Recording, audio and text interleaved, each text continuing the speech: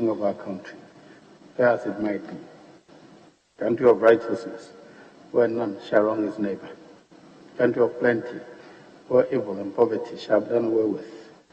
Country of brotherhood, where all success shall be founded on service and honor shall be given to the deserving. Country of peace, where government shall rest on the will of the people and the love for the common good. Bless the efforts of those who struggle to make this vision live in reality.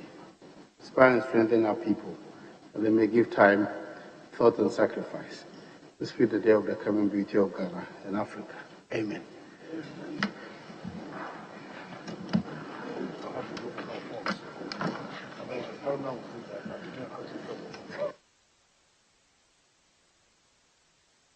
Other members, I have to make this announcement from the Right Honourable Speaker. Our Right Honourable Speaker has directed that from today, every 2 hours, we must break and take some 10 minutes break before we resume. That is the protocol of the COVID advice given him and is carrying over to us. And we should have strive to finish with every candidate maximum 3 hours. So please let's try to work with that and finish the 3 nominees today. Thank you very much. I know the leadership of the House are meeting with a delegation from the Cocoa Board, so we will continue. They will join us in due course. Kindly bring in the first one.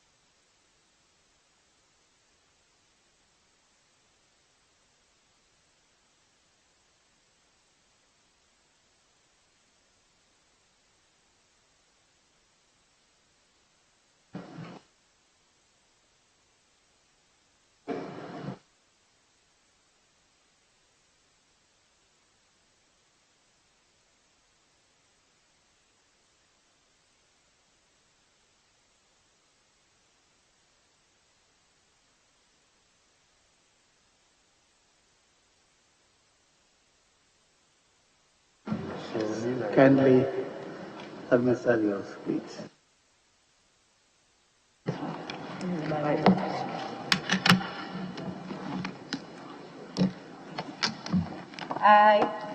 I, Cecilia Dapaah, swear by the Almighty God swear by the Almighty God that the evidence I shall give before this committee that the evidence I shall give before this committee touching the matter in issue shall be the truth, the whole truth, and nothing but the truth. So help me God. So help me God.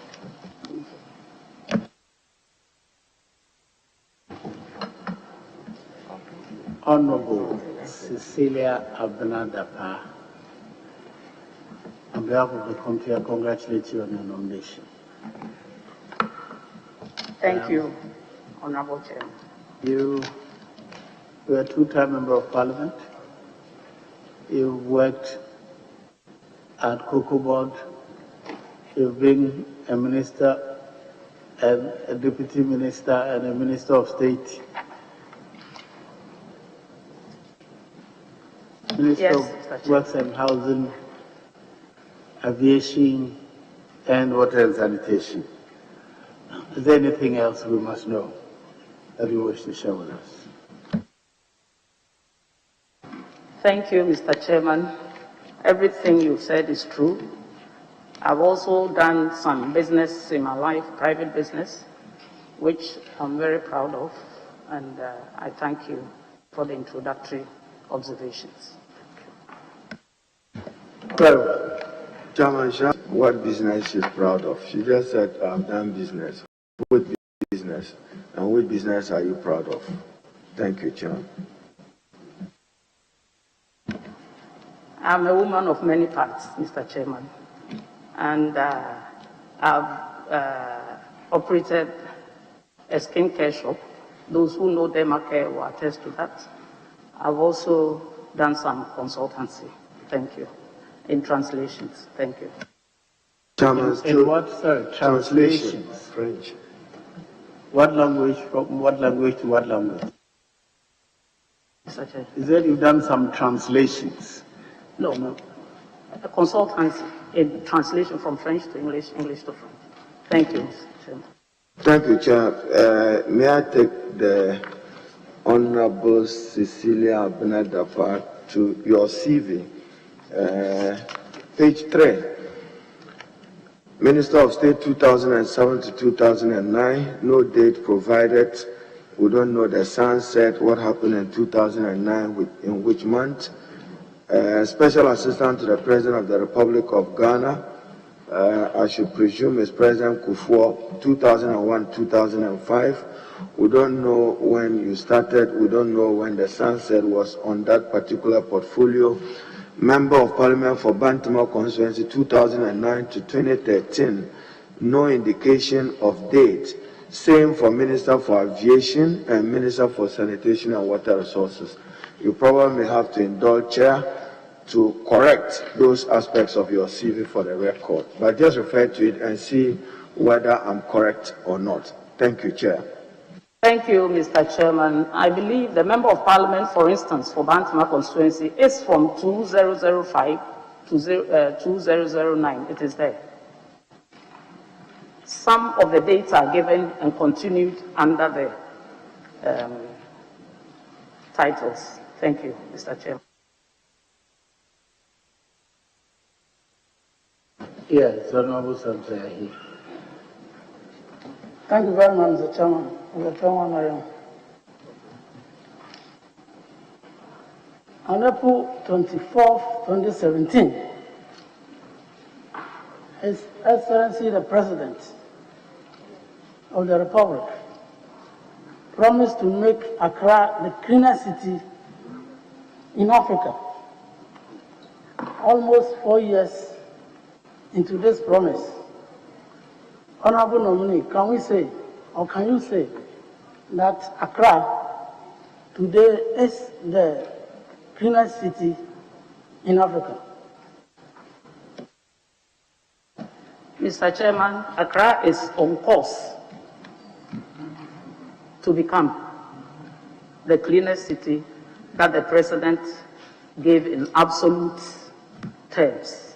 I think we are on course, looking at what we started doing and what I continue from my colleague. Thank you.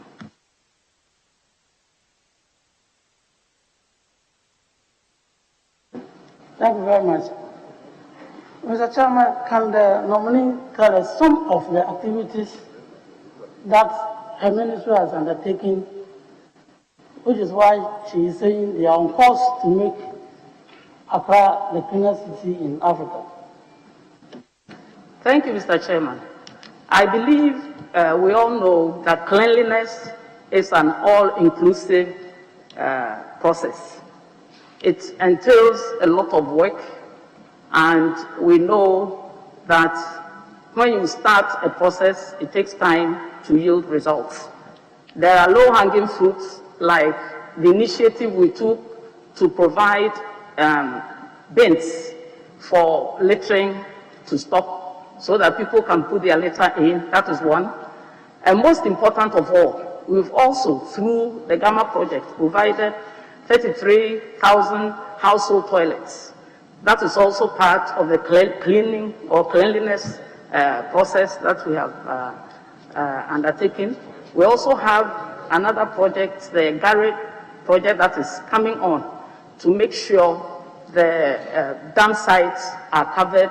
And then, most importantly, the Odor River is also worked on. We also have the gas slip project that is also taking care of the vulnerable areas and the unplanned settlements. to give them, again, about 5,000 places of convenience, and also to help in the removal of their waste. So apart from the franchises given by the MMDAs to local contractors to work in, I believe we see a marked change. Thank you. Thank you, Mr. Chairman. Mr. Chairman, in 2016, the total urban and rural water coverage were 76, 75% respectively. Can the nominee tell us the total water coverage as at the end of 2020 with respect to urban and rural water? Thank you, Mr. Chairman. For the year up to the year 2019, we have moved for rural water from 62.29 to 62.52. And we're expecting the figures, we are yet to collate the figures, the results for 2020. We are moving from, we've added 2.7% more for rural coverage. For urban coverage, we've added 10.7%, and we are still waiting for the results for the 2020. Mr. Chairman, one thing is that as the projects are coming on board, population is increasing. So we have come up with a new policy to take care of population growth that we give to some of these projects. Because, for instance, the Tamale project, for instance, is geared to the year 2040 to take care of the population growth. Thank you, Mr. Chairman. Chairman, just follow up there. When you say Tamale project, are you talking about a Tamale water expansion project or a Tamale sanitation project? And related to what the Honorable Samson Ahi asked, establishment of National Sanitation Authority and your pledge to establish a National Sanitation Fund. What is the status of that? But clarify Tamale for me first, and I know what project you are undertaking there. Thank you, Mr. Chairman. I'm talking about the new Tamale water project. That is going to increase water supply from 45,000 cubic meters to 135,000 cubic meters. And on the sanitation authority, we are proposing, we are yet to finalize work on it, we are proposing that there should be a sanitation fund, either supplied by GOG or through a sanitation levy, so that we will be well equipped financially to take care of the gap in the financing of sanitation in this country. Thank you, Mr. Chairman. Chairman, still a follow-up. Has the Tamale water project commenced to the best of your knowledge? I see them carrying, they used to call them the Kufua yellow cans, forgive my language. I see it all around. I was in Tamale yesterday before coming, and has work commenced on the Tamale water expansion project? Thank you. Thank you, Mr. Chairman. Yes. You might be right, Honorable Chair, that people will carry these yellow cans. It is because in the dry season, the intake at Dalom gets dry, so people unfortunately have to go around and look for water. But to answer the second part of the question, Mr. Chairman, yes, the contractors have been on the site, or they've gone to the site to do the geological surveys and the seismic studies. So I think the development phase is going on. Thank you, Mr. Chairman. Thank you, Chairman. Mr. Chairman. No, you have asked for three questions already. No. The second one was follow-up. Okay. Mr. Chairman, in 2016, the NDC government under President Mahama, through BOT, commissioned desalination plant at Teshiningwa. When Nanado's government assumed office, the plant was shut down.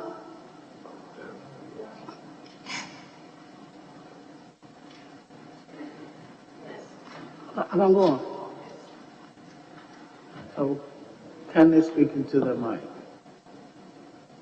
I haven't finished. Now, Mr. Chairman, what I'm saying is that in 2016, under the previous government, through BOT, we commissioned the desalination plant at Teshi. When the NPP government assumed office, it was shut down at a point. Recently, when there was a lockdown as a result of COVID-19, we read in the news that they asked the operators to open the facility. I just want to find out from Honorable Minister the status of the desalination plant as we speak. Thank you, Mr. Chairman. Indeed, it is true. The desalination plant was commissioned in 2016 and is supposed to produce 60,000 cubic meters of water. But currently, it's producing 50,000 cubic meters of water, and it's being pushed into the system. Thank you, Mr. Chairman. Thank you, Honorable. Yes, Honorable Ejiso. Thank you very much, Mr. Chairman. Congratulations to the Honorable nominee. In January 2020, the Ministry of Sanitation and Water Resources set up an interministerial task force on environmental sanitation with composition of 17 members drawn from ministries, departments, and agencies, and the private sector to enhance multi-sectoral collaboration on sanitation. Kindly share with us what the task force has been able to do to improve our sanitation conditions. Thank you, Mr. Chairman. It is true, indeed. The Sanitation and Water Resources Ministry straddles a lot of sectors. So we deemed it necessary to bring in all stake players, active stakeholders, I should say. And they teamed up to share ideas, to advise the ministry, and also to make sure that contractors as well as key players are on top of their game. And I think this all-inclusive nature of the group helped us a lot. We included even the donor partners, and we invited the parliamentary committee to make a representation. I think they were too busy to come in, but we briefed the chairman of our committee on this.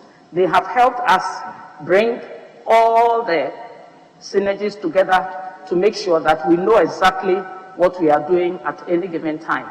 For instance, this cleansing and cleaning of our capitals, we made sure we involved everybody to make sure during the lockdown, for instance, to work to achieve an optimum state of cleanliness in our capitals. We didn't only do it in Accra, we did it in all the regional capitals. Again, the Sanitation Authority document is being studied and ready to be spruced up for presentation to Cabinet. Thank you very much, Mr. Chairman. In an attempt to fight open defecation in the country, we saw the Ministry of Sanitation started a PPP arrangement with some private companies in Ghana. One of the key projects was the Ghana Fest. Please, what is the relationship between the Ministry of Sanitation and Water Resources and the Ghana Fest project, which unfortunately is hung in the air at the moment? Thank you, Mr. Chairman. Ghana First is a private company that undertakes the building of community toilets. It's a laudable idea, and we would give it all the support. But, Mr. Chairman, it's interesting to note that when we tried to pry into what they were doing and what the MMDAs were also doing to help, we were warned that we should keep away. It's their private work, etc., etc. I have publications to prove that. So we are monitoring them from afar, but I'll encourage them to go on and work through the systems they've put in place to finish the job. Thank you, Mr. Chairman. Honorable Minister, this is a very sensitive and a sore issue. For many communities, Ghana First collaborated with MMDCEs to select and launch the program. For the communities, is the government coming to do a project for us? And the government is being held responsible or blamed for the non-completion of the projects. Indeed, is there anything your ministry can do to facilitate and ensure that the projects are completed expeditiously? Yes, Mr. Chairman, as I said, we will give it all the support that it needs, but it has a special arrangement with the MMDs, and the committee has prepared a report to present to the President, so we will look at that. From there, we will take it up. Thank you, Mr. Chairman. Yes, Honorable Nilante. Thank you very much, Mr. Chairman. Madam, throughout your presentation, you talked about sanitation, you talked about water. Technically, and within the international accepted scope, what is sanitation? Thank you, Mr. Chairman. In essence, sanitation is simply cleanliness and hygiene. And I always say that I prefer the French word for sanitation, which is assainissement. It encapsulates the whole concept of sanitation. When we say sanitation, it's, for instance, starts with the individual, personal hygiene, how you treat your waste at home, how you treat your fecal matter at home, how you treat your wastewater at home.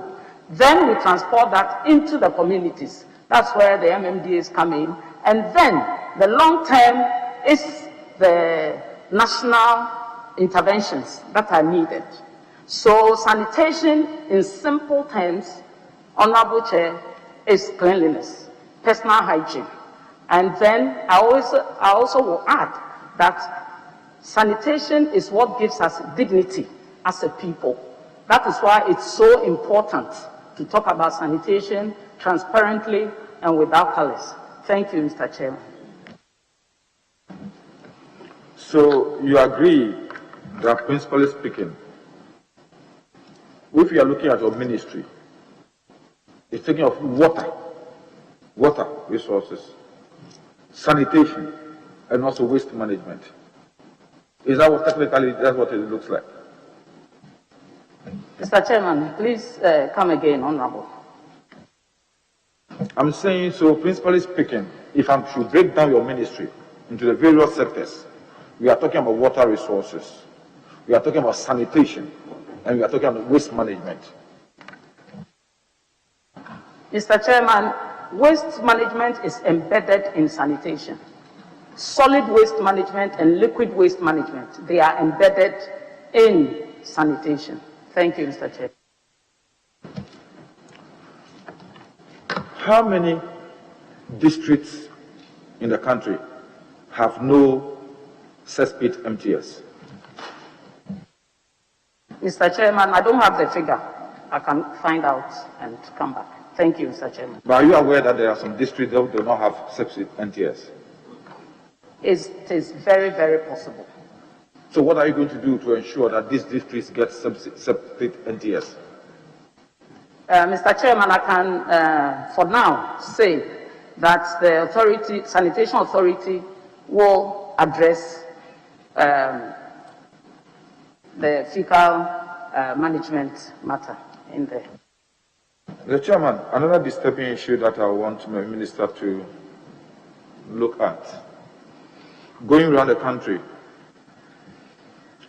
I can say on authority that 50% of MMDAs don't have anything they can call engineered liquid waste sites.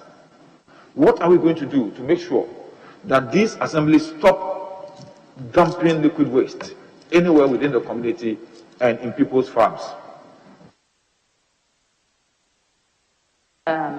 Thank you, Mr. Chairman. I believe the question is two parts.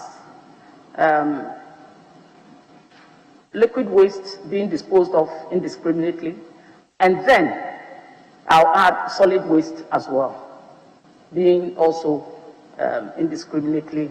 That has been addressed. We've engaged the MMDAs to make sure that at least they dig cells to put in their waste. And we are lucky, and we've done our analysis to know that in the rural areas, 85%, almost 85% of the waste is organic. And that can be put in these cells to mature and disintegrate, and they can form compost when they take out those that cannot be recycled naturally, I should say. With regard to the fecal matter or liquid waste, the answer is what we are trying to do to address the open defecation issue.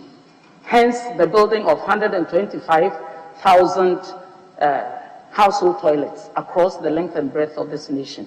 And we have 5,498 communities that have been declared open defecation free. We have the whole list available.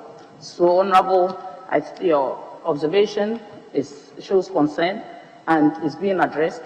I will be very happy if we can build about 1 million household toilets. And we have various types of toilets for various settlements. And this is what we've carried out to do. Thank you, Mr. Chairman. Madam, will you agree with me that when it comes to the urban centers, the metropolitan areas, one last one. I was on sanitation, it was a follow-up. You know, you agree with me? It was one question, a follow-up. Take your last one.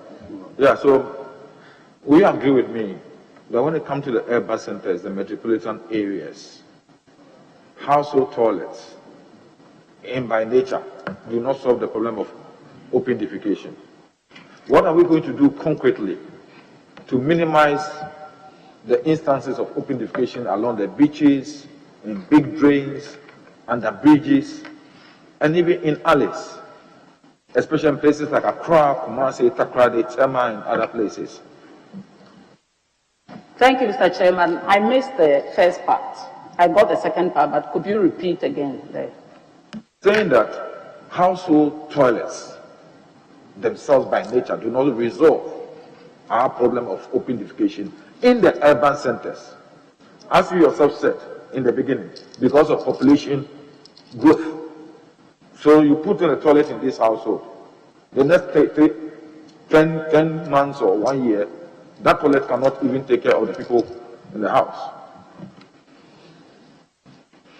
So what are we going to do really if you're looking at places like Accra, Kumasi, Tema, and other places, where constantly, in spite of all interventions in household toilets, constantly we're having open defecation in drains, under bridges, and at the beaches, especially at the beaches, which is supposed to be our tourism potential. Thank you, Mr. Chairman. I believe, for me, if I may give my personal view, provision of household toilets is key.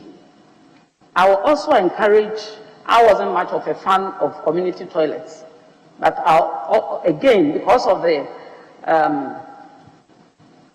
I should say the settlements, type of settlements that we have, we need community toilets, more of them, to make sure we provide these within the MMDAs to make sure people have access to these places. Because once we are human beings, necessarily we will have to attend to nature's call. And how it is done and where it is put is very, very important. So I will go that way. Thank you, Mr. Chairman. Mr. Chairman, I've finished, but I just want to make comments on what you said, so that you advise that it becomes part of the new sanitation policy, because the new policy looks like eradicating if we approve her, you have access to her other committee or to her office. That's right. Yes, Reverend. I'm grateful, Honorable Chair. Congratulations, Honorable Minister nominee. Honorable Minister, what is the state of Ghana's water security? The state of Ghana's water security. Thank you, Mr. Chairman. I believe, apart from this perennial problem of illegal mining that introduces contaminants and pollutants into our water, I'll say we would have been quite safe if we had desisted from that when the President made the clarion call. And I'll use this August House medium to appeal to all of us who do that to stop it. Ghana is well endowed with surface water. We have 53.2 billion cubic meters of water, and we are using only 14%. Out of the 14, we have 68% for irrigation, 10% for domestic use, and 10% for industrial use. The rest is scattered amongst other uses. So I believe we have a charge. The Methodist hymn book says, a charge to keep I have, and a God to glorify. God has given us this natural commodity, or very essential commodity. It's our duty to take care of it. We are secure, but we need to preserve it for the next generations. Thank you, Mr. Chair. Chairman, just a little follow-up, Honorable. So God is kind enough to give you your Methodist hymn phrase, this essential resource. Yet, God's creation are suffering for lack of water and lack of access to quality water. What will you do to make this essential product increasingly available to the Ghanaian? Thank you, Mr. Chairman. Per our manifesto promise, we said we'll provide water for all. So, as the Minister in charge of water, I have the map of Ghana in my office, and it's the policy, and my former two deputies are here. They will testify or attest to that. It is the policy of government to make sure that every region, including the new ones, they all have water projects. Number two, it's our policy also to make sure that we serve all rural villages, urban, peri-urban areas en route to make sure the water gets to the people. And Mr. Chairman, I believe I'll end here. When there's the opportunity, I will continue giving the list out. Thank you, Mr. Chairman. Mr. Chairman, just to follow up on the question I earlier quizzed. Pursuant to Sustainable Development Goal 6, which is to do with clean water and sanitation, and having outlined the broader policy that your ministry has been pursuing, between 2017 and 2020, particularly within your tenure as Minister for Water Resources and Sanitation, what would you describe or outline as some of the major water interventions that you rolled out? Thank you, Mr. Chairman. We've done a lot of interventions. We all know the importance of SDG 6 to provide water and sanitation to the good people of Ghana. We all know that water is the central pillar for most of these SDGs. For instance, poverty reduction is one, food security is one, health is one, ecosystems one, etc. We have 7 SDGs that I'll say directly depend on water. And I'll make a quotation from our revered Chief Imam, who happens to be the chief patron of the water and sanitation sector. We entreated him and he kindly assented to being the chief patron. And I can quote him that he says that man was created in water. Man was created in water. So water is the most essential, maybe second to air, the air that we breathe. So we made it a point to make sure that water interventions are top priorities, and per the President's vision, to be able to provide the water that is needed for the good people of Ghana. And I must say that I have really enjoyed the, I wouldn't say collaboration, but Parliament has been kind enough to treat all the water loans which come here with alacrity, and I'm most grateful. We have the Yendi water intervention, we have the Tamale water, we have the Damango water, we have the Sunyani water, Keta water, we have the Sekendi Takradi water, and the Wenchi water. 8 main water projects. And then we have the rural water systems that we have also put in place. In fact, Cudjoe in the Honorable Giselle's constituency, we just commissioned the water there, and that water had 23 systems that were put in place, and we have 145 communities that benefited. We have the 5 district water that we commissioned, we had the sword in Adaklu, and we have others too on board. And most importantly, we have the Aqua Africa water, which the sword cutting was done by my humble self, and that will take care of the Honorable Chairman's constituency as well.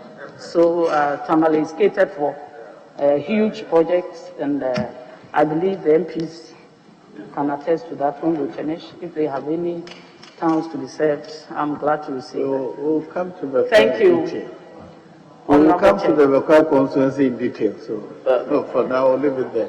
Are you done? Yeah, on this note, to congratulate the Honorable Minister and to thank her for the interventions I've had, Honorable Giselle's constituency, Honorable Minority Leader's constituency, and for the interventions Asen South also enjoyed, and the remaining communities that are depending on your magnanimity also to enjoy when given the nod. Thank you. Asen South. Chairman, I have a follow-up to the Honorable's question. Minister, in your answer, you have stated a number of water projects. I've been perusing your handing over notes. Tamale, you have dealt with. Damongu water supply, Pong water supply expansion project, Sekendi Takradi water supply, Sunyani water supply project, Upper East Region water supply project, expansion and rehabilitation of Wenchi water supply project, Keta water supply, and then Sogakope Lome transboundary water supply. You want to speak to them? What's the status of each of these initiatives? Where are we on them? What assurances do you have for the affected people living in those communities as far as access to quality water is concerned? Thank you, Chair. Thank you, Mr. Chairman. To start with, the Sogakope Lome water is still in its infant stages. This is water that is normally channeled back into the sea from the Volta River. And we thought it very useful. This has been on the drawing board for so long, and we are still at the feasibility studies level. With regard to the Yendi water project, the sword cutting was done, and the consultant has submitted an inception report which has been reviewed and approved by the bank. It's the Indian Exim handling the funds for that. And with Tamale Water, detailed engineering design for the project has been done.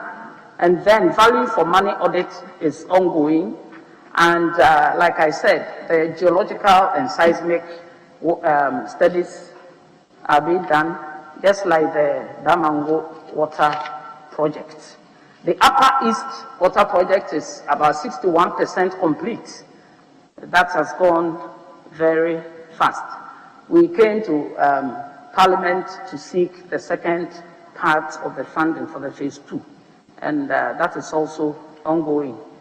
And we also have, as an intervention of water, the Gamma project water that is has also been done. We connected 282 kilometers of water lines to homes, and that has also improved the water situation in homes in Accra. We also have the Wenchu Water, the commercial contract between Ghana Water Company and the contractors has been signed. Negotiation is ongoing between GOG team and the contractor. And the meeting was held yesterday, and we are awaiting the contractor's submission for tax exemption application. The Sunyani Water project is also being considered. We are awaiting the contractor's submission for the application for tax exemption. We've gotten that far, and the contractors are on site as I speak. They are on site to begin their work. And with regard to Sekondi Takoradi, we've just concluded the value for money, and work will start hopefully very soon. Thank you, Mr. Chairman.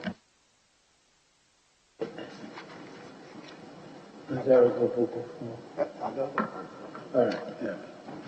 Thank you, Mr. Chairman. Honorable nominee, I have read a post on your ministry's website dated the 25th September 2020.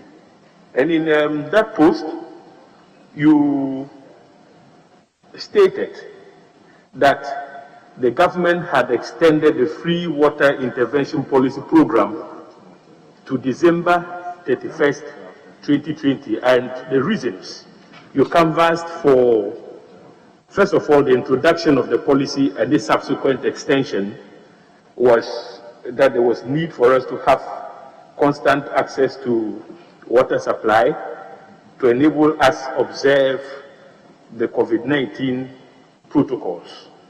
Now, as I speak, the COVID cases, the mortality rate is very high now, with recorded 582 deaths right now.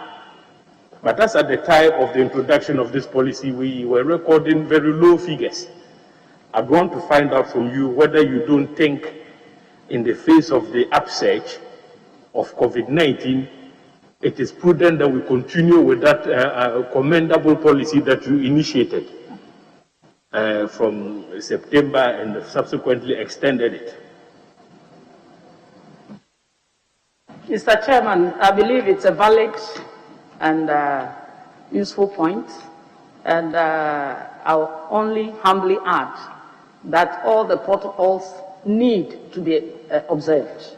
It's not only the water for the hand washing, but wearing of masks, because I believe our lives are in our hands. And Mr. Chairman, as I speak, we have the vulnerable that use water below 50 gallons still enjoying the facility. And I think note has been taken, and His Excellency the President, having the empathy that he always has, I'm sure we'll look at this. Thank you, Mr. Chairman. Honorable nominee, you are also reported in the media as having stated that access to urban water stands at 93%. But, I mean, you were silent on access to rural water. I am interested in access to rural water, particularly in areas where the settlement pattern is dispersed. They have dispersed settlements, such as the Upper East region. So you have one house, it's about 2 miles from the next house, and so on and so forth. In such areas, access is very, very low, and I'm talking specifically about my own constituency and the next constituency, Busan and South constituencies. What is happening with regards to access to rural water? Thank you, Mr. Chairman. We have coverage and access, and as you rightly said, it's the overall national figure for urban water, and then we have it for the rural water, which is in the 60s. You are very right.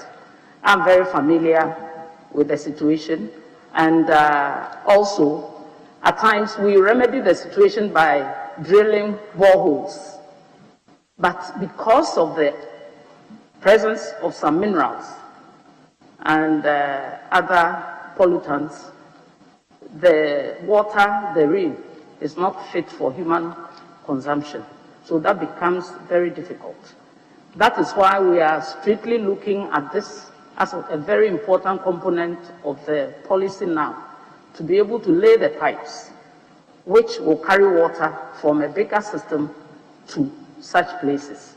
And we might, if it's the presence of iron, Ghana has the patent to remove them. But fluoride, etc., is difficult. So we will look at each case on its own. But these are the measures we want to put in place. Thank you, Mr. Chairman. I can see the honourable member later, and then we'll talk about those cases. Thank you, honourable. Thank you very much, Mr. Chairman. Hello. Honourable nominee, congratulations. And I must say, I'm one of the proudest member of parliament at the moment, due to your hard work. And this solution to our waste, our solid waste management problem in Kumasi, in my constituency.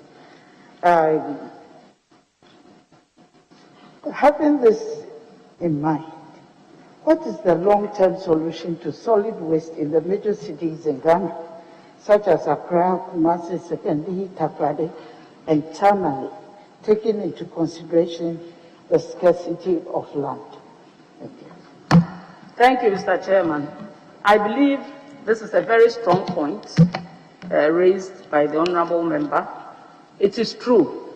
The long-term solution to our waste is to make sure we incinerate our waste, we recycle our waste, we do material recovery, and also do other. I always say that waste is wealth. It depends on how it is tackled. I have met those who do the sorting. They recover materials from there, and then those that are not easily recycled, we need to put them somewhere for the long-term incineration and make sure we recover as much as we can before that process. At the end of the day, that is the way to go. Honorable Chair, I had the opportunity to visit so many places last year. You enter a town and you have a heap higher than this building. And we had a policy and initiative to make sure we evacuated most of these heaps, because they became part of our skyline in our towns and villages. And I must state that we've been successful in clearing this, because most of it was compost by the time that we touched these heaps. Some had been there for 100 years, some 50 years, some 30 years, some 60 years. So we start from there as a medium measure, and then the long term will be the gasification and the incineration. Thank you, Mr. Chairman. Thank you very much. My second question is, you've been mentioning the National Sanitation Authority, and you agree with me that it's a major institutional structure that is expected to address the poor sanitation in Ghana. How will its establishment assist the MMDAs to effectively manage their waste? Thank you. Thank you, Mr. Chairman. We are envisaging that the authority will have districts and regional officers to work hand in glove with the MMDAs to make sure they direct them and support them. And we don't have one size fits all for every place. So they will then design the strategies to combat waste in those districts and regions. Thank you, Mr. Thank you, Mr. Chairman. I'm done, and I'm adding my voice again to congratulate the honorable nominee. Is an action woman, and I know that is going to perform in her second term. Thank you.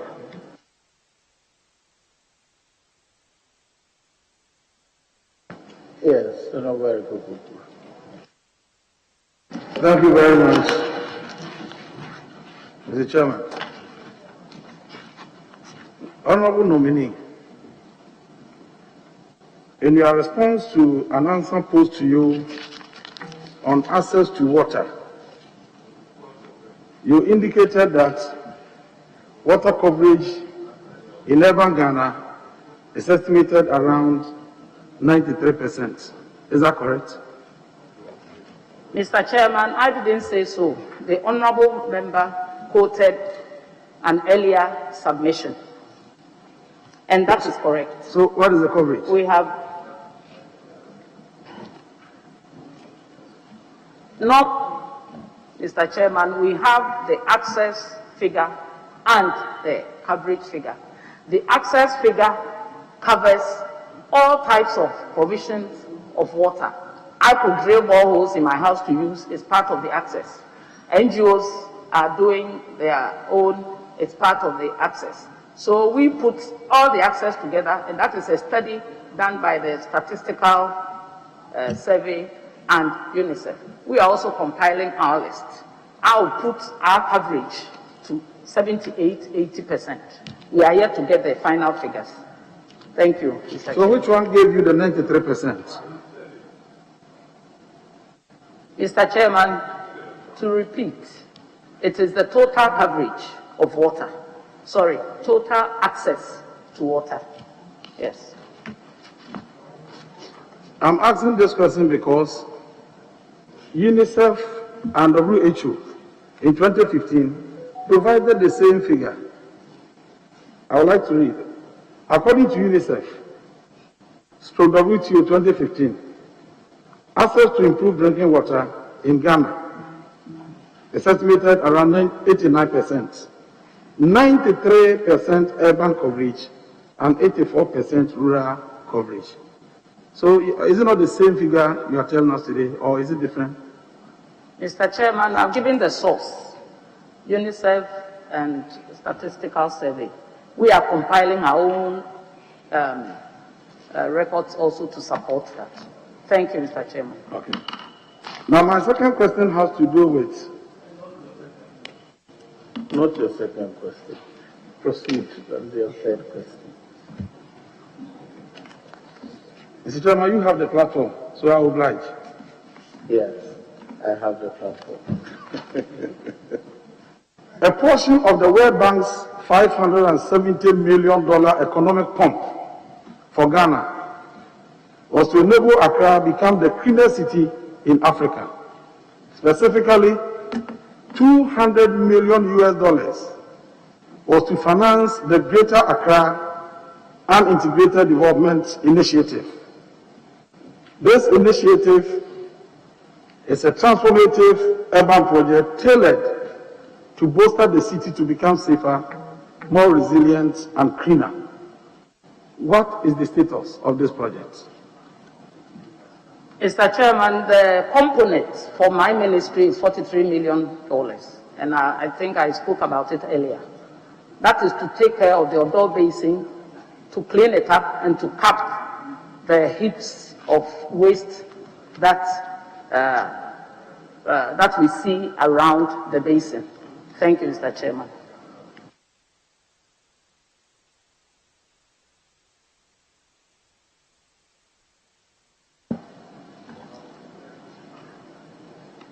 You claim that your ministry had $43 million out of the $200 million. How was that $43 million applied? Mr. Chairman, I have given the components out is to cap about 5 heaps around Tantan and then the Odo Basin. And it's also to clean up the Odo Basin to make the channels open for water to flow in. Yes. Thank you, Mr. Chairman. Yes, Honorable Westland. Thank you, Mr. Chairman, and congratulations to my granddaughter, who's the nominee. Mr. Chairman, oh, this is not Wiggy. In a response to an earlier question on the desalination plant, you indicated that they had started producing 50,000 liters, cubic meters per day, as against 60,000. Now, what was the reason for the reduction in their production currently? And earlier on, there was some concern about the charges that they were demanding from Ghana Water, the fees that they were demanding from Ghana Water as per their contract. Have those challenges been resolved and the fees rationalized now to make it more affordable for Ghana Water? Thank you, Mr. Chairman. The desalination plant is producing 50,000 cubic meters, and I'll say it's semi-normal in the sense that there are production losses that are involved, and the capacity is always different from the production figure. Vis-a-vis the issues that are at stake, there's a team working on that. So I'm sure very soon they will finish their work and bring us the report. Thank you, Mr. Chairman. Chairman, just two follow-ups. There is a team working on what?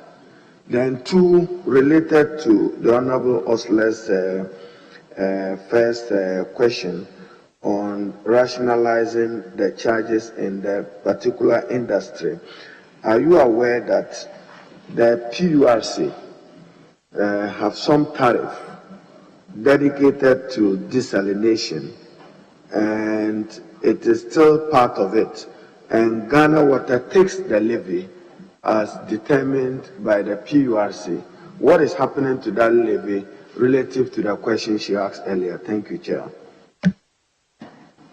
Mr. Chairman, I meant that there is a committee, including Ghana Water, the Attorney General, PURC, and the World Bank Group, looking at the issues that have been raised. There's also the issue of boron that is also being looked at. So that is what I meant, Honorable Chairman.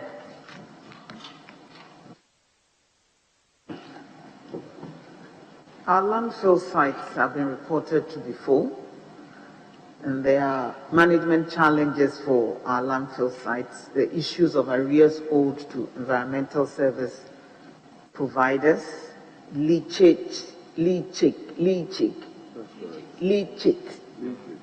into the ground, pollution of groundwater, the health impact of the operations of landfill sites on residents around those landfill sites. What is being done by your ministry to re-engineer the landfill sites to solve these perennial problems? Thank you, Mr. Chairman. I believe this is a very worrying issue, and we have, in a major way, intervened in the landfill site of Oti and Fung. Indeed, leachate is toxic, and we should not, in any way, allow it to seep into water bodies through the cracks in the soil to contaminate our groundwater sources.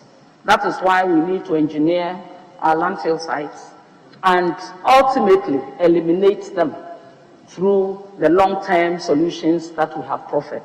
Thank you, Mr. Chairman. What's your relationship with the Environmental Service Providers Association? And we did ask the Minister for Environment designate when he appeared before the committee to whether he would work to promote source separation of waste, to promote recycling of some of these waste products that we produce. Would you work with them, the service providers, local government, and MESTI, to look into this area, either by litigation or public education, legislation or public education? Mr. Chairman, I believe we have already started with this sorting. We have pilot projects going on, but in our homes, we are all guilty. We use one bin to put in our daily waste after the chores in our homes. So it's the way to go finally, because it's become very, very important, because the compost plants, their experiences are such that ultimately we'll need to get this going, and it's part of the policy of the Sanitation Authority to look at this, because we need to do sorting, especially in our institutions. In our schools, we started at the medical school, and it's going well. We've started in some schools as well. So in our homes, very soon, we'll have to have about 3 bins, one for plastics and bottles, and one for paper, and then one for the organic waste, the leftovers from our fufu and banku and akle and tosafi and all those pieces of leftovers. Thank you, Mr. Chairman.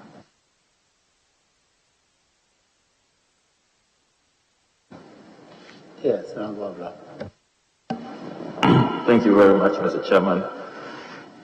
Mr. Chairman, I've been longing for an opportunity to congratulate the honorable nominee for the public chastising and very bold leadership that she exhibited when she was aviation minister, when British Airways was maltreating Ghanaian travelers, when there were bed bugs in their flights and all kinds of poor customer service. She stood up for Ghanaians, and she stood up for our travelers, and I have enormous pride, and I'm very, very pleased to put this on record, that she's one of the bold, dynamic leaders this country needs.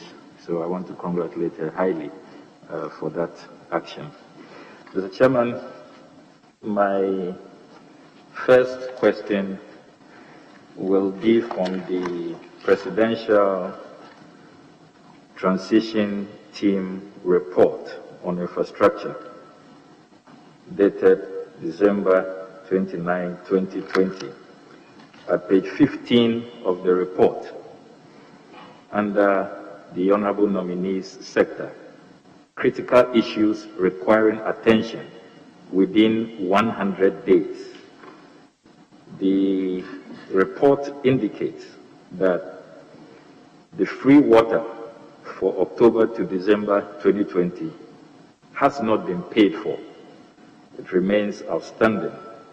Is the nominee able to indicate to this committee how many beneficiaries there were for the free water program, how much it cost the taxpayer, and whether she thinks that payment can be made within the 100 days, as this report is urging? We've done 54 days already. Thank you, Mr. Chair, and thank you, Honorable, for the kind words. Yes, the 100 days, I think, starts, Honorable Chair, from the day the minister is sworn into office. As I'm a caretaker minister, if I even chase the Honorable Minister for caretaker Minister for Finance, he won't be able to help much. So I'm hoping that as soon as you are kind enough to approve the nominees and we start work, this will be sorted out, if it hasn't been done already.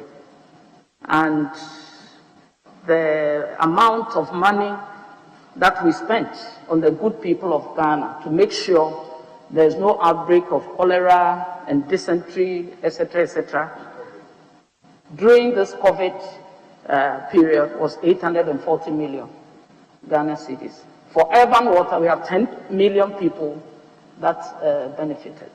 The figure for the rural water, I'm yet to get it, the final figure. Thank you, Mr. Chairman.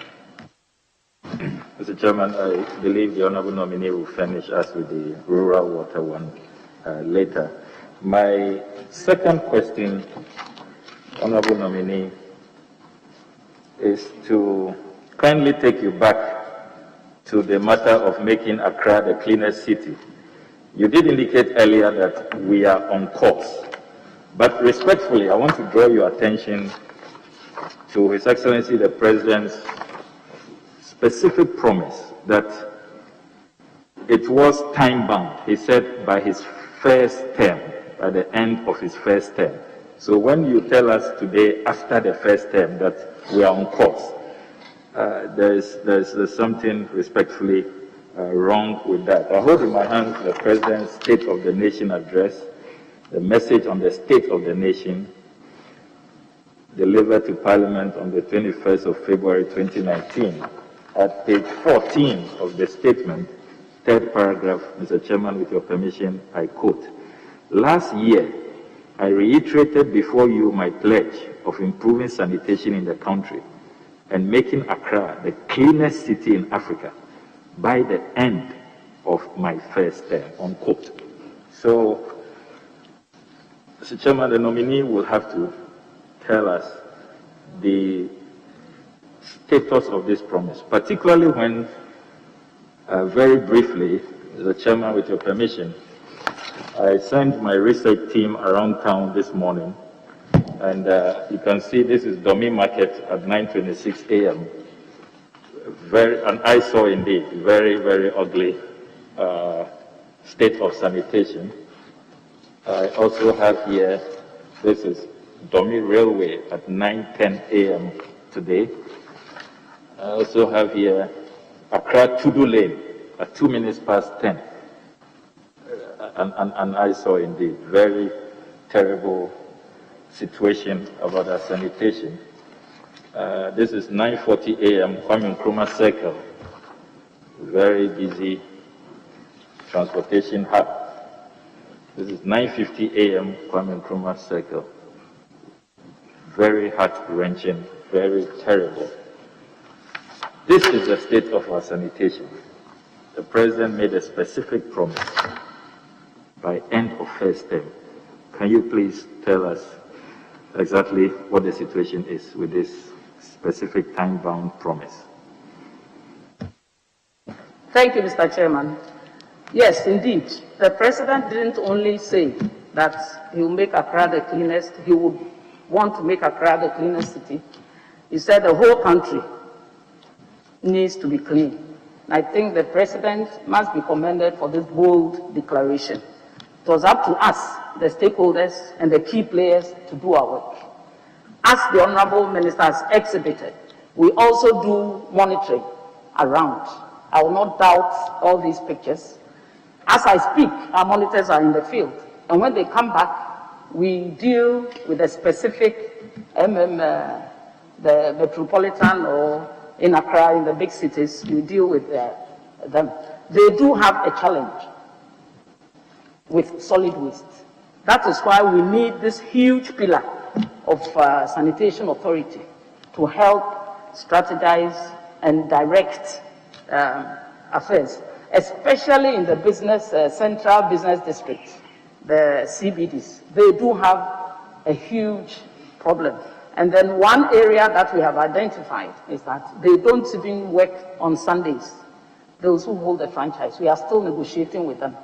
I must pay tribute to the contractors who, through their association, have gotten some of these contracts to up their game, and we mean to also emphasize our monitoring units to make sure they move around, and before sunrise, all these things shouldn't be on our books, I should say. They will give excuses for logistics. We've taken notes of their challenges, and I'm sure that very soon we'll find long-lasting, sustainable solutions to them. On the President's declaration, I think, like I said, I want to reiterate and emphasize that it's a very bold declaration, and we need all of us. The motto is keep Ghana clean, and the answer is play your part. You know, these are the areas that we need to emphasize and send logistics to, and we are not oblivious of that. Thank you, Honorable, for your observations, and we'll tackle that. Thank you, Mr. Chairman. Mr. Chairman, my final question is on the matter of compost plants. I see from the Presidential Task Force report at page 14 that you state, and I quote, construction of integrated recycling and compost plants in all regional capitals.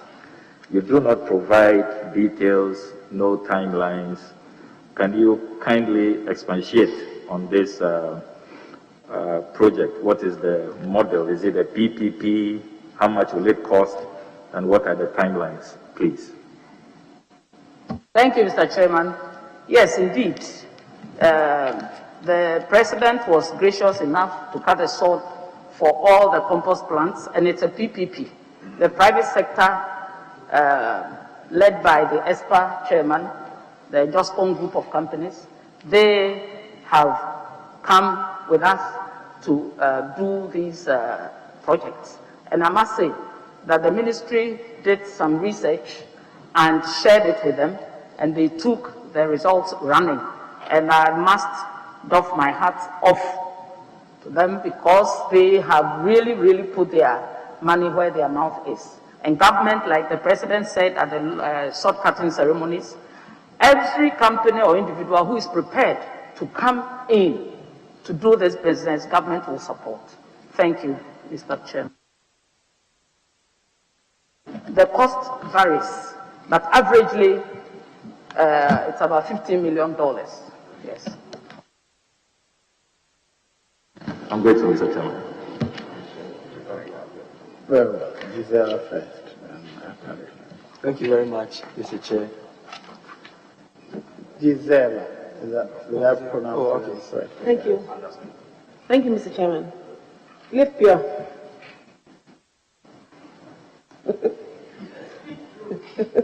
Speak true, right, wrong, follow the king.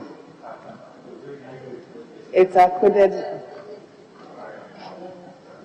Honorable nominee, you mentioned that the water interventions in my constituency and the community water, actually they are not working well.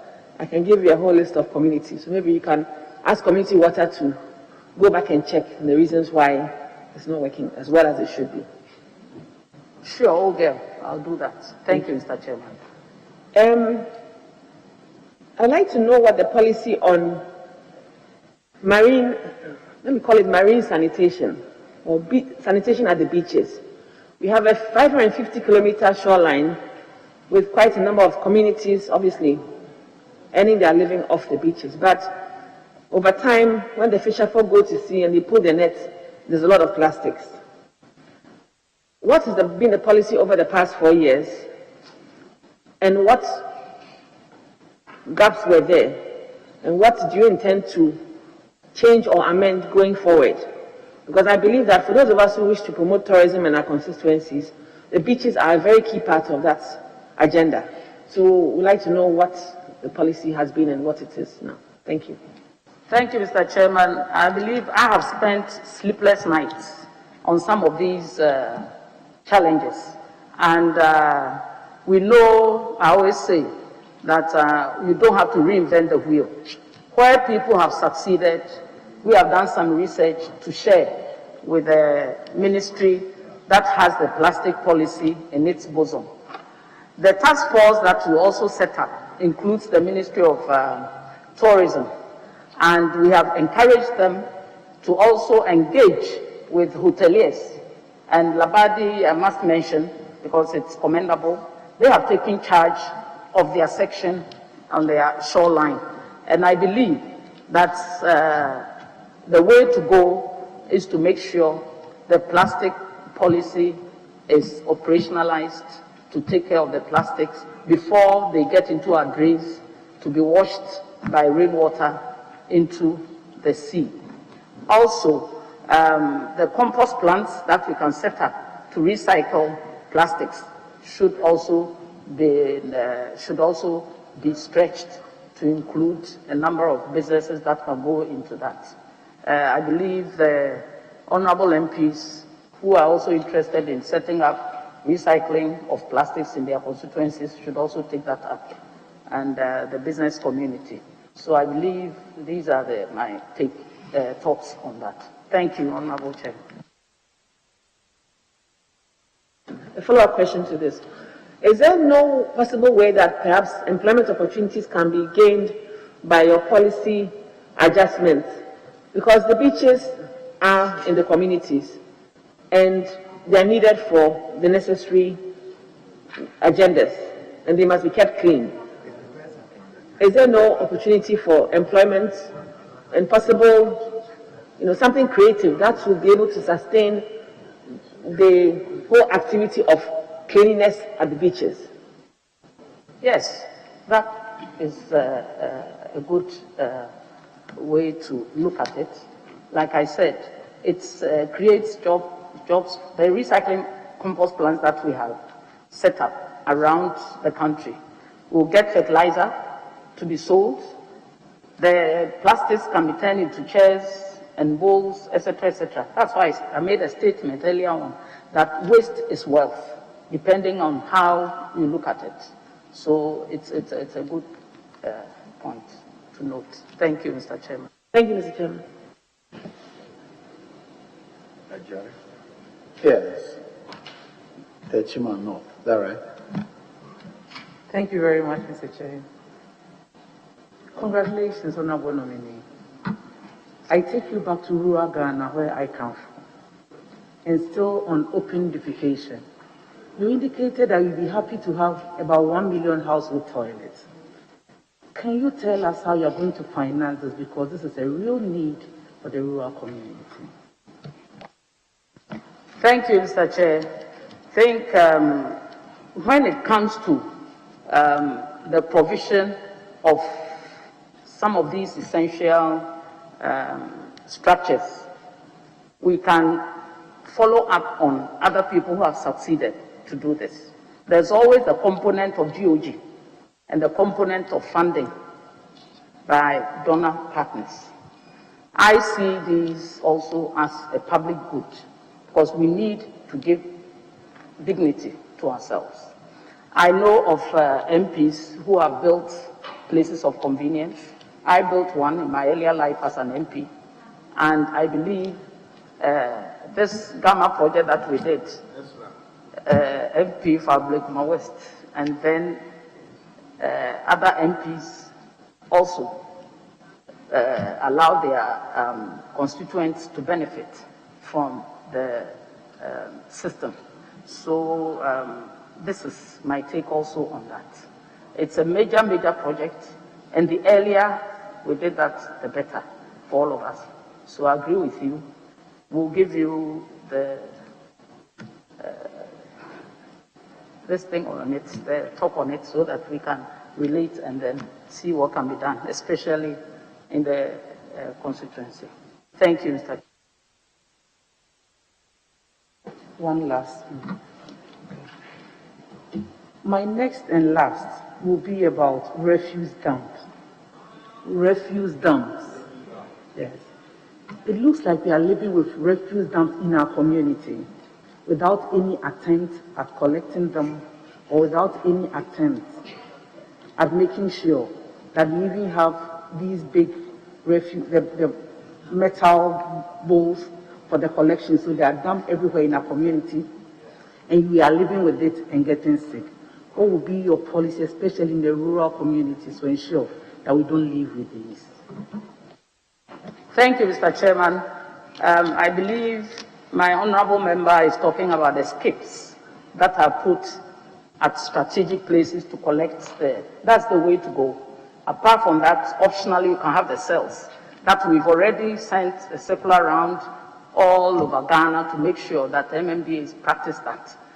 8 meters by 4 meters to put in the organic waste to form a compost plant traditionally for the communities.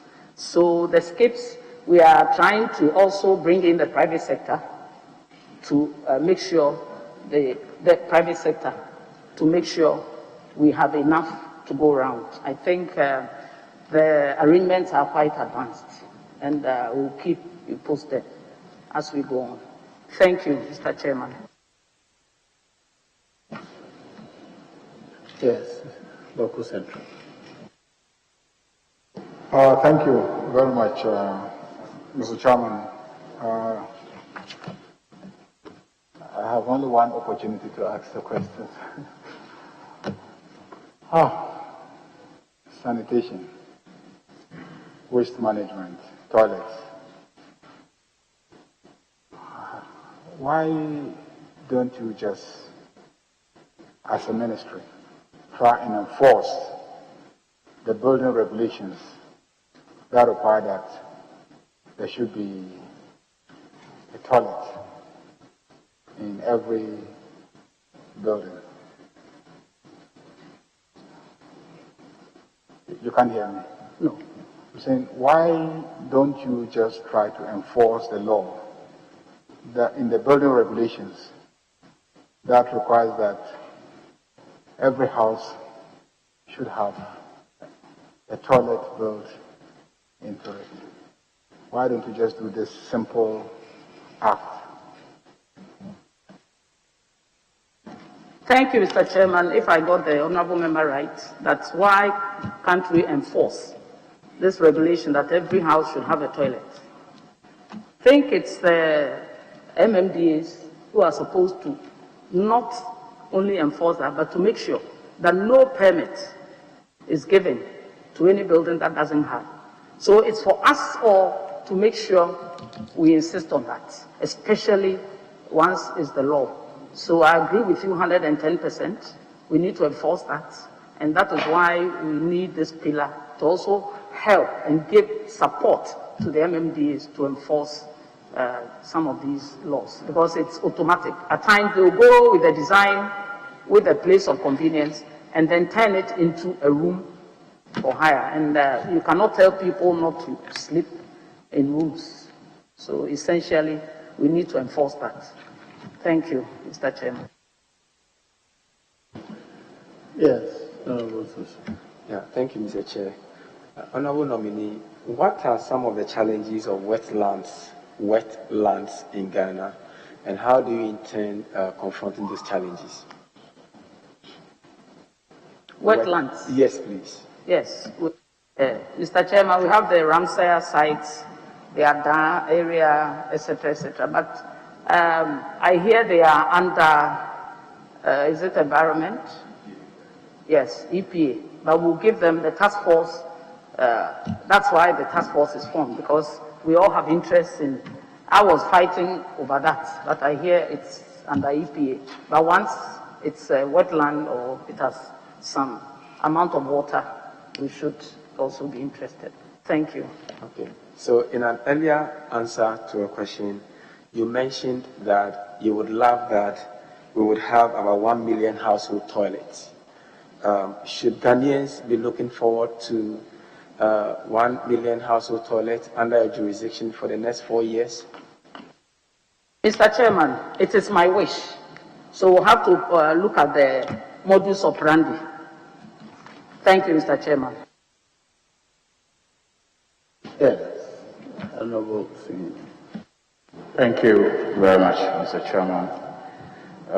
Honorable nominee, perhaps not to take away the very kind words my very good friend and colleague Honorable Ablakwa said about your boldness, but just to also perhaps draw your attention to a number of issues that have also made headlines about the perhaps boldness that you show in your course of duty that seem to be of worry, especially when you recall your issue with Ms. Rahina too, the journalist with multimedia, and some other developments and reports with the way you relate. But my question specifically will relate to the household toilets, because I'm just entitled to one. Household toilets that you speak of. I do know that somewhere in 2010, we adopted the community-led total sanitation approach.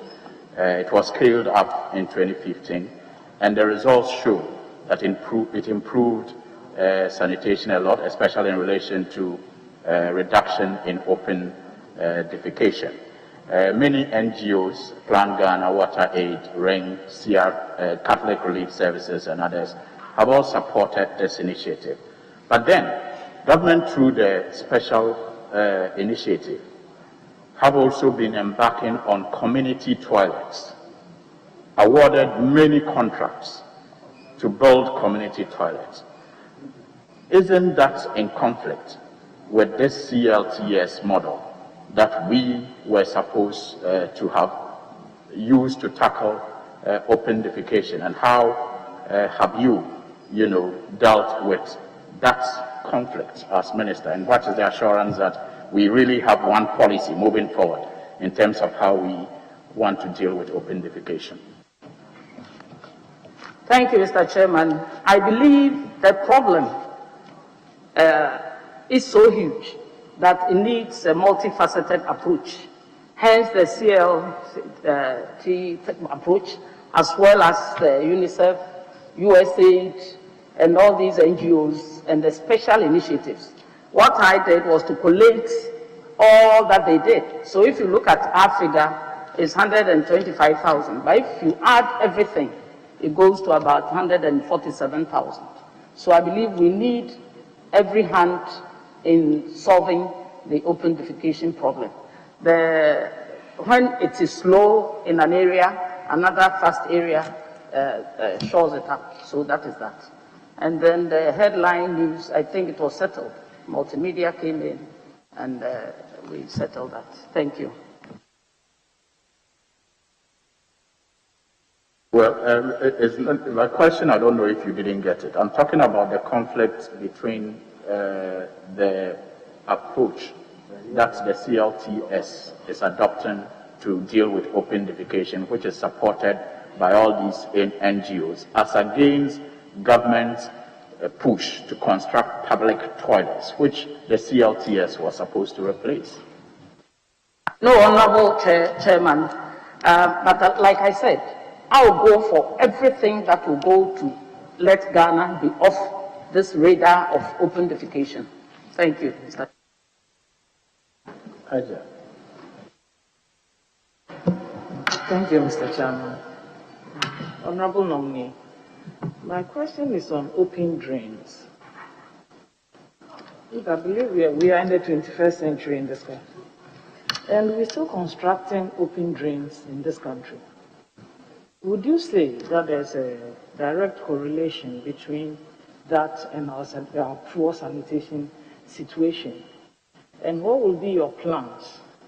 Should you be confirmed to work with the Minister of Roads to ensure that at least the drains that are being constructed are covered in order to reduce the sanitation problems that they currently pose? Because most open drains now have been turned into refuse dumps. They've become mosquito breeding grounds, and it has a direct effect on our environment. So the mantra is, we are as healthy as our environment.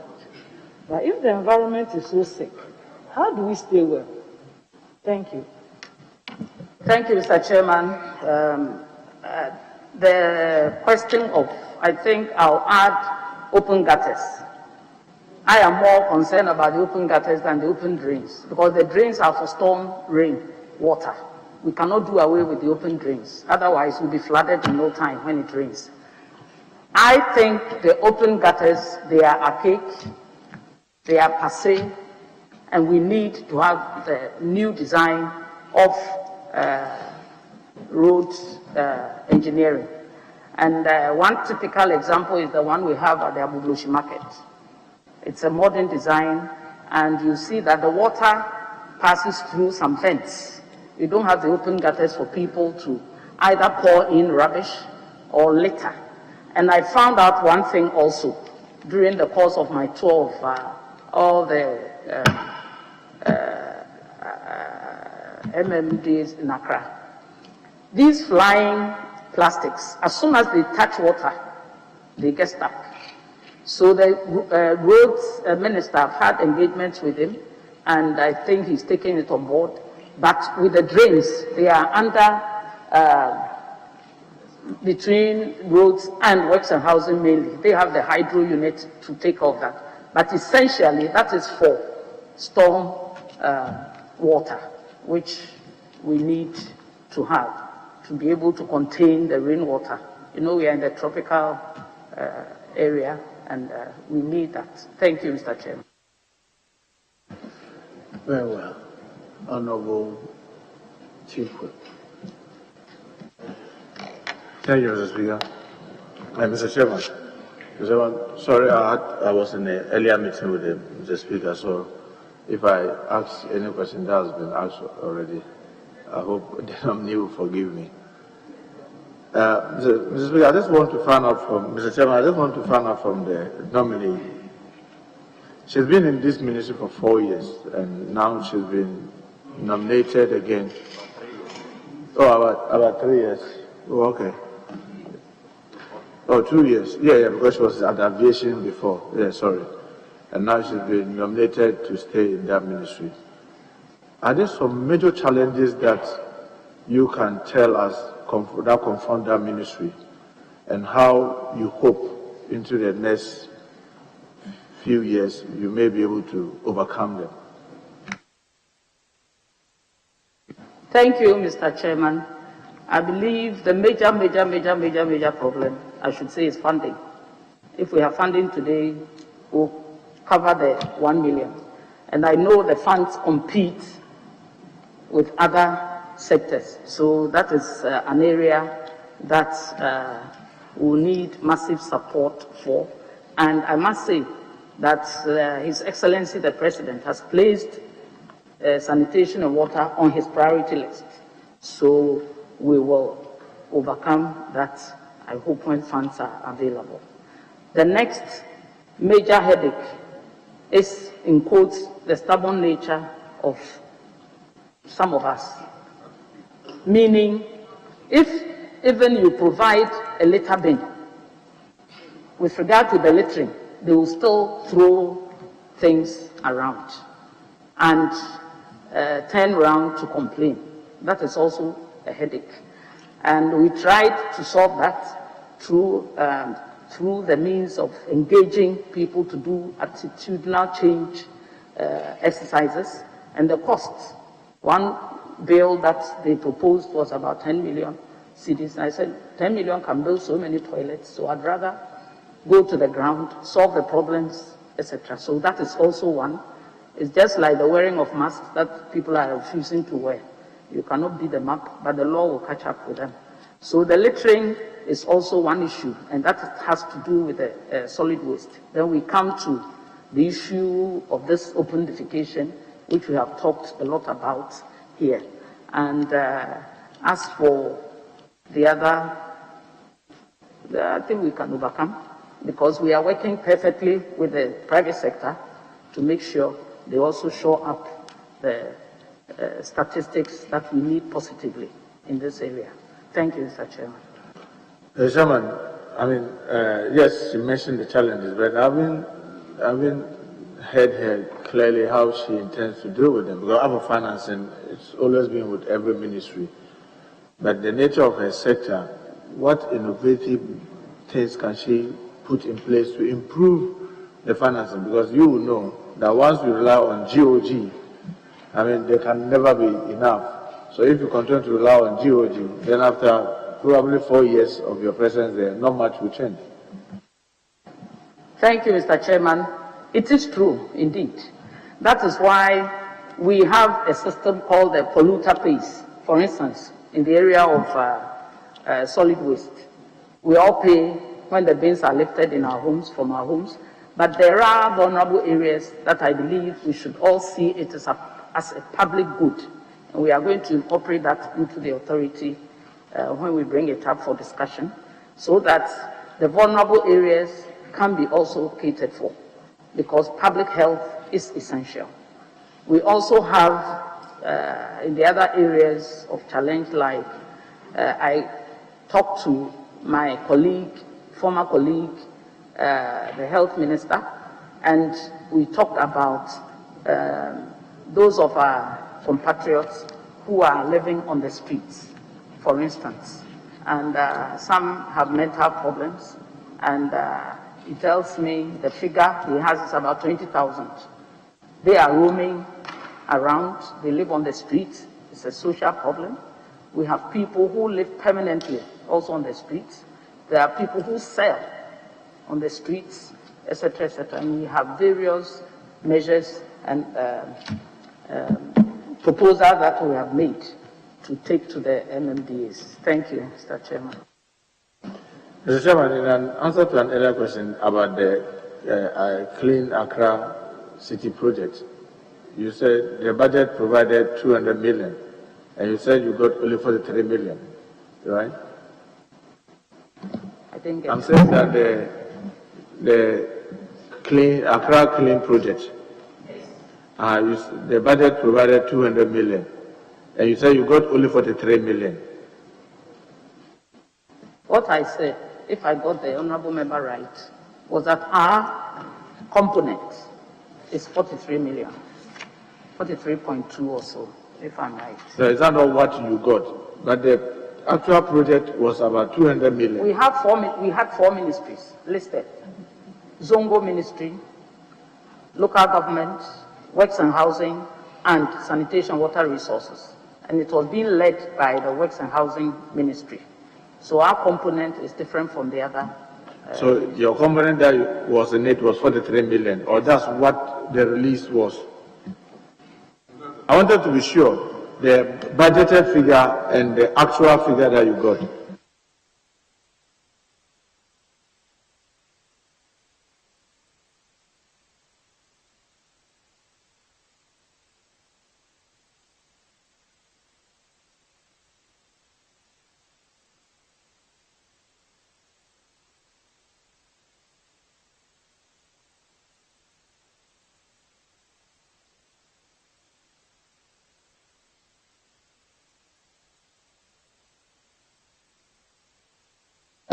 Yes, Mr. Chairman, our component was even 42.2 million. And how much of it was released? How much of it? Nothing yet. Oh, nothing was. We are talking about the same thing. Is this the Garrick project? The World Bank project? Nothing yet. We are now at the initial stages of feasibility, etc. Because the answer earlier that I heard was about, the project was used to clean the Odo River and those things. Oh, it hasn't started yet. This is it, no. So even when it was said that within 1 year you were going to clean Accra City, yeah, you said that within the first term, Accra was going to be the cleanest city. 4 years has gone and that project hasn't even started. Mr. Chairman, I believe we are talking at cross purposes. This project was to augment what we've done so far. Okay, so then on the Odo Basin, yes. Can I just find out, averagely, since you went to the ministry the past 2 years, about how much do you think has been spent in making effort to get Accra clean? Mr. Chairman, I can't give the figure on top of my head. I can get it for you. Thank you. But I think a substantial amount has gone in there. I'm saying that you think substantial amount has gone into the project of cleaning Accra. Like I always say, it's not only my ministry taking care of it. There are stakeholders. So we all come together and do the work. Thank you, Mr. The Chairman, prior to the election, there were a lot of short-cutting about these recycle plants. across the country. A number of them, they were sword cutting. Were they going to be PPP or it was going to be funded by government? PPP, Mr. Chairman. And were we to contribute anything, or it was just for private persons to build and operate and probably hand over to us? Yes, Mr. Chairman. So we were providing the sites, or what were we going to do? The regional coordinating councils were going to work with on behalf of government with the private sector. So how are we going to be paying for the services that they'll be providing? Build, operate, and transfer. No, I know. I mean, yes. Once they build it. You dump and pay. But will government be also making payments monthly to them or annually to them once we are doing the agreement will turn out all these issues. Okay, so you don't have the agreement yet? Structures are not in place yet. My worry is if you cast sort to do the plant and you've not yet gotten the agreement, are we not likely to run into crisis? Because when the people are finished building, that's when you want to now have the agreement. I think negotiations are ongoing and we'll play the pivotal role in that. Currently, how many compost plants or compost and recycle plants do we have across the country? Okay. I have 17 I know of. So currently, the 17 that are in place, how are we running them? There's an old one that was conceived, reading my notes, in 1950. The compost plant is off now.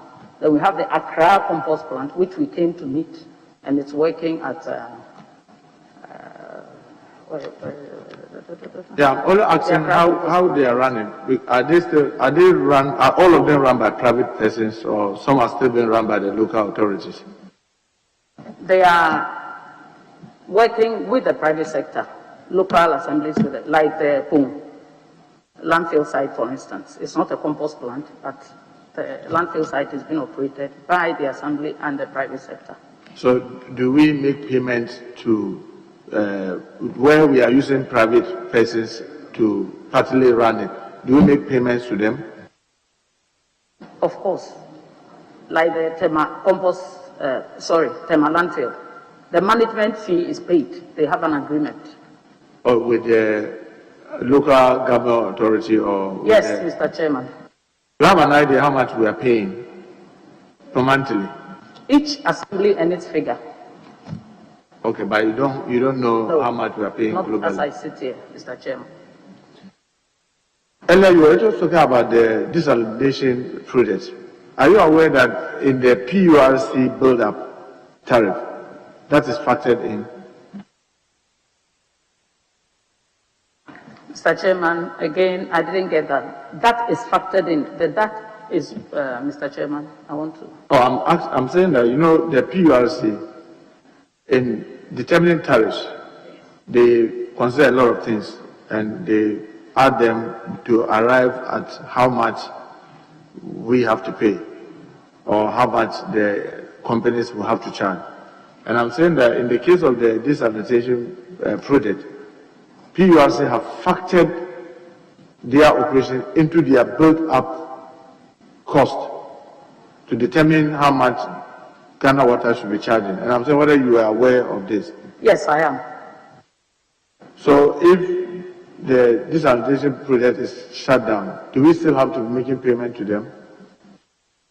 If it's shut down, Mr. Chairman, I don't think there is any intention to shut it down.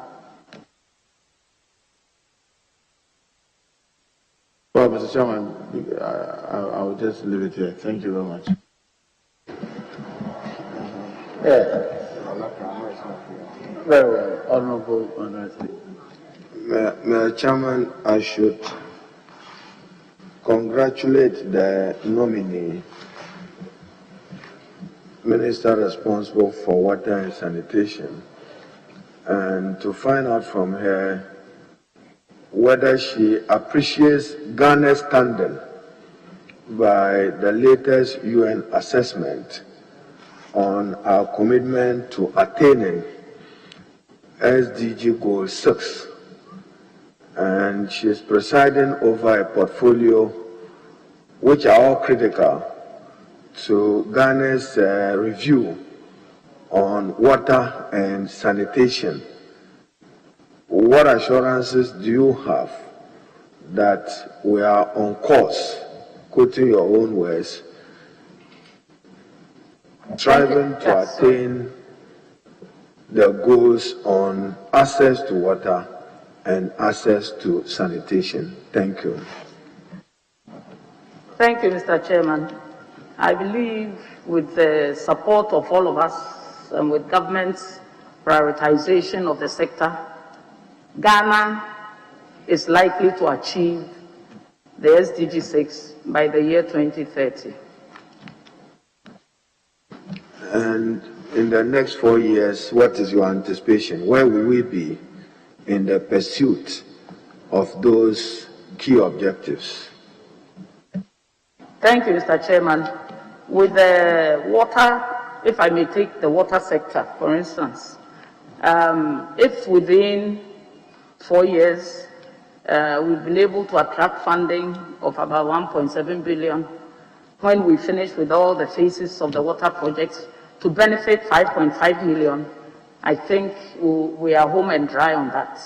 And with the long-term measures and the medium-term measures that we are putting in place for sanitation, I hope and pray that we will achieve our SDG 6. Thank you, Mr. Chairman. Chairman, I want to find out from the minister nominee, students in our schools of hygiene, and you recall those early days of our development, the Sama group, they are very popular, referred to as the Sama. When were they last posted by your ministry collaborating with the Ministry for Local Government? And do you have any plans for students in the School of Hygiene and any plans to adjust their earnings or allowances? Thank you. Thank you, Mr. Chairman. If I may start from the last point, their allowances were in a limbo because they were moved from the Ministry of Health to the Ministry of Sanitation and Water Resources, and the Finance Minister, through our promptings, paid their allowances. So that is settled. And the Saman, like we used to call them, they are now replaced by the sanitation guards. And each municipality is supposed to have, they have launched a few of them, and they are the ones who work with the environmental health officers to make sure our environment is clean. Again, for the past 10 years, Mr. Chairman, there was no recruitment of the students that were churned out of the school. And last year, we were fortunate enough to have the financial clearance to employ 1,174 students. And all the 3 schools of hygiene are also being 174, those who've been trained or students, those who've passed 1,174. 1,174. Yes. Those who have graduated or those who are still in school? Those who have graduated, Mr. Thank Chairman. you. They are now working, they've been posted out, and I'm happy they've gained access to jobs. Yes. Thank you, Mr. Chairman. Chairman, I have here the handing over notes for the Ministry of Water and Sanitation. You recall the President's declaration to fight illegal small-scale mining, popularly referred to as galamsey. And I have this quote for you. The mining activities within the catchment of River Brim, Odapra, and the White Volta are still ongoing, leading to severe raw water quality deterioration.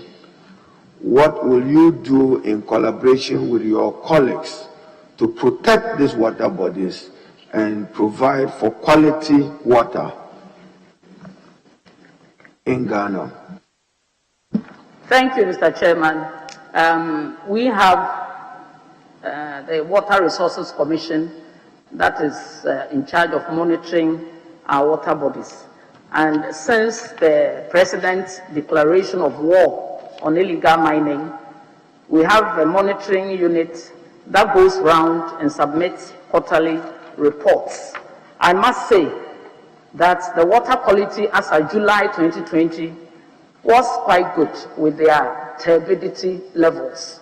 And Mr. Chairman, with your kind permission, if I may cite one or two of them for our consumption.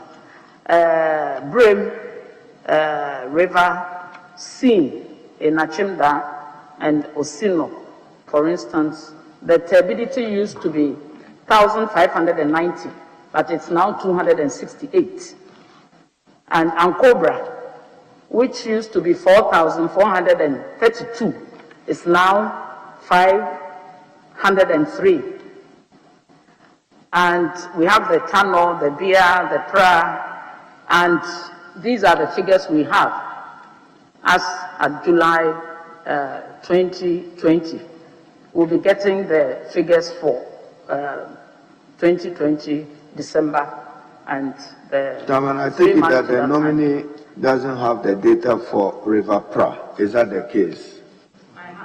But I just asked the PRA. You are interested in the PRA? Yes. Mr. Chairman, the PRA River as seen, as Ghana Water has an intake at Daboase. I'll use that as the example. Daboase was 825 NTU in February 2020, but in July it was 434. And Chifu Praso used to be 1,595. It's now 465.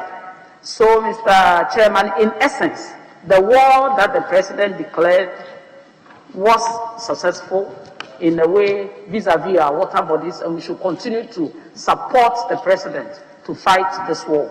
Thank you, Mr. Chairman. Was it successful in improving water quality or successful in fighting galamsey? What are you communicating? Both. Thank you, Mr. Chairman. And Chairman, weak and aged distribution networks is weak and aged. Your distribution networks are weak and said to be aged, and then inadequate system laboratories across the country. What plans do you have to improve that? Mr. Chairman, we had, I think it started long ago, to make sure we changed the cast iron pipes into HDP pipes to prevent leakages and intrusion of foreign material in our water that we deliver to our homes. It is true, some of these pipes are 65 years and above and 70 years, etc., etc. And they cost quite a lot. So we are systematically applying IGF to change some of these. And with the labs, I think I will coordinate with the MD to find out what we can do. Thank you, Mr. Chairman. Chairman, I noticed that the nominee shared some turbidity figures in respect of those that I mentioned. But perusing her handing over notes again, National Annual Summary of the Treated and Distributed Water Quality Compliance per Region for Compliance for 2019. Do I note that you don't have the figures for 2020? Not all the figures, Mr. Chairman, as I said. And you see that some of the figures for 2019 are at 90%, and you want to achieve, I've seen 98, 99 elsewhere. What plans do you have to improve the standard, particularly, for instance, in the Upper West region? Mr. Chair, but I think, are we talking about What page, Mr. Chairman, if I may ask? I'm looking at page 20 of your handing over notes, October 2020, volume 2.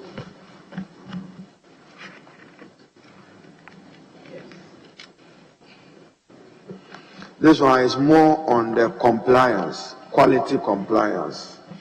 So what general plans do you have to improve quality compliance across the country? But like I stated, I note that you haven't provided for 2020 in this handing over notes, so I'm relying on the 2019 data.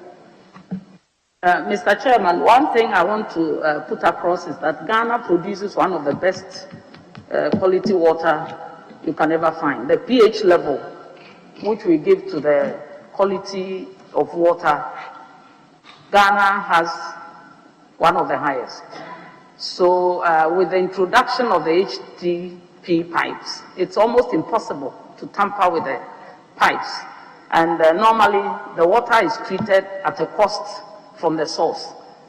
But at first, it used to get contaminated en route, but now it's no more. So I believe when the figures do come in, we'll have good results. Thank you, Mr. Chairman. Thank you, Chair. Chair, the Community Water and Sanitation Agency owes, and it owes the Electricity Company of Ghana to the tune of about 5 million. I note that a portion of it was paid. How do you intend to retire those outstanding obligations which is affecting their operations? Thank you, Mr. Chairman. The figure is even more. It's not 5 million, but 35 million at the last count. 35? Yes, Mr. Chairman. What accounts for that? It is because of the usage of electricity. Mr. Chairman, the system is such that we have a committee that looks after the rural water systems within the MMDAs. And some of them, although we've set up a mechanism of putting 1/3 of the IGF in an account to support maintenance and the payment of these bills, some of them refuse to do that. And that gives us the accumulated figure of 35 million. So we have new reforms, Mr. Chairman, that we have introduced, and it's received cabinet approval, whereby the defunct or non-functioning systems are taken over by the Community Water and Sanitation Agency to make sure we maintain, operate, and give the good people of Ghana the water they need. Thank you, Mr. Chairman. Chairman, just related to that, a number of public institutions also owe water bills. That is also piling up debt in the name of the state or the republic. What will you do to put an end to that practice?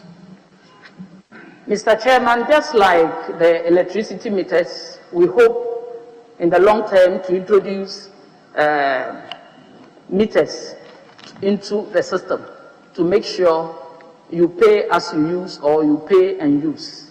Thank you, Mr. Chairman. So are we expecting that should you become minister, the Ministry of Finance, the Ministry of Water Resources, Ministry of Sanitation will be meted to pay for water as is required of them, because in their projections, even for budget, they make provision for it, yet they hold this money in denial, and the entities to whom they should make this payment are never paid. Are you assuring us that you will meter public institutions to pay for water supplied to them? Mr. Chairman, we are thinking through that. Thank you. Thinking through is not sufficient. What's the policy drive? What will policy do? Because it's been on, not just you, over a decade. They just don't pay. And because they don't pay, it becomes difficult for those institutions to run efficiently. Chairman, the other one is... That is true. The nominee have dealt with the matter of Tamale water, but I'll still come back to it.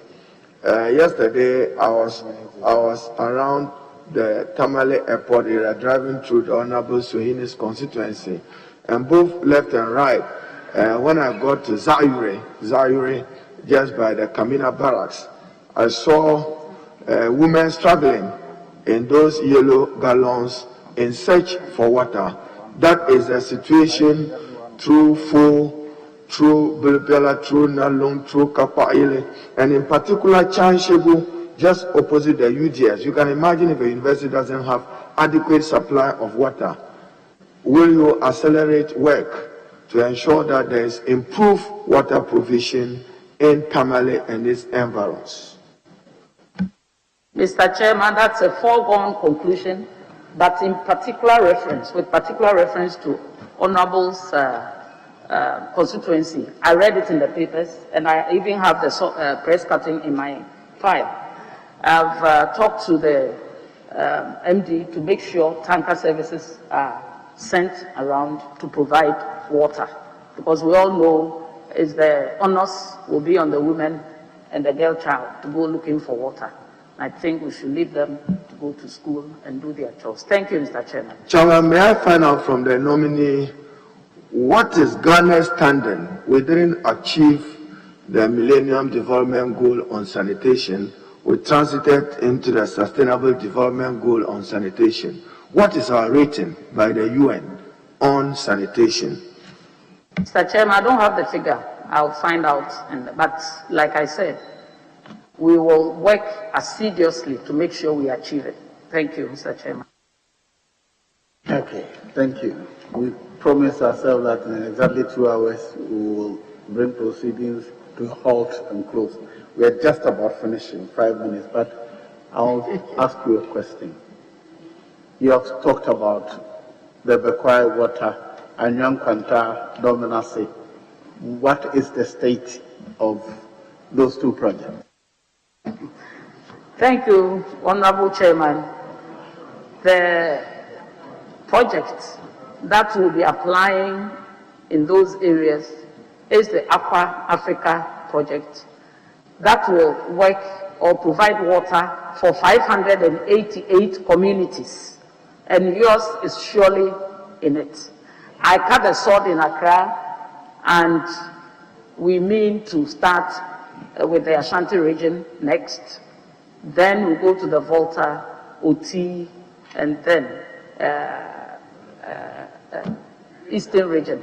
There are 5 regions benefiting from this project. Thank you, Mr. Chairman. Very well. Now, specifically, I live in Accra, in Ghana. If I'm lucky, water passes through my taps once a week, if I'm lucky. So where do you go with that? I buy. At the point, I was there last weekend. I opened my tap, and the water coming through the tap is like mud. Very dirty. That's the community water and the management of community water and sanitation. What accounts for these, and how do we make sure we improve the quality and the access?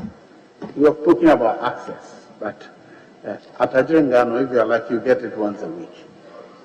Thank you, Mr. Chairman.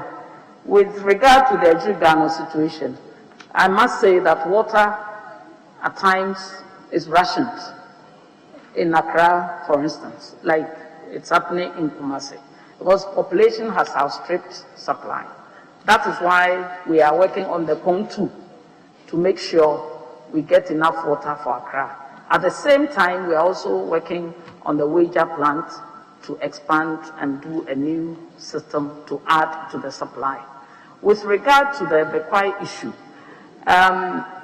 occasionally we have such complaints, and when we send the engineers, what they notice is that if the supply is at the end of the station, you have these muddy water passing through, but that should never happen. So I'll take it up, get the details, and we'll cross-check. Thank you, Mr. Chairman. Okay, thank you for attending upon the House. You're discharged. You'll hear from us later. Thank you, Mr. Chairman. Honorable colleagues, we'll resume in 5 minutes.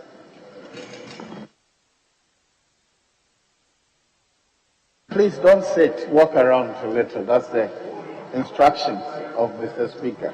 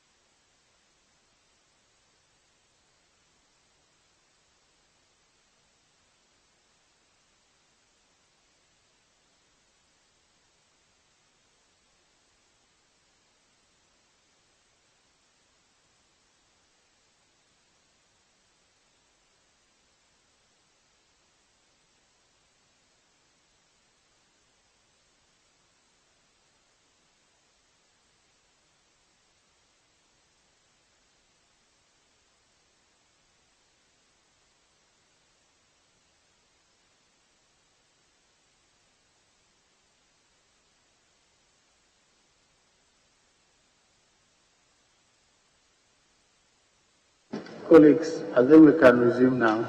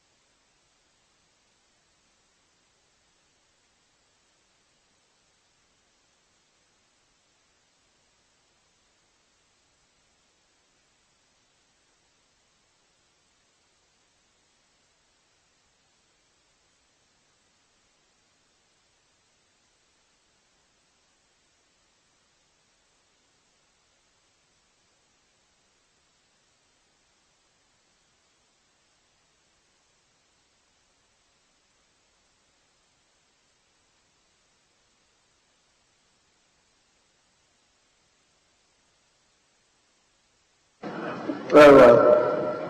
Now kindly administer the oath.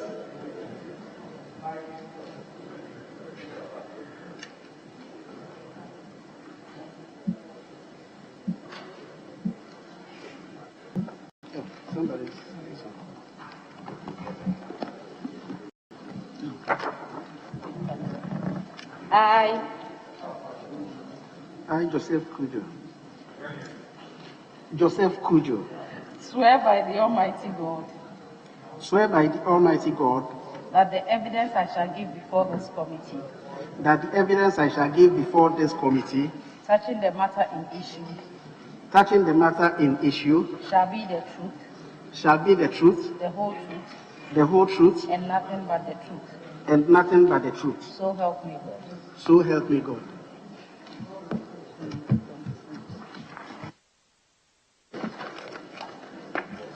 Honorable member for Ifia. Have I pronounced it correctly? Ifia? Yes. Not Kwesiminti, or it's still Ifia Kwesiminti?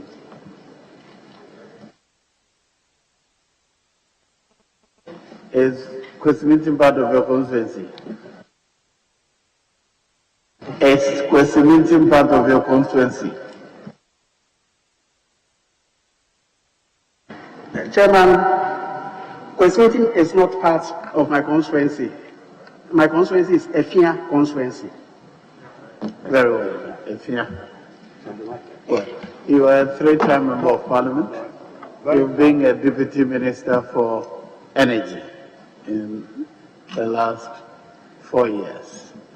Now you've been nominated for Minister for Public Interest. Is that public interest or government interest? Chairman, Minister for Public Enterprises. Very well. Now, is there anything more you wish to tell us?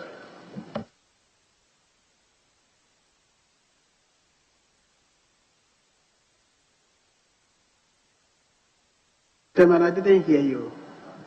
Is there anything more that you wish the committee to know, apart from what I asked you or what I've said about you? Minister, sorry, Chairman, if I would take the opportunity to, in respect of what the committee may want to know, use the opportunity to introduce myself as the Minister Designate for Public Enterprises. Very well. Chairman, let me take this opportunity. I have a preliminary fundamental objection to us proceeding with the vetting of my colleague. I have no problem with his person. I know that he's member of parliament. But Chairman, I have here letter dated 21st January 2021, signed by President Nana Addo Dankwa Akufo-Addo.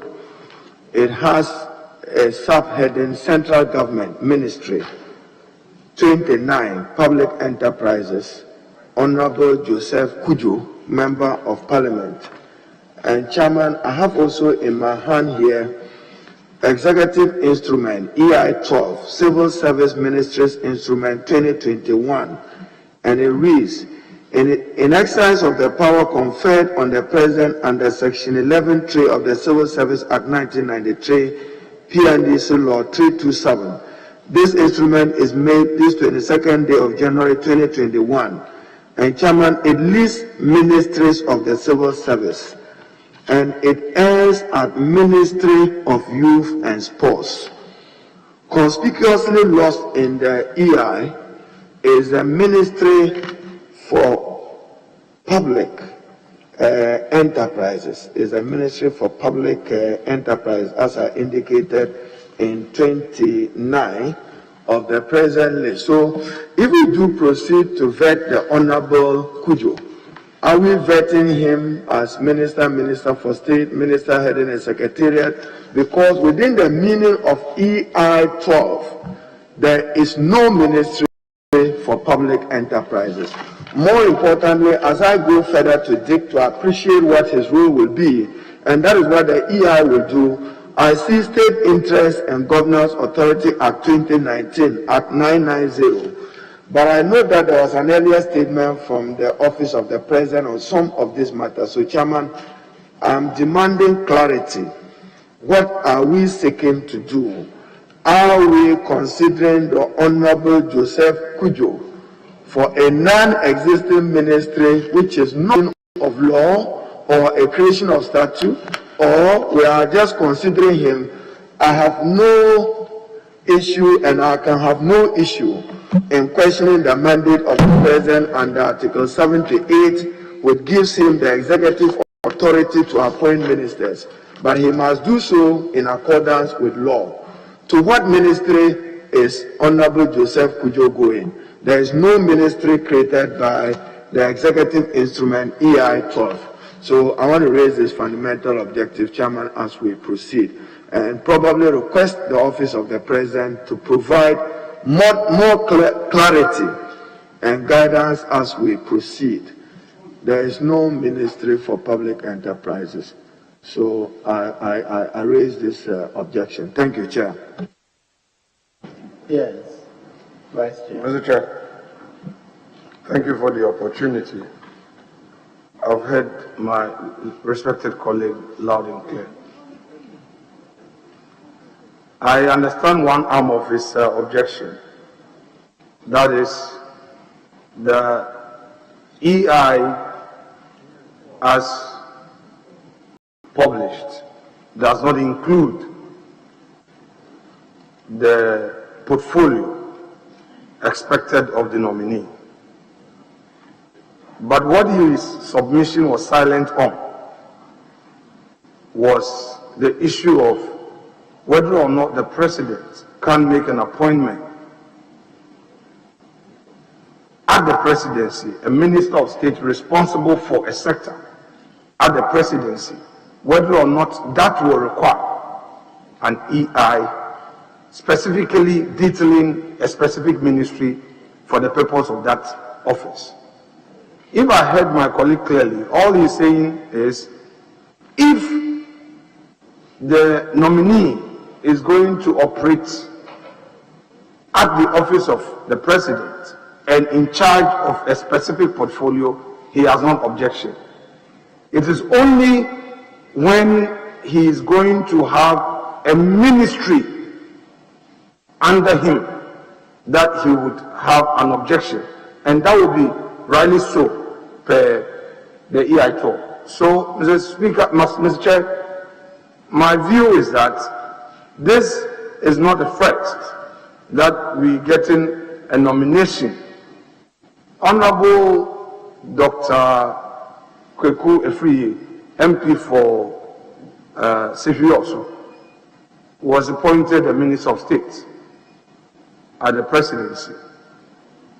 We've had Ministers of State appointed even at specific ministries. So I would want us to construe his nomination not as one for the purpose of running a ministry, so that that clarity that he seeks will be so understood in that context. Unless otherwise, his second contention is that every Minister of State so appointed, nominated by the President, prior to coming to the House for confirmation, would necessarily have to be assigned to a particular ministry with that structure of a chief director, civil servant operating under him. Thank you, Mr. Chair.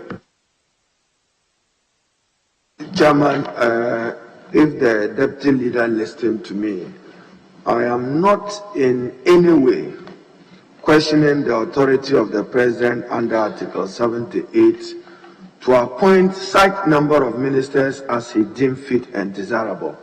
But by the letter dated 21st January 2021, is listed Central Government Ministry, the name indicated. At 29 is Public Enterprises. So, ministry. So, it's presumed that there will be a ministry for public enterprises. I will come to the duplicity of it. At a personal level, I will not support a ministry for public enterprise because every ministry is a public enterprise of a sort or is engaged in a public enterprise of a sort. But if the President is appointing him as Minister of State to be responsible for maybe, as I said, I also referred to State Interest and Governance Authority Act 2019, Act 990. There are many agencies under the presidency that normally a president will refer to a minister to supervise, like MIDA, like Ghana AIDS Commission. There are many of it. But I'm saying that if we proceed further with the scrutiny of our colleague, is confirmation. Are we doing so within the correspondence from the president, which is not sitting with EI 12, the executive instrument to which he has exercised his power and mandate? You know, we should not encourage the executive to just take parliament for granted. Yes, it's your power to do, but do so within the law. So the Ministry of Public Enterprises is not a creation of statute and is not recognized by EI 12. So accordingly, I'm demanding clarity from the president, maybe through you. He should just give us a formal letter clarifying the status of this minister. But we have no objection. We recognize that he's a member of parliament. He meets the minimum requirement to be minister per Article 94 of the Constitution. But the president has a fiduciary duty to the law. And I find that unsatisfactory at present. Thank you, Chair. Mr. Chair, yes, with that clarification of thought and that extended submission, I have no other option than to agree with Honorable Harun Idrisu that further clarification on this matter is well, grounded. That, however, would not mean that we will put our vetting of Honorable Cudjoe on ice. Yes, I mean, if we are house of record. Hold on, we are house of record. If at any point we want a clarification on a matter, we don't hold back and say that until that is clarified. I don't think that was part of his prayer. I am saying that if we agree generally that there's a need to clarify and all that, after all, it is not the first time that any matter relating to a nomination of which a member wants clarity has come up. It's not the first. So I have no objection in principle that we can proceed whilst we seek to get that clarification given. Honourable members, I think that there are two issues before me. The President wrote to Parliament, the Minister, the list of persons he has nominated for various positions. The Speaker referred the list to this House to consider and report to the House. That is our responsibility. Our attention has been drawn to a list contained in an executive instrument in which a particular alleged ministry is missing. We would draw in our report, we would draw the attention to the House that we found that EI 12 did not list the public enterprises as a ministry. So in considering the report, the House or the executive instrument or the executive may seek to rectify or the intent to use him as a minister of state with our portfolio, whatever. But our responsibility is to consider the nominees as referred to us by the Speaker and report to the House. Thank you. Now we'll proceed with the consideration. Yes, Honourable Member for Boko Central. Thank you very much. Mr. Speaker, Chairman has given his ruling on the matter, so I will not go back to that issue. But just to ask the nominee,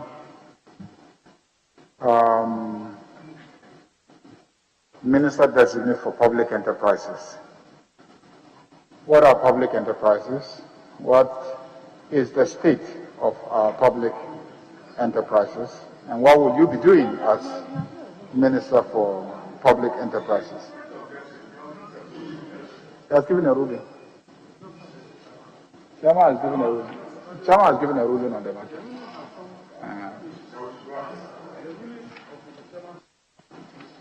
Thank you, Mr.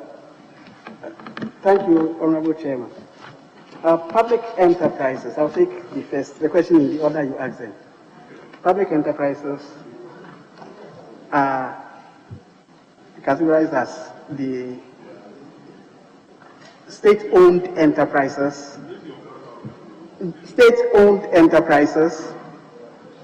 joint venture companies, JVCs, and other entities which the government has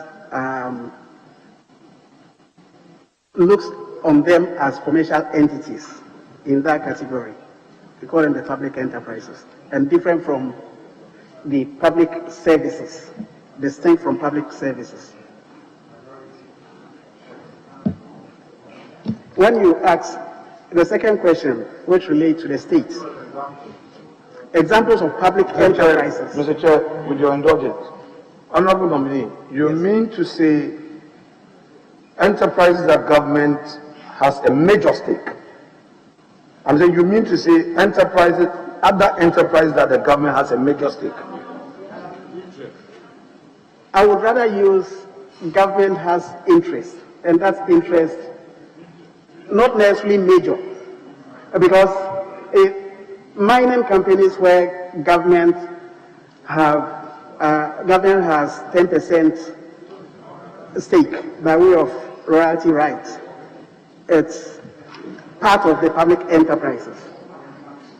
And there are joint venture companies in which government has majority shareholding, and they still in the category of public enterprises.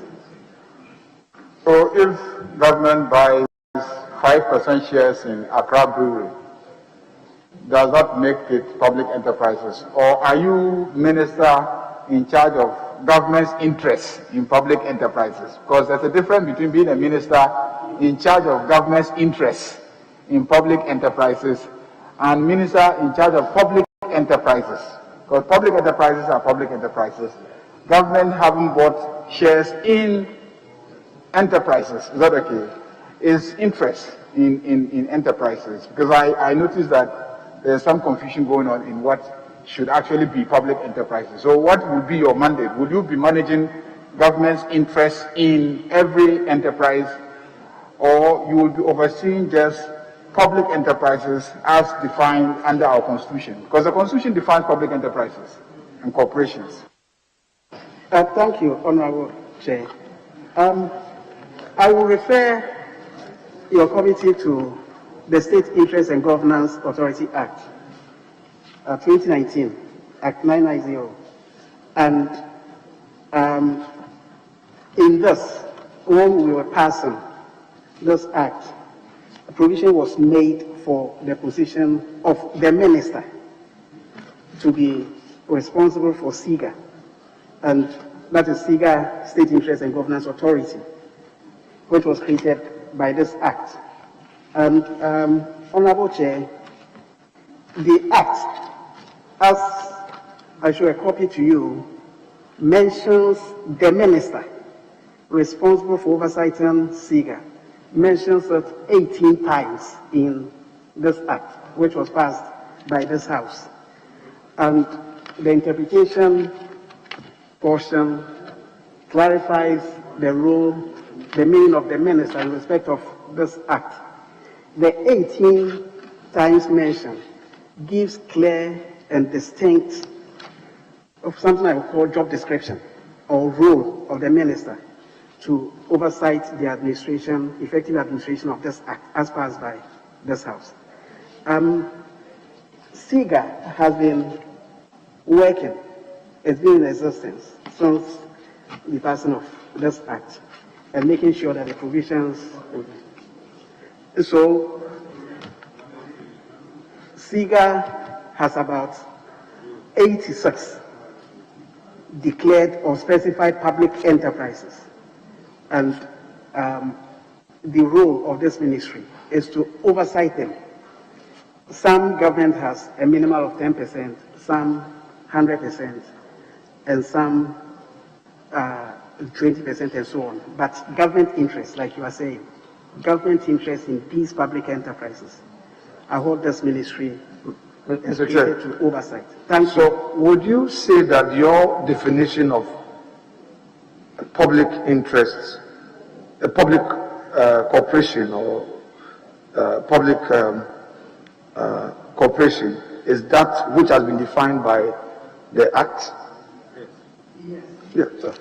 Chairman, yes. Right. So this is not your definition, but that which is in the Act? Yes, Chairman. Very well. So in essence, the ministry's role will be to oversee public enterprises and to also oversee the interests of the state in other enterprises that may not necessarily be, corporations, state-owned corporations, and etc. Wherever, in any other enterprise in which the state has interest, then the ministry will be responsible, or the minister will be responsible for overseeing the management of that interest. Exactly so, Chairman. Yeah. For the second part of the question. The state of public enterprises today, as we can all identify with, include high losses. The high losses of these enterprises, indebtedness, and low productivity, low efficiency,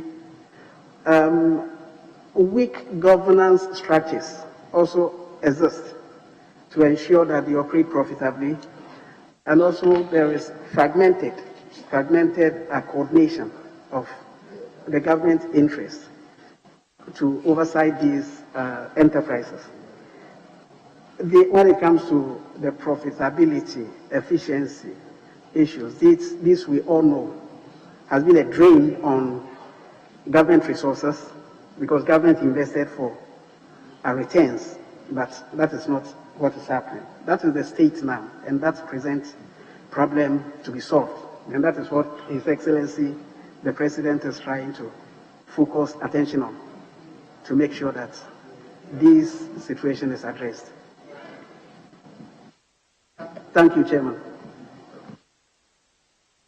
Chairman, with your indulgence, we have, as I've indicated, Honorable Cudjoe is one of us. My objection, I think, is fundamental.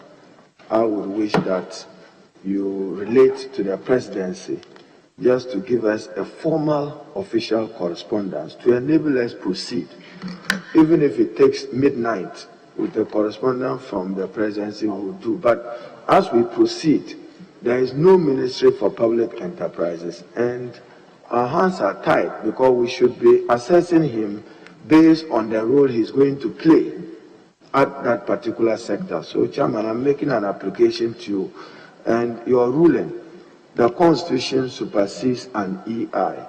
I have said that I have no difficulty with the President exercising his mandate under Article 78, but we are vetting him for what purposes?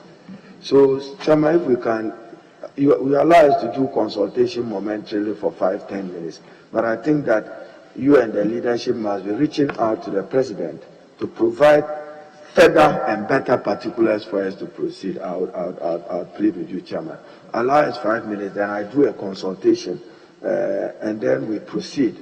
But to Honorable Cudjoe, bear with us. We are following fidelity and respect to the law. Chairman has done instructions. That's not the challenge.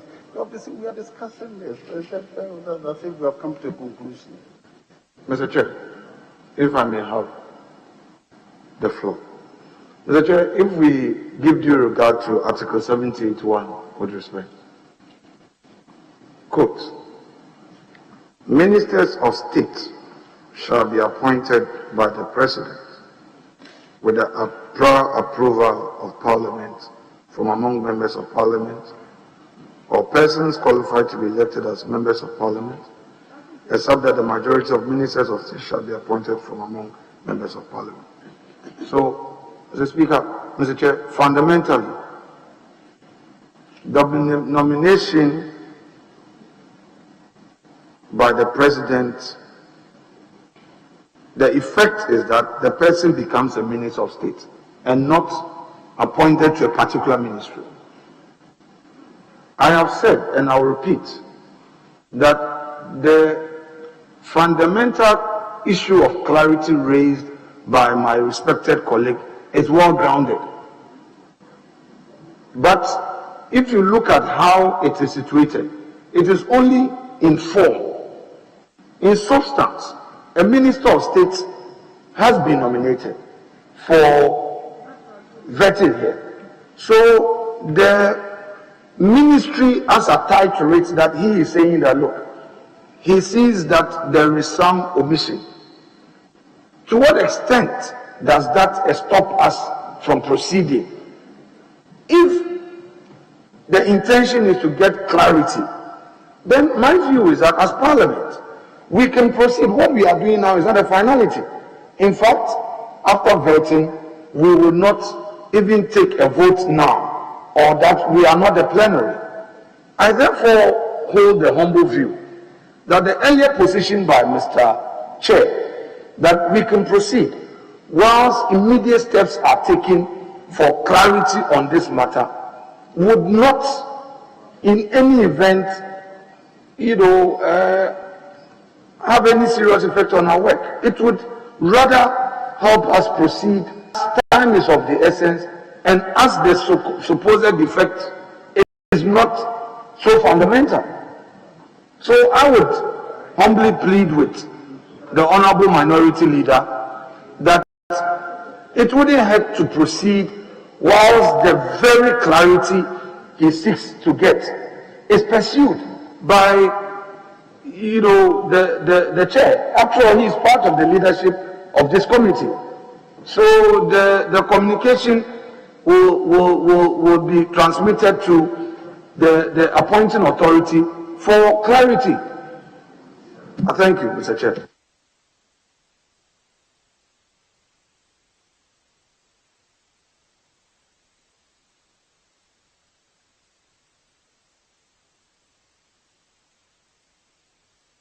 So, Chairman, my application is still before you. It's not my intention that we take sides in this national exercise, but momentarily for Honorable Cudjoe, our side will just sit and observe whilst we wait for clarity and better particulars from the presidency. We do not intend to take part in further proceedings until we receive satisfactory explanation from the office of the president. So that will be our attitude to his vetting. Thank you, Chair. Very well. But there's this point I must make clear. I think there are certain matters which require decision by the committee. And so if we have raised issues like this, you raise it at our pre-sitting meeting or pre-sitting, we'll discuss them and take a decision. I think we should not continue to jump matters after we have brought in a nominee and sworn him for consideration. The second one is that I think it's totally inappropriate for me, sitting here as a committee chairman, to take a matter arising out of here to the presidency without going through Mr. Speaker. We're a committee of the House. Matter is brought before us at the committee, we report to the House, and in particular instance through Mr. Speaker. I don't think I should be able to go behind Mr. Speaker to speak to the presidency and matters like this. So let's proceed with what we can. It's noted that an objection or a question is raised as to a ministry not created, so to speak, which will be contained in our report, that this matter was brought to our attention as a committee. and we draw the House's attention to it. But please, let's proceed. Yes, Honorable Bob. Mr. Speaker, Mr. Chairman, I think you've made a very good point, but I suggest that we've been sitting as a committee and we've worked closely together up to this point. If we could give ourselves some 10 minutes off camera to discuss some of these issues that we've raised. Say again. We should proceed. If the chairman has ruled, fine. But I was thinking we should, because we've worked closely to this point, and this is not a matter that should break that cordiality. We should go off camera, sit and resolve this in 5 minutes. I don't think a phone call to seek clarity will spoil anything. Thank you. Yes. Mr. Chairman, thank you very much. Mr. Chairman, I strongly support the suggestion by my respected colleague, Honorable Patrick Boama. 10 minutes, because we are here to work and we are willing to work. We have nothing personal against the nominees, just a fundamental legal issue our leader has raised. So let's not, as it were, affect the cordiality and congeniality with which we have worked thus far.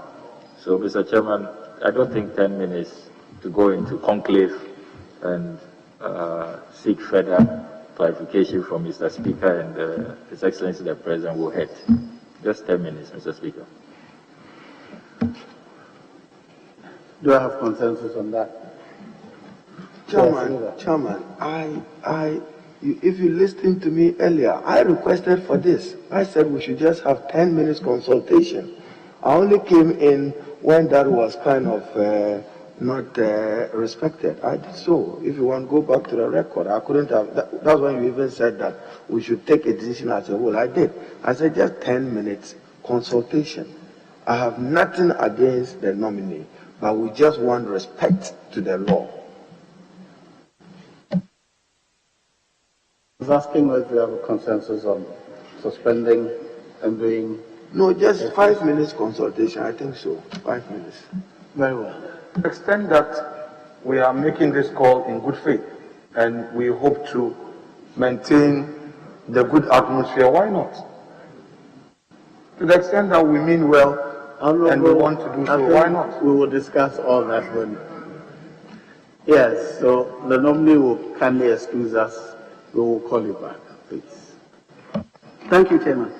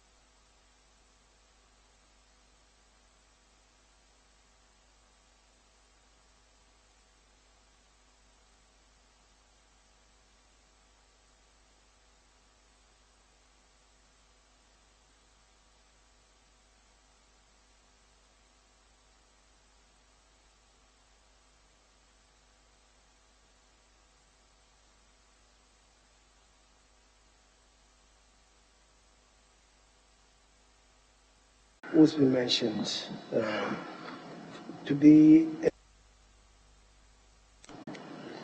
I'm looking at the definition of state entity and state interests and state-owned enterprises in the SIGA law. And I'm wondering what the ambit of the law and if approved, your responsibilities would be under the law. Because it appears that embedded in it is the potential for conflict between SIGA and sector ministries as to who has oversight responsibility for the various entities under them. And what, in your opinion, would be a way to craft a working relationship with various sector ministries to ensure that the object of the law would be achieved? Who does what? Thank you, Honorable Chair. Yes, you are right on the fact that there is apparent theft war on oversight on state entities when it comes to even among ministries. And it's also read its ugly head when it comes to SIGA and the ministry I'm designated for at the moment. But I'll cite one example what can be done.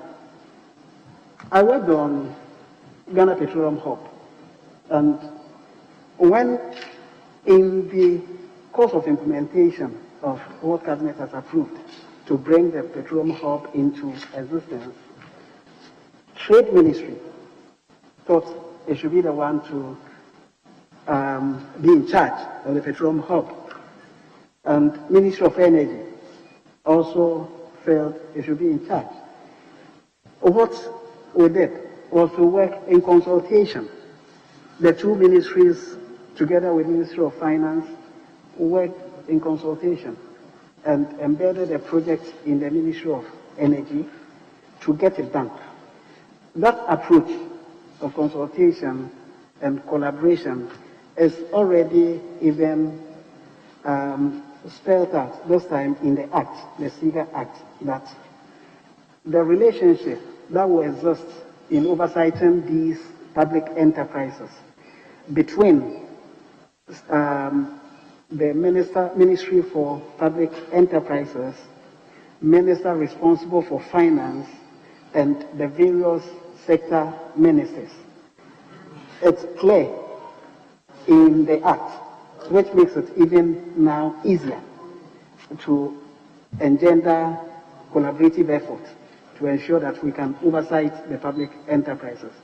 I must say, Honorable Chair, that the Act mentions, the SIGA Act mentions the Minister responsible for finance, mentions it 4 times, meaning that its role in oversighting the public enterprises clearly delineated, and mentions relevant sector minister about 6 times in it. The roles are clearly, in respect of this Act, delineated, and still consultation, collaboration, and discussions at the level of implementation of the Act will work to the benefit of everybody. Thank you, Honorable Chair. It doesn't seem so clear to me, but I'll leave that for now. Does the ambit of the SIGA law extend to regulatory agencies? Because the definition of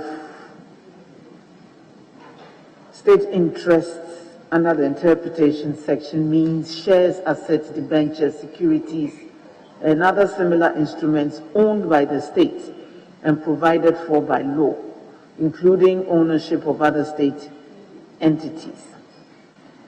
And then state-owned enterprises means an entity, whether incorporated or not, under the Companies Act, whose shares are wholly held or controlled by government. So this, in my and specified entities, means a state-owned enterprise, a joint venture company, or other state entity. All this, in my opinion, precludes regulatory agencies. But you would find SIGA making inquiries of regulatory agencies like the NCA, the Data Protection Commission under the communications sector, and probably the Food and Drugs Board Authority and stuff like that. Does your mandate, does the mandate of SIGA extend to regulatory agencies in view of the definitions in the interpretation section of the law? Thank you, Honorable Chair. Yes, ownership in cases where the enterprise is incorporated under company's code. Ownership is expressed by way of shares in the companies.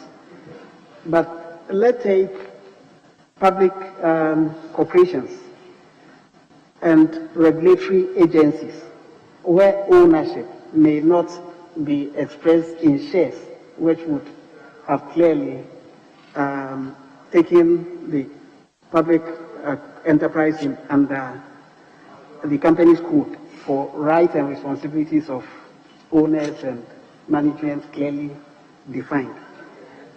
When it comes to ownership, regulatory agencies, the FDAs, the communications authorities, NPAs, National Petroleum Authority, Ghana Cocoa Board, which is quasi-regulator, all those government has invested in them, and government has interest in them. So broad definition of interest, in my understanding, would mean that to the extent that government has invested public funds in those entities, it is in the interest of public and the interest of public enterprise operations for them to run efficiently and productively so that they don't become a drain on government budget again.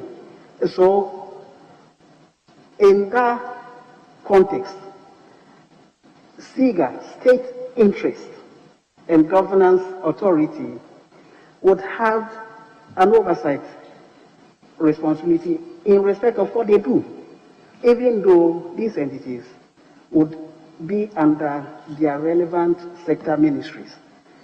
It's just like an analogy, just like auditor, Attorney General, Attorney General's office and Ministry for Labor and Ministry for Finance itself. We see that every entity they have oversight responsibility, over which they have oversight responsibility in terms of their financing, Ministry of Finance, for example, labor issues, legal issues. We see they still run their respective acts to play their oversight role in consultation and in collaboration with the relevant sector ministers. So this is not out of the way at all. Thank you, Chair. And I believe that you would have your work cut out to you to properly define these roles to minimize the opportunity for conflict, because state interests are also defined in the law. And it says clearly shares, assets, debentures, securities, and other similar interests owned by the state and provided for by law, including ownership of other state entities. It doesn't say where government has invested in it. It means you automatically have oversight over those regulatory agencies when those interests are not defined in the manner contemplated in the law. It may mean that you are probably reading more into it than is there, but you would have to really properly define roles so that it is beyond any or doesn't generate any unnecessary conflict between you and either the agencies, regulatory authorities, or the sector ministries. Thank you, Mr. Chairman. Yes, Eric first. Thank you very much, Mr. Chairman. Honorable nominee, most of the state-owned enterprises are performing below expectation, and some of them running into huge losses. According to the World Development Report, 18 state-owned enterprises in Ghana register annual losses of nearly 800 million Ghana cedis, almost $200 million US every year. But surprisingly, the chief executives of these enterprises earn salaries that is difficult to be accommodated by the Ghanaian economy. Some of them earn as much as 3 times the salary of the President of the Republic of Ghana. Deputy,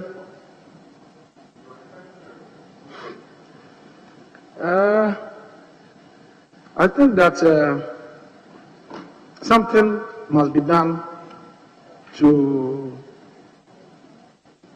ensure that salaries paid to these chief executive officers correspond to the performance of these state enterprises. What do you think must be done to rationalize this salaries that we pay to these chief executives? Chair, with your leave, my colleague was referring to a report. I'll be happy if he can share the source. Honorable, he has asked a question. Can they? That's right. You answer the question. Did you get the question? Can they answer the question?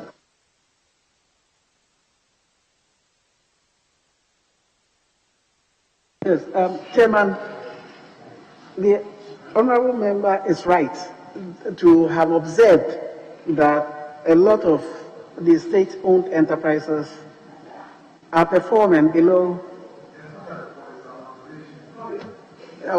observing from reports. So, Honorable Chair, the solution rests with what SIGA, I must say, is doing at the moment. Corporate governance structures that are being put in place. It's going to solve that problem because when proper corporate governance principles guide the running of these public enterprises, there will be alignment of interest.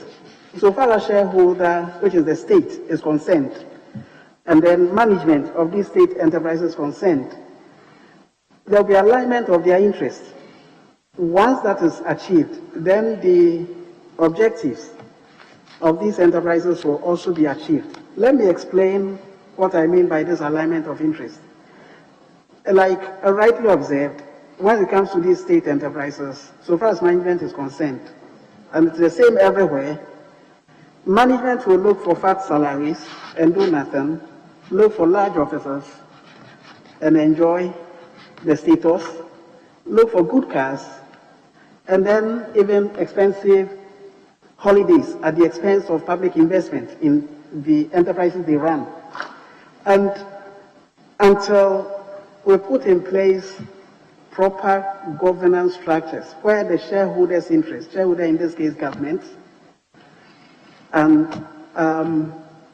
board which oversights the management, their interests, when we have a good corporate governance structure between management, board, and the shareholder, which is the state, then these things will be checked, and expenses they incur, which eat into their profitable operations, will be checked. So with this, in answering this, I call for support for this ministry, for public enterprises, and also for the authority seeker, for us to keep, for the House Chairman to keep an eye on these public enterprises, else they will continue to drain the public resources like the way it has happened up to now. Thank you, Chairman.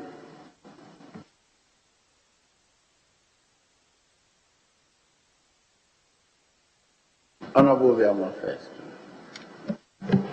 Thank you, Chairman. Honorable nominee, congrats for your appointment. My first question will be on divestiture. During the PNEC period and up to 2001, the interest of the state in state-owned enterprises had been divested in close to 300 state-owned enterprises. During the period of the MPP under President Kufuor, about 50 more were divested. Now, what lessons do you think we should learn from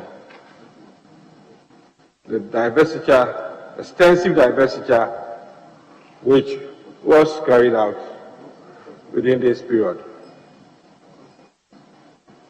Do you follow my question, please? Okay. Thank you, Chairman. My understanding of divestiture and the existence of Divestiture Implementation Committee has been one of a strategy that the state used to manage the very many defunct companies and those that were not doing well, so that they don't continue to be a drain on public resources. As per my understanding, some were completely divested of government ownership. I will cite an example.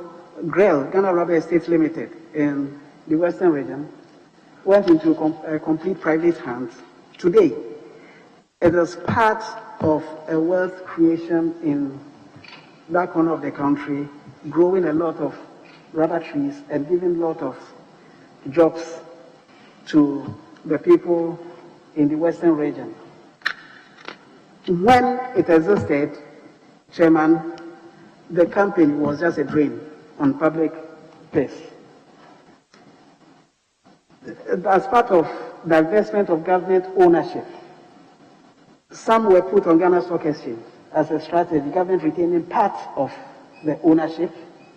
And there, Honorable Chair, we can cite example of Ghana's JCB Bank today, which was Ghana Commercial Bank then. We know it today exists with government stake in it, and government receives dividend to support its expenditure. We can cite Ghana Oil, GOIL, which was also put on the stock market, and today, as per 2019 Ghana Club 100 ranking, GOIL is listed as one of the 3rd best performing corporates in the country.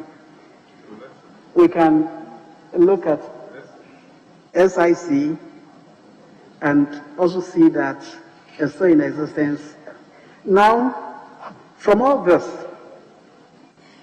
lessons that can be drawn, Mr. Chairman, is that if we keep holding on to these defunct state-owned enterprises like the Aboso Glass Factory, which is having an asset sitting there, Tomato Factory up north, which is also having an asset, and a lot of them, about 48 defunct assets. If we hold on to them, we don't gain anything, but if we divest of government ownership in them, whether part privatization or full privatization, we get them to join the assets in the economy that are productive and creating jobs and adding to prosperity of the nation. Thank you, Chairman. Thank you. My next question will dwell on the fact of whether you think there should be a government policy to acquire more state-owned enterprises or to divest state-owned enterprises and the implications of that. Honorable Chair, that is a very interesting question. Government policy to acquire or to divest itself. I must say, to the extent that government has an objective to create prosperity and generate wealth for its citizens, or the citizens of the country, both strategies work hand in hand, case by case, depending on the particular entity we are looking at in the particular market or industry the government is looking at. I would say that if we use, for example, the banking sector, where government has a presence by way of GCB Bank, NIB, it's important in the sense that they become a check on the purely private enterprises in terms of transaction charges, presence in the sense that there are some parts of the country, Ghana, where some of the banks in Accra will never go because they are purely profit oriented. But GCB Bank, because of state interest in them, would combine profitability and service delivery, shared service delivery, and create branches there. So, case by case, where government has to acquire a stake in a particular industry, a firm in a particular industry, to have a presence in there, it should be considered. And I will give general industries where it is in the interest of government to participate in those industries. Telecommunications services industry, banking industry, insurance industry, transport industry, the downstream energy industry, where you have GOIL participating as a state, as an entity with state interest in it.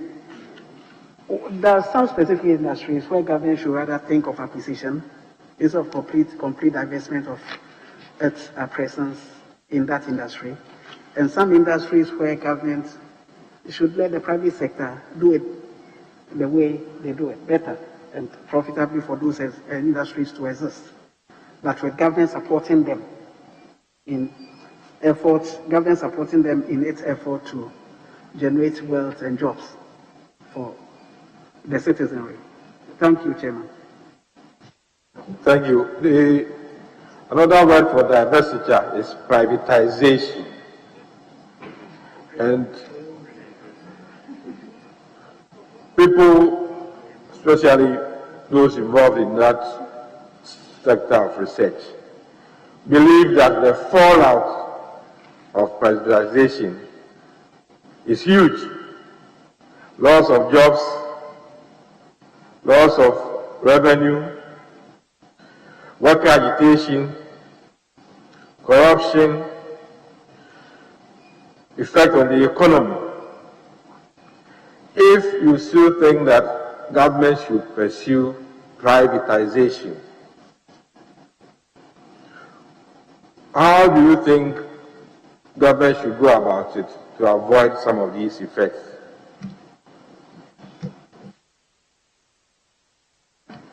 Thank you very much, Honorable Chair.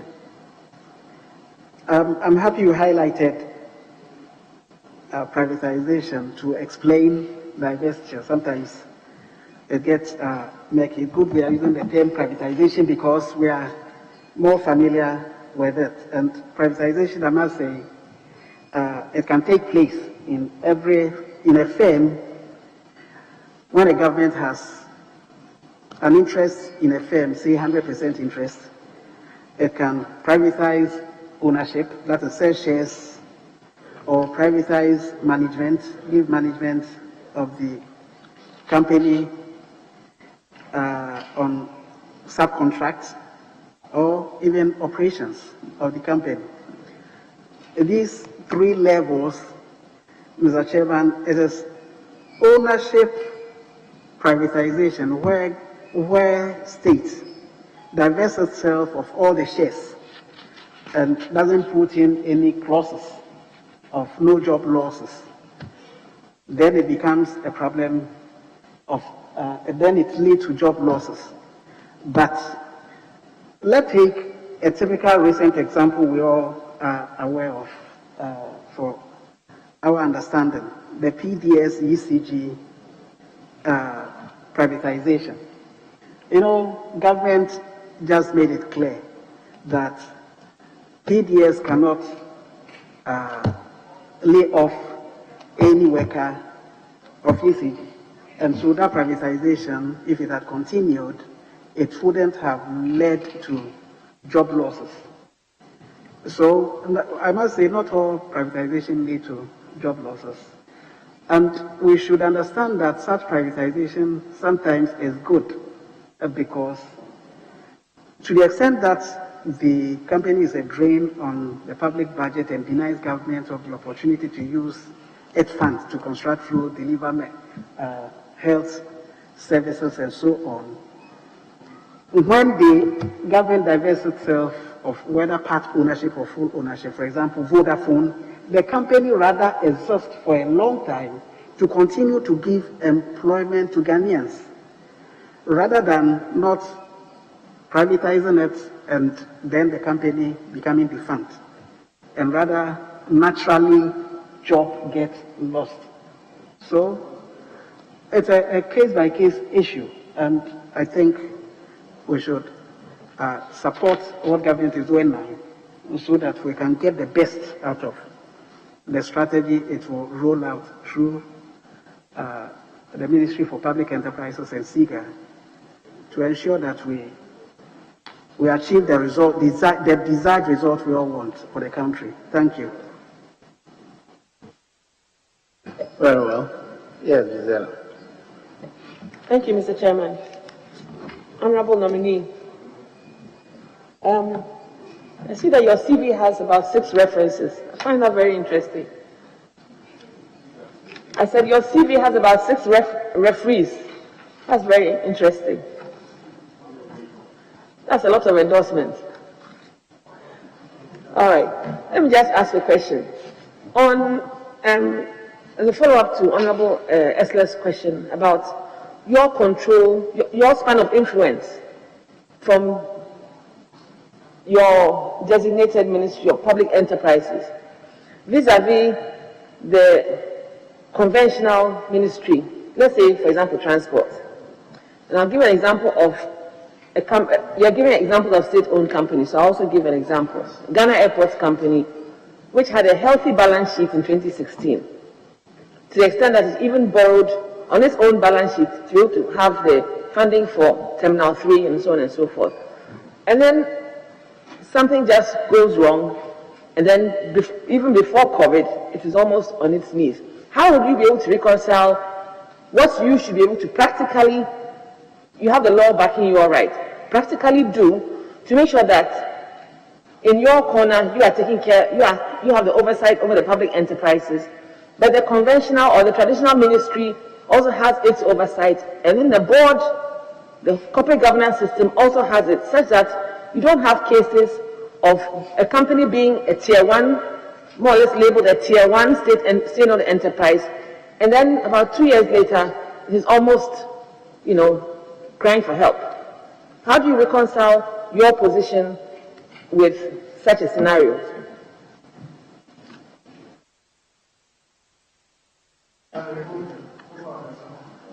Thank you, Honorable Chair. Young Airport Companies Limited borrowing on its own balance sheet to redevelop the airport. I think that is what we should all be supporting, that state enterprises on their own exhaust and operate profitably. That is the bottom line. For a company to operate profitably, the structures are there. But let me refer to the borrowing, which, in your opinion, Honorable Chair, has led to maybe your undesired perception of what happened there, so far as its operations now, if I understood your... I was a board member, it's not a perception.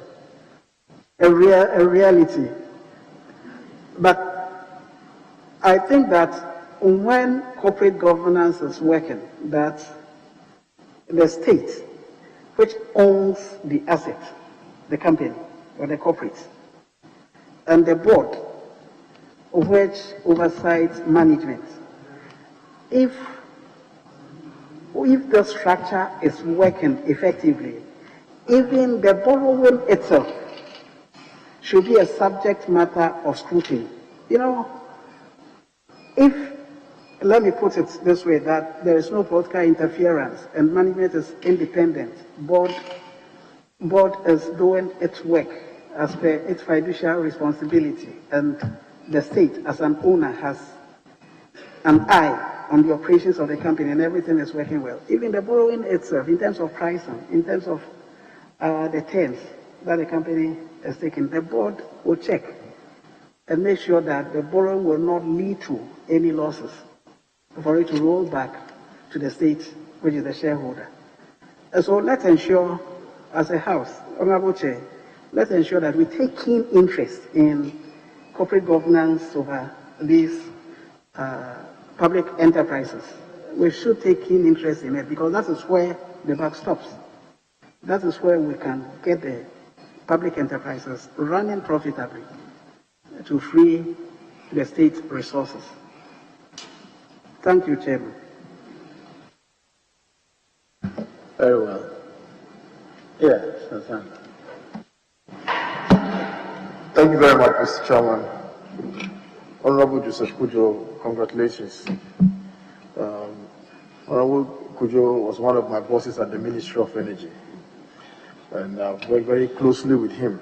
Very diligent personality, and I have every confidence that you bring that diligence to your new portfolio.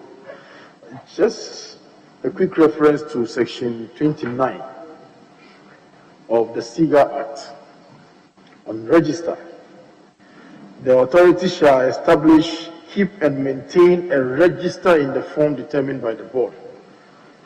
And Section 2, Subsection 2 says the register shall include a list of specified entities and any other information on the board considers appropriate.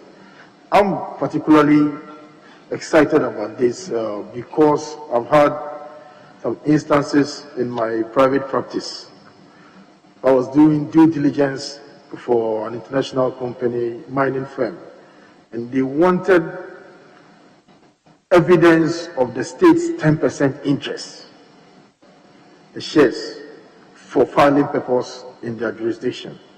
Now, I went around everywhere, Minerals Commission, Ministry of Lands, Natural Resources, everywhere. I couldn't find that share certificates. So I find this register, particularly revolutionary in the sense that it gives certainty and predictability to investors. Now, can you confirm whether this register is in existence? Thank you very much, Mr. Chairman.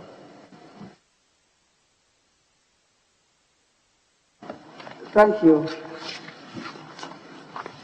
You want confirmation if the register is in existence? Yes, SIGA is holding that register of the assets which the state has and keeps developing it and receiving reports on.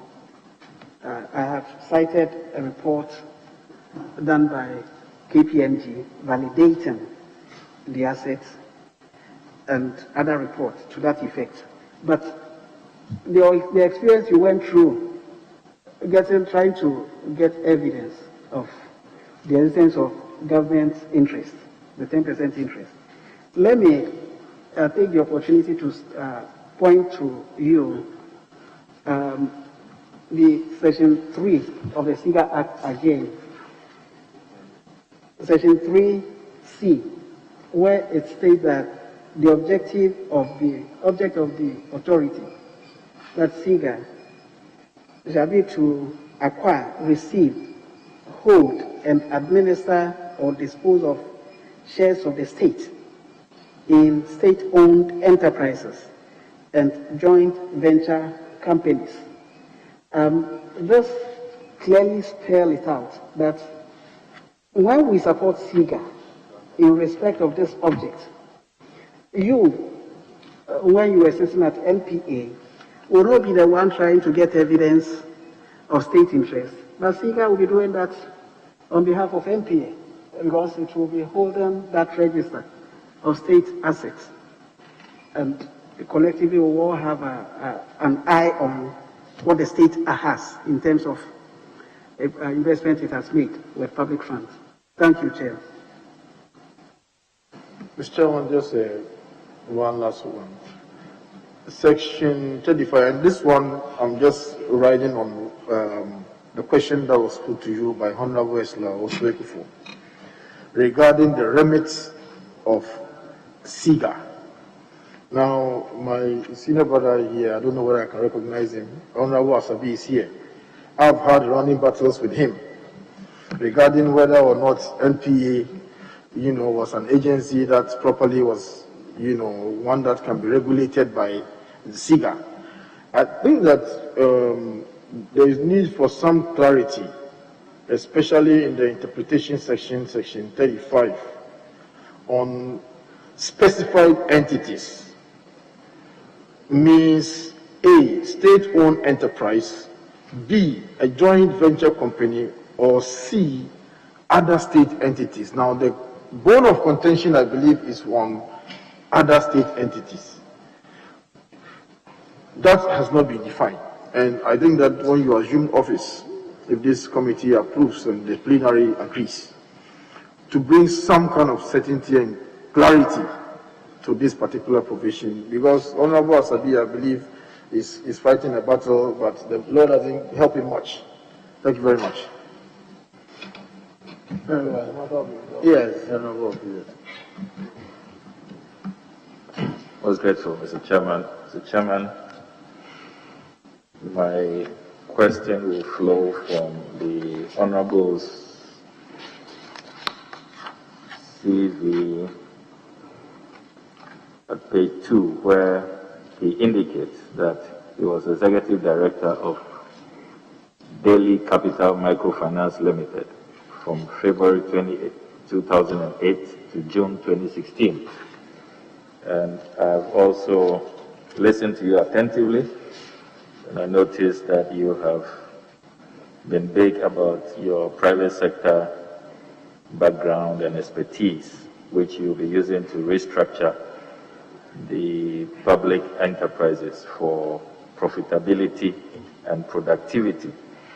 But how will you respond to critics and skeptics who will say that your background as Executive Director of Daily Capital Microfinance Limited is not inspiring and doesn't give us confidence about what you can do? I have here the Bank of Ghana examination report on your company, which, for the record, is one of 347 microfinance companies that was shut down by the Bank of Ghana. Your license was revoked on the 30th of May 2019.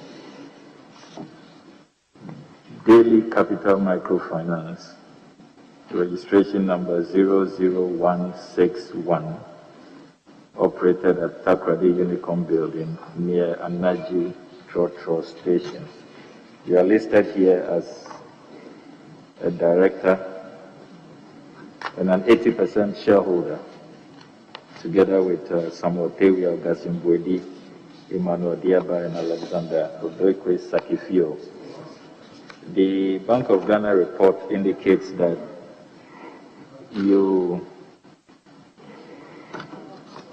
did not comply with the minimum capital of 2 million. You had only 300,000.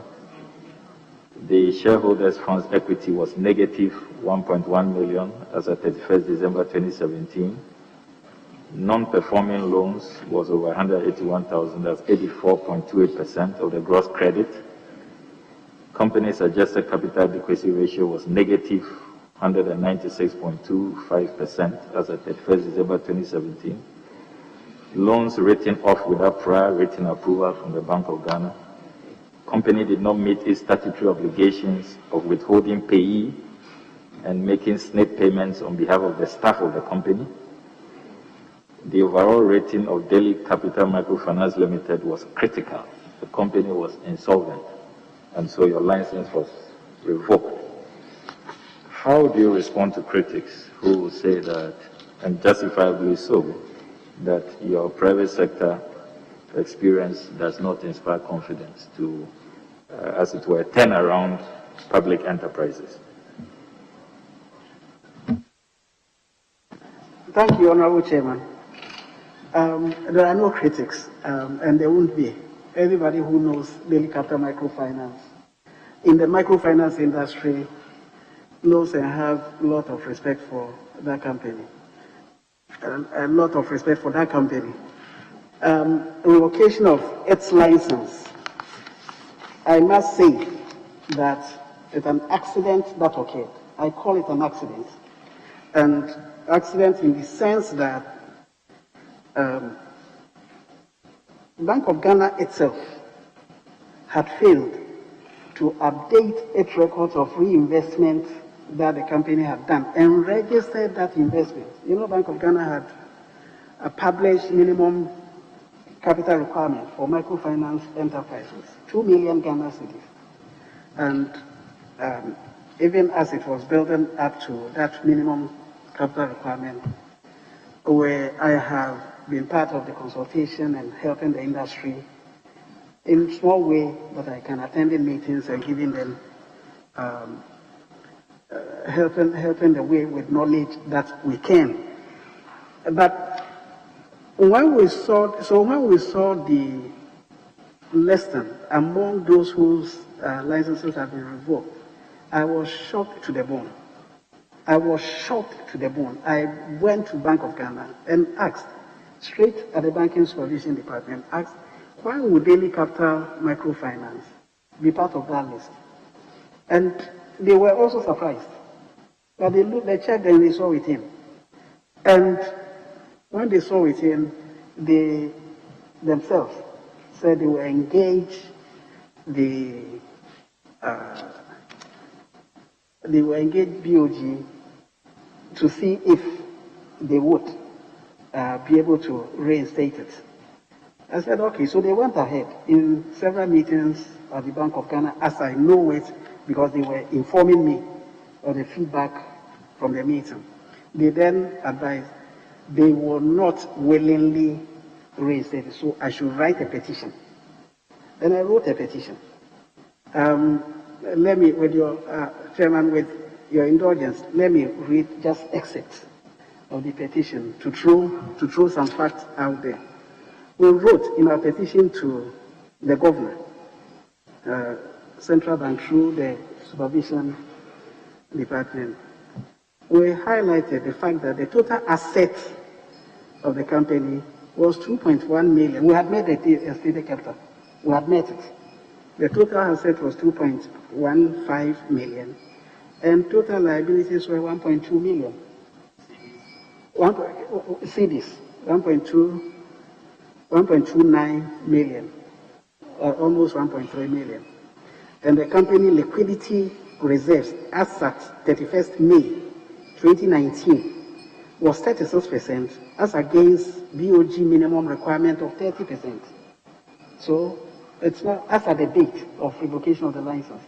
When you look at Daily Capital's financial position, I can go on and on. The capital adequacy position of the company as at 30th April 2019 with the injection of the additional capital was 47.6% as against BOG minimum requirement of 15%. So you can go and in fact, the receiver, when his officers stepped in the office of Daily Capital in Takrady, and they looked into the books, and they even saw that we still have a lot of the cash balances at car bank of the company. We're even safe for every operation we could do. And fresh loans had even been given. A company that is not doing well, can it be approving loans? Fresh loans had been given. And so they were even surprised Daily Capital was in the list. But you and I are in politics, political exposure. I take it as political exposure. When, as per my personal understanding of the industry and the wrong things that were going on, somebody will walk in, open a kiosk and say it's a microfinance company. And when it closes down, there will be pressure on those operating clean with a clean motive to help the system.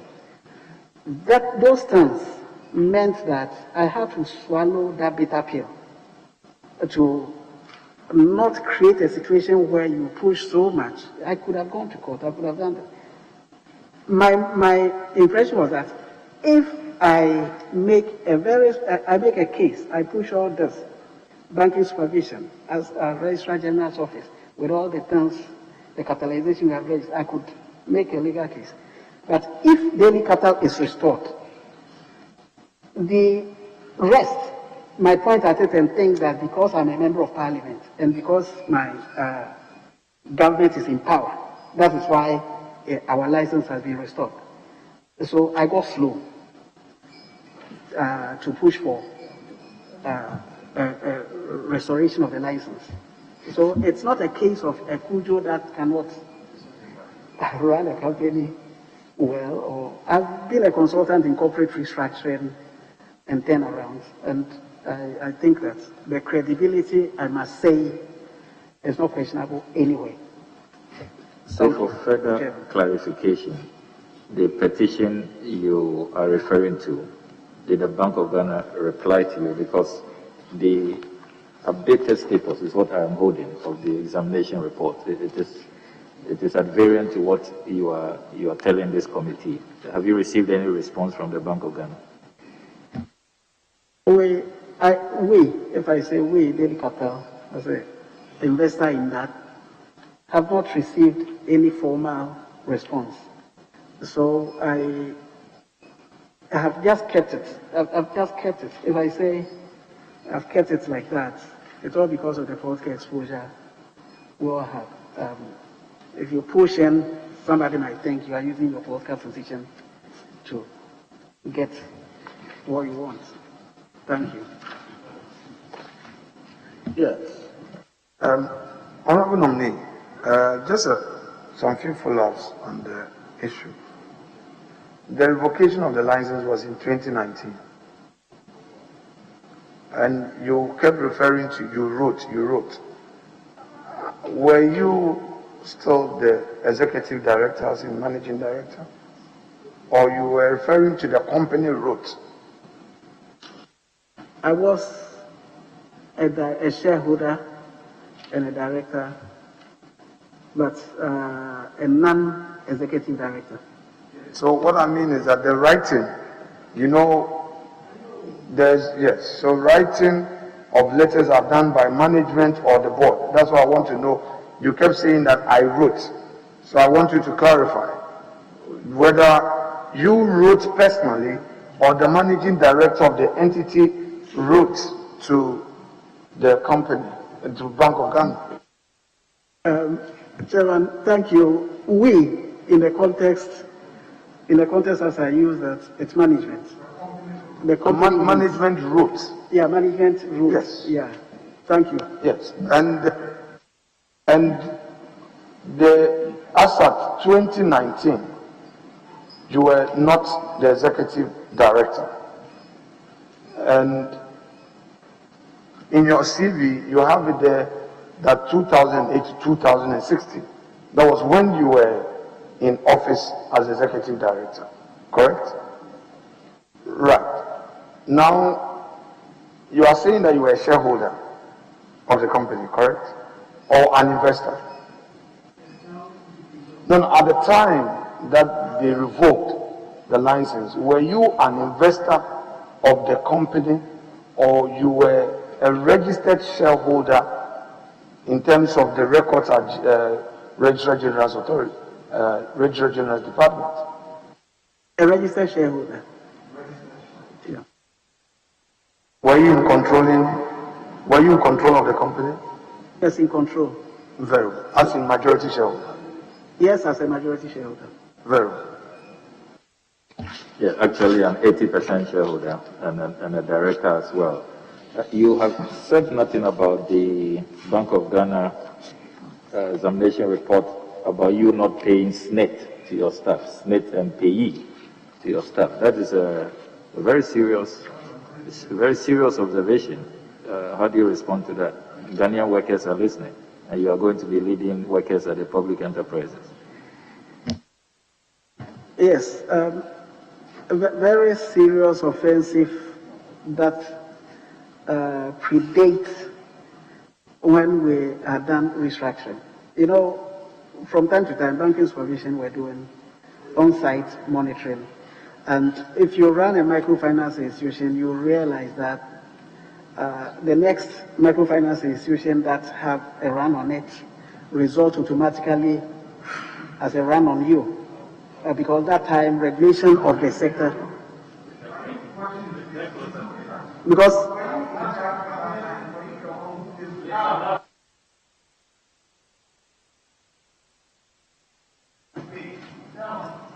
thank you.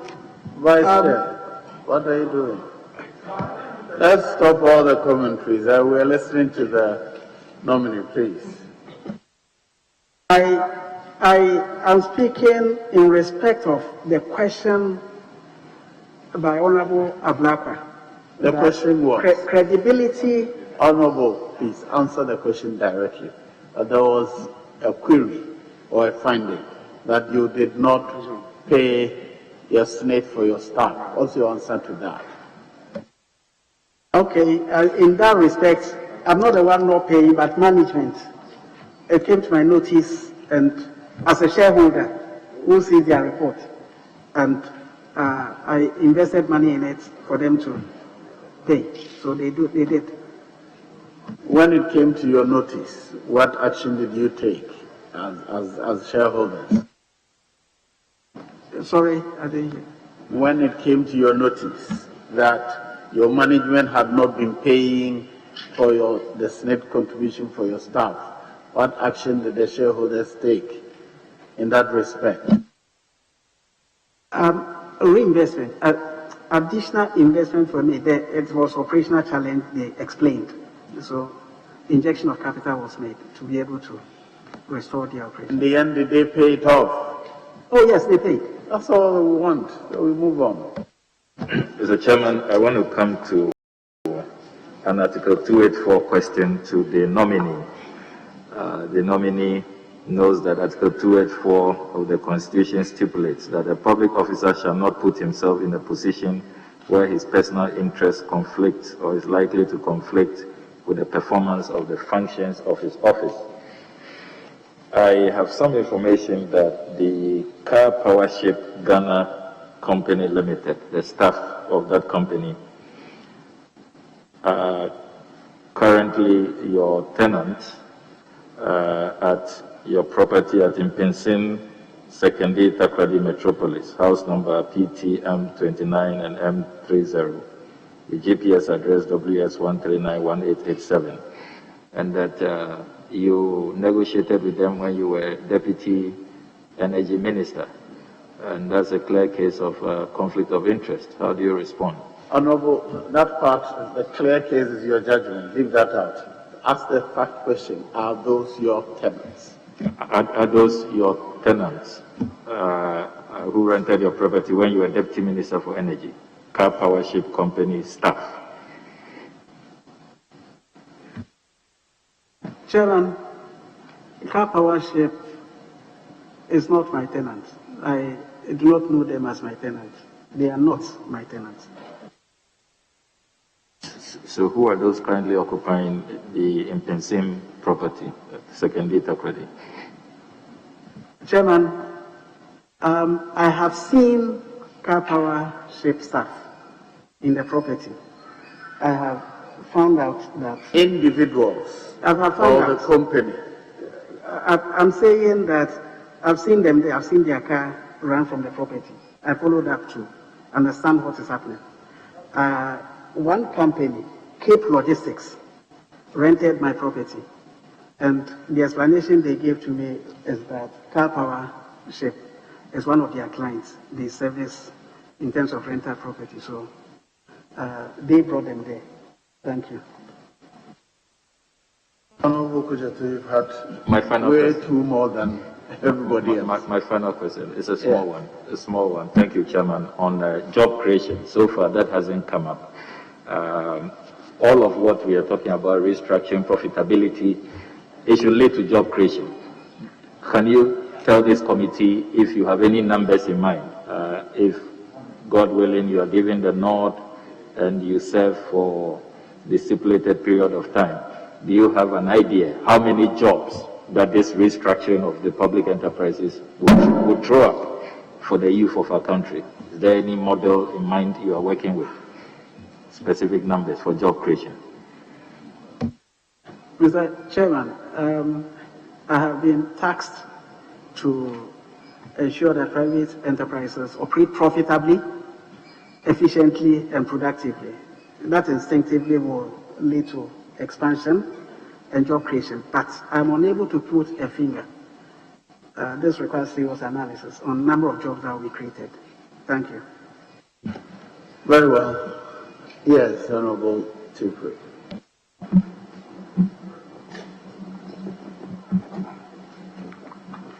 Thank you, Mr. Chairman.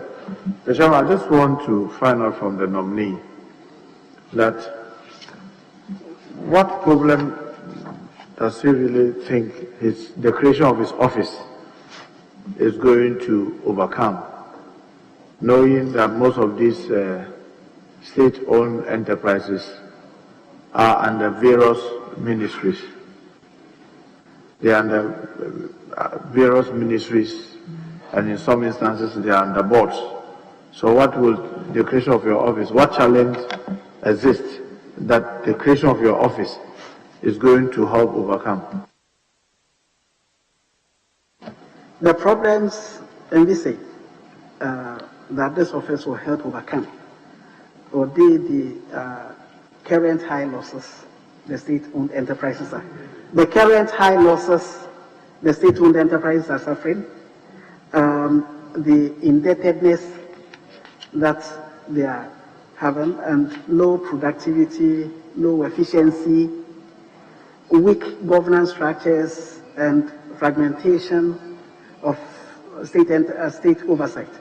Those are the problems the creation of this ministry will overcome, because it will be the focus for coordination of government policy and government oversight through SIGA of the state-owned enterprises. Thank you. Chairman, so you believe that SIGA in the current form that it is not capable of dealing with that unless a minister or a ministerial office is brought to bear on SIGA to be able to do that? Honorable Leader, I think this question should not be addressed to him. Can they ask another question? No, I'm asking because he is going there, but he is not the one who created the ministry. No, but I'm asking what role will he be playing differently from what SIGA will be playing? Because SIGA exists to do those things, And what role will SIGA, he be playing differently from SIGA? Honorable Chair, Parliament, including all of us here, passed the SIGA Act and made provision for creation of the ministry, and referred to the minister, like I said, 18 times in the Act. So I presume that with the House having passed the Act, the House has established that there is a necessity for the minister to oversight SIGA as it stands now. Thank you. Can you refer me to the relevant section of that Act that you are making reference to? That you claim said that we should create that ministry, and the reason why we thought that we should create that ministry. You mean the relevant section that mentions the minister? That said we should create a ministry. Section 35, Honorable Chair. In this Act, unless the context otherwise requires, it goes on, annual performance contract means minister,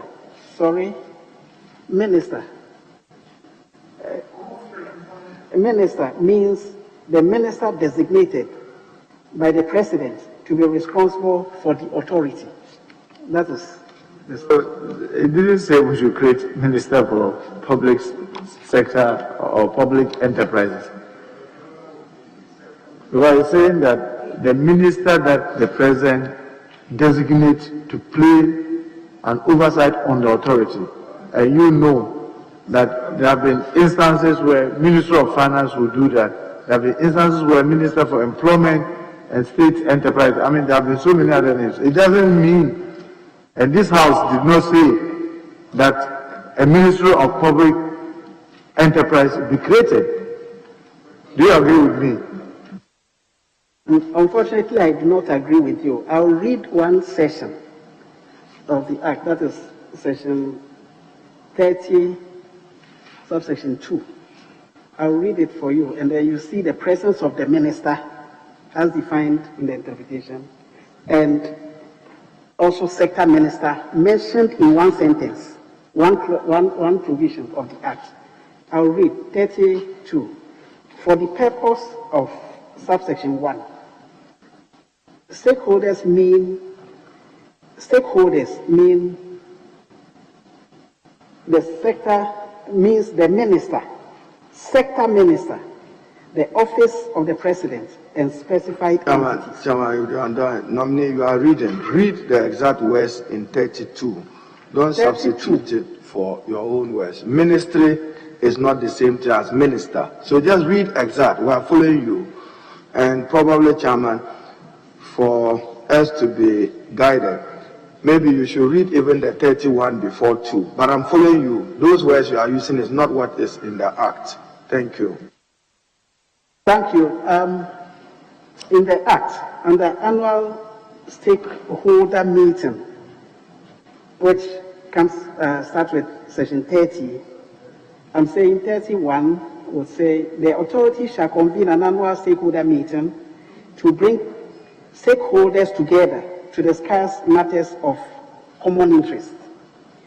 And goes on under 32 to state that for the purpose of subsection 1, stakeholders mean the minister, sector minister. I'm reading, what is it? The ministry. Sorry. The ministry. The sector ministries. The sector ministries. The office of the president and the specified entities.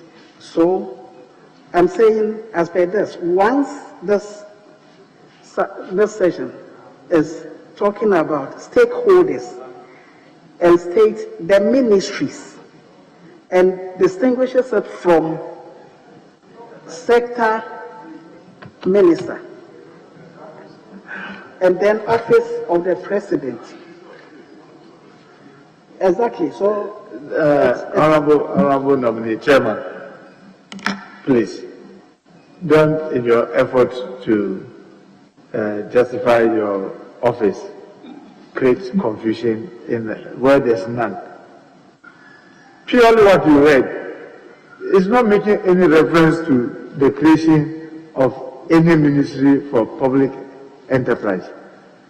And I have told you that all these state enterprises that you've seen have all the time, at one time or the other, served under one ministry or the other. Is it like before we created a law on national security, the president will, at the beginning of his term, designate any ministry to play that oversight?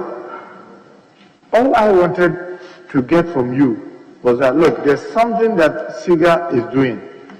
In bringing your office into play, it will help deal with problem A, B, C, D. That's all I wanted you to do. I mean, who am I to challenge the president in creating whichever ministry that he wants to do? But I want to be clear. The listening public, the taxpayers want to see, is the creation of office going to be beneficial to them? And that's all I wanted to give you the opportunity to tell us how you think the creation of your office will augment the role SIGA is playing to ensure the purpose for which this authority is created. If the question sounds rhetorical, but if I may respond, I'm saying the essence of this ministry is to focus on the problem you and I identify with, the performance of state-owned enterprises. And it's a vision of the president to focus his attention through this ministry to make sure that the sector performs. It will be beneficial to the public and it will be in their interest. Mr. Chairman, in an earlier question, or I think a comment made by Honorable Alasan Tampole, with his experience with National Petroleum Authority and the Chief Executive of the State Interest and Governance Authority, where they were trying to rope them in. And you know that agency is under Ministry of Mines and Energy. That agency has a board. The ministry is there. Then you have SIGA also there. Now your office is being created. In your view, how will you be able to play to synchronize all these agencies so that you minimize conflict as you take this office? Through consultation, collaboration, this ministry or the Minister for Public Enterprises will be able to achieve its objectives. Thank you. Yes, in an answer to an earlier question about his executive director portfolio,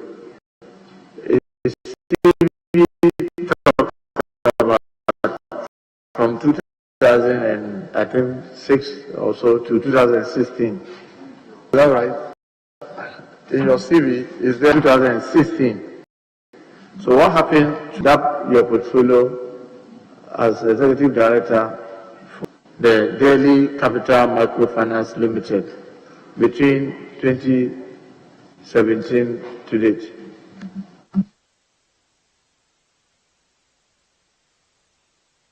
It was up to 2016. I was only asking what happened to that portfolio, your executive director position from 2017 to 2020. What happened? What happened during that period? You know, you were the executive director for Daily Microfinance Limited, right? And I'm saying that what happened to that position beyond the 2016? What happened to that position? I left that position. And then became a shareholder. Exactly. And you said that when Bank of Ghana failed, in your words, to update their records, you wrote a petition. You wrote a petition. Like he explained that management did, he had been using we. So he was asked and he explained that. The company wrote a petition. Yeah, okay. The company wrote a petition, and you said that Bank of Ghana to date haven't responded. That is the understanding I have now. And you thought that they were wrong because in your earlier submission you said that you believe that your company was not in default and Bank of Ghana was wrong. Is that right? As an investor in that company, revocation of the license which ceased operations, when I looked into the report of the company, I saw that it wasn't right for the revocation. So you believe Bank of Ghana was not fair or had not treated the company fairly? Exactly so. That is what I did. Why didn't you go to court? It's a right I decided not to enforce. Because look at it today, it is being played today against you that a company that you are a majority shareholding defaulted according to Bank of Ghana, not meeting the minimum requirement and all those problems, and you thought that you were not interested in pursuing a legitimate business that was, in your view, doing very well, and you were not fairly treated by Bank of Ghana, but you still thought that there was no need for you to pursue this in court? Yes.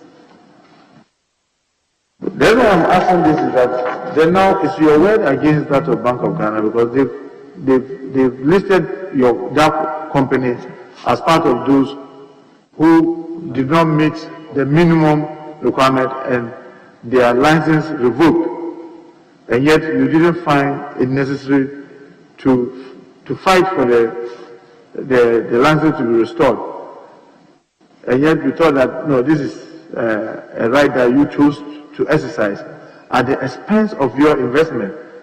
Don't you believe that any ordinary person would rather believe that Bank of Ghana was right? To the extent that right to enforce, go to court, get license restored, or go to court for compensation, I decided not to pursue that right. I have work to do. The company could have done that, but I think... Well, Mr. Chairman, lastly, the issue about the car ownership staff renting property of yours in the property that has been rented. You are saying that you didn't know that car ownership was in any agreement with which company did you say rented the property from you? I'm saying... You said a company rented the property from you. A company, I remember, called Cape Logistics. Cape Logistics. Cape Logistics rented the property. In fact, all along I knew they were going to be the occupants until I started seeing car power cars coming down. And then, as per the rental arrangement, some advance had been paid to use to renovate the property and so on. So the explanation, I think, was in order that they had... For how long have they rented that property from you, the Cape Logistics? Maybe 5 years, 10 years, maybe 15 years? No, about... But maybe 10 years? No. 5 years? No. 3 I years? think about two, it won't be up to 3. Yeah. And in the agreement, the rental agreement that you have, which ordinarily most of us will have, if you are going to re-rent a property that I rent to you, I need to be in the know. In that agreement that you had, this clause was not there. I haven't checked the details of the agreement because I wasn't the one that did the rental. An agent did all those... You gave it to an agent who gave it out. But you didn't look at that because you have to sign the agreement on behalf of the owner. I didn't sign. I gave I think the property is jointly owned between my wife and myself, so. So your wife signed? Yeah, I didn't have the time to. And she didn't check to be sure that that clause is there, so that now crowd powership could also further rent it to another person and you will not be interested. All you know is that somebody is renting your property and that's okay. The most important thing is for a credible person who is renting the property. That's the way the problem is, because if they are renting it out to criminals, then without recourse to you, you don't know. You only come to realize that criminals are living in your property. And when they go and commit crime, it may end up with you. And that's why maybe you should have been interested in who rents, who occupies it at every point in time. Or you don't think that is fair? I must comment on this, that the fact of seeing car power presence did not raise any issue for me, because I think that it was a credible company in the country. It's not like Cape Logistics rented it out to some armed robbers gang. But when you saw the car powership vehicle there, you said it made you to inquire, right? Yeah. And you realized that some of their staff were living there. Found out that some of the car powership staff were there. Exactly. And you didn't find the details because you then knew that this company works under your ministry. And if you find their vehicle and staff living there, didn't that raise an alarm for you to inquire further? Not at all, because I haven't dealt with car power. Oh, what was interested that you've gotten the money and that's all. I haven't dealt with car power in any way, so it didn't raise any alarm for me. I'm done. Yes. Mr. Chairman, Honorable Nominee, congrats. Just two questions. Before and after the passage of Act 990, before and after, do you get the sense that we are being led as a country onto a new path in terms of in the context of what we want to achieve as the Act envisages? Yes, very much so, because the problems are clear. State-owned enterprises are running at losses. They are highly indebted. There's fragmented oversight. We all know the problems. And this is the first time the president has had the vision of focusing on their performance and making sure that they do not continue to be a drain on the public purse. So before and after, I think we are on a new path. Thank you. The last one is, the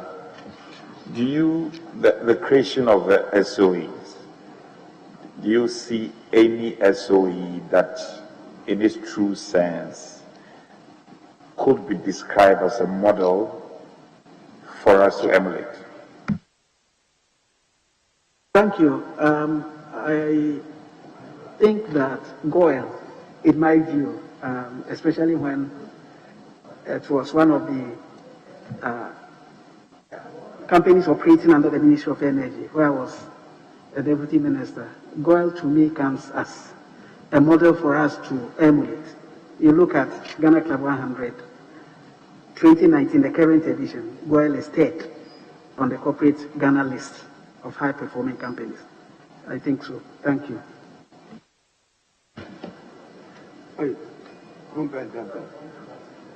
Yes. Honorable Nominee, pay attention to my questions. Car power, at the time you assumed office as a deputy minister, government had already signed a contract with them, correct? Yes, so. And that contract preceded this administration, the MPP administration, that you became a deputy minister for that sector. Exactly so. there was no such schedule involving car power that you were involved at all. Is that correct? Not directly involved. As a deputy minister in the ministry, you are sometimes called into car power relocation meetings. So, to that extent. But there was no such additional contract that you were involved regarding the operations? No, because car power, falls under the falls under power subsector, and Honorable Orek was in charge of power. He was, yeah. So I'm just trying to get it clear that the company that rented an asset of yours, or an asset that you had an interest in, did not disclose to you that it was also going to assign its rights in that tenancy or lease to another third-party entity. Evidence. I thought it came from just that's coming to reside in the assets. And you couldn't have reasonably assumed so, correct? I couldn't have at all. Okay. Now, on your CV, you indicated that between 2000 and 2016, you were the executive director of a microfinance company. Meaning that from 2017, or from the time you were appointed as a deputy minister, you ceased to be in charge of management. Exactly so. Now, on the board, were you the chairman of the board? No, please, I wasn't the chairman. So it couldn't have been that at the management level and at the board level, you could have reasonably gone into the day-to-day management of the company, including the payment of taxes and SNIT and all that, correct? I couldn't have been part of the day-to-day running. Thank you. Now, as a shareholder, is it your case that it was the board and management that brought to your attention that the license of the company had been revoked? Yes.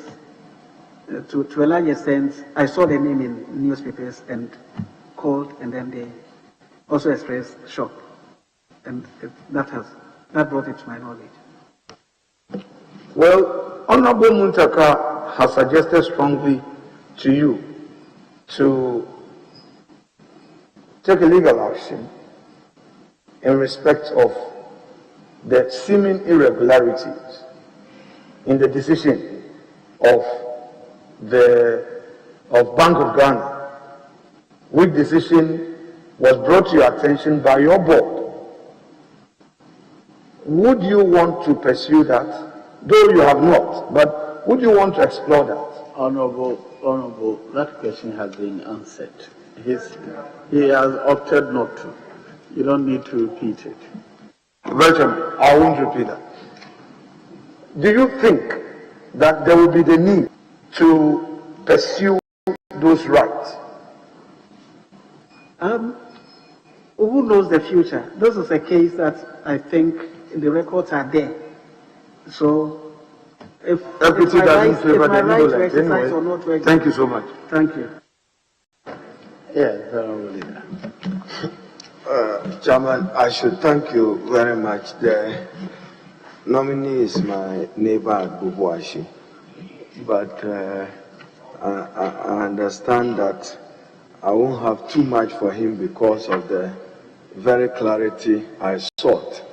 I can only come under the understanding that your mandate is to supervise as minister, as I'm made to understand it for now, State Interest and Governance Authority Act.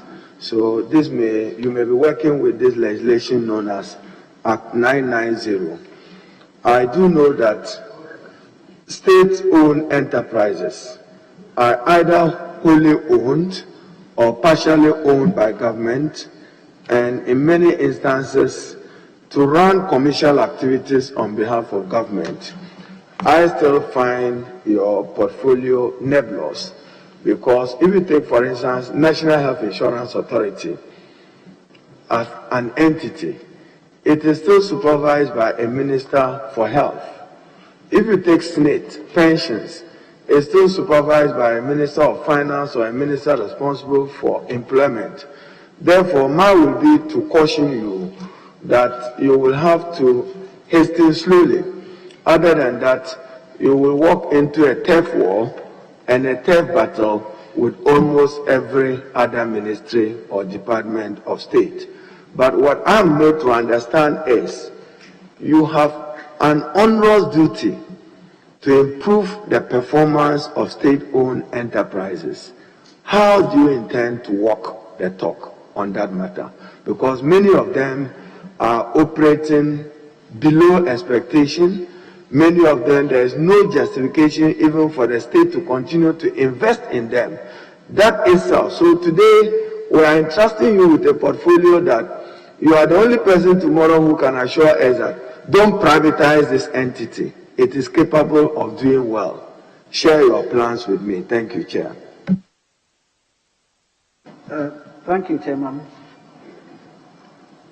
I must say that already there is SIGA, that is oversighting the businesses, and I use the word businesses as per the understanding of the word business. If you cite the NHI as you said, yes, it's under Health Ministry as an agency, but government, the state investment in it, if state wanted to operate efficiently, can be oversighted by another entity. Honorable Minister, is health insurance an enterprise? I think the underlying word should be enterprise. Is it set up as a business entity? It's set up as a service provider. A service provider. So I'm saying as a service provider, in terms of its operation, there is the need for it to operate efficiently and productively. And that is the responsibility of the Ministry for Public Enterprises, which makes it distinct from oversighting the health issues of that entity. Thank you. Chairman, as I've indicated, I have a difficulty. You've just cited the example, National Health Insurance. You see, under the law, the minister by regulation is supposed to define entities, state entities. That has not been done. Not until that is done, I am not able to understand or appreciate or conceive your mandate. Now, two, if you come to your functions, for instance, that you are supposed to play a role under Section 4F, assist the minister responsible for finance to assess borrowing levels of state-owned enterprises, borrowing levels, within the meaning of the Public Financial Management Act 921. So tomorrow, VRA wants to borrow. Are you suggesting that VRA must consult you and not the Minister for Energy? In fact, not even Minister of Energy when VRA want to go and borrow. It will be Minister of Finance under the Public Financial Management Act through the Ministry of Energy or through the Minister of Energy. So in the current arrangements, SIGA will play an advisory role through my ministry if you approve of me to work. So it's the same arrangement of consultation and collaboration to facilitate the work of the government. Chairman, just to end it here, so I can't ask you further questions. It means that your ministry is likely to be a source of policy confusion and governance confusion because your mandate cut across many state enterprises that already have dedicated ministries and ministers. Therefore, when you say SNIT, what have you got to do with SNIT? Throughout, we know that there is a Minister for Finance or a Minister for Employment that supervises pension to ensure post-work income security. Now, can you just name 5 entities in your mind, 5, that you are likely to supervise? State entities, 5. Can you name 5? With other than SNIT and other than National Health Insurance Authority? Just name 5 other entities you contemplate you will be exercising supervision over. Chairman, first, permit me to remark that it is a very harsh, the honorable friend would describe the ministry as Ministry of Confusion. I don't know what exists at the back of his mind when Attorney General's office that also oversights several in matters of legal issues across all ministries, or labor where you were a minister and having all labor issues across several state entities, and you. I don't know whether you were that led confusion in your role as Minister for Employment and Labor Relations, because you were dealing with almost all state enterprises when matters of labor came up. Just to respond to him, for instance, Ministry of Employment here, this is a reading from says the Ministry by Executive Instrument EI 28, January 27, 17, is mandated to formulate policies on employment and labor issues, develop sector plans, coordinate sector-specific interventions, promote harmonious labor relations, and workplace safety. You see, so there is clarity with a mandate here. Yours, I don't seem to understand. So, Chairman, I'll end it here. Thank you. I don't seem to understand what the Ministry for Public Enterprises will do. Thank you, Chair. Very well. I will only suggest to you that you should focus on entities that were set up as businesses. Business, not those that are set up as service providers in that area. Right, that's my only advice. We wish you well. You will hear from us. You're discharged. Thank you, Honorable Chair. Honorable members, it's 4 o'clock. We will resume at 4:30 to continue with the last nominee.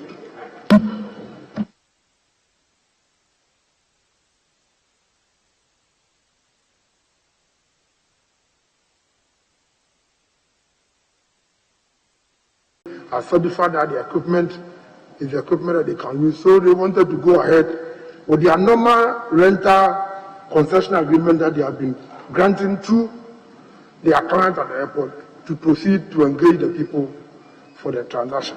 Mr. Chairman, PPA wrote back, which I have a copy of the PPA to them, which I can handle, telling them that what they were seeking to do, that is a rental distinct, that not fall within their payment, that they should use the administrative processes to engage the people. So they went ahead and had a normal contract that they have been, like I said, they have been having with their clients at the airport and engage the people to undertake the laboratory services testing that they are doing. So, Mr. Chairman, basically that is why I know about this Frontier Medical Services matter. Thank you very much. So, have you cited the contract between Ghana Airport Company and the Frontier Healthcare Services? Yes, Mr. Chairman, I've started the contract, and if anything, I can hand it over to the House. So, upon demand, you can make this available to us? Rightly so, Mr. Chairman. Can you enlighten us a bit on this procurement issue? You are saying that they wrote to PPA, and PPA responded that the services or the nature of the agreement falls outside of their mandate in accord with law. Are you able to explain a bit of that? And if the letter is here, you have it, can you read it yes, to us?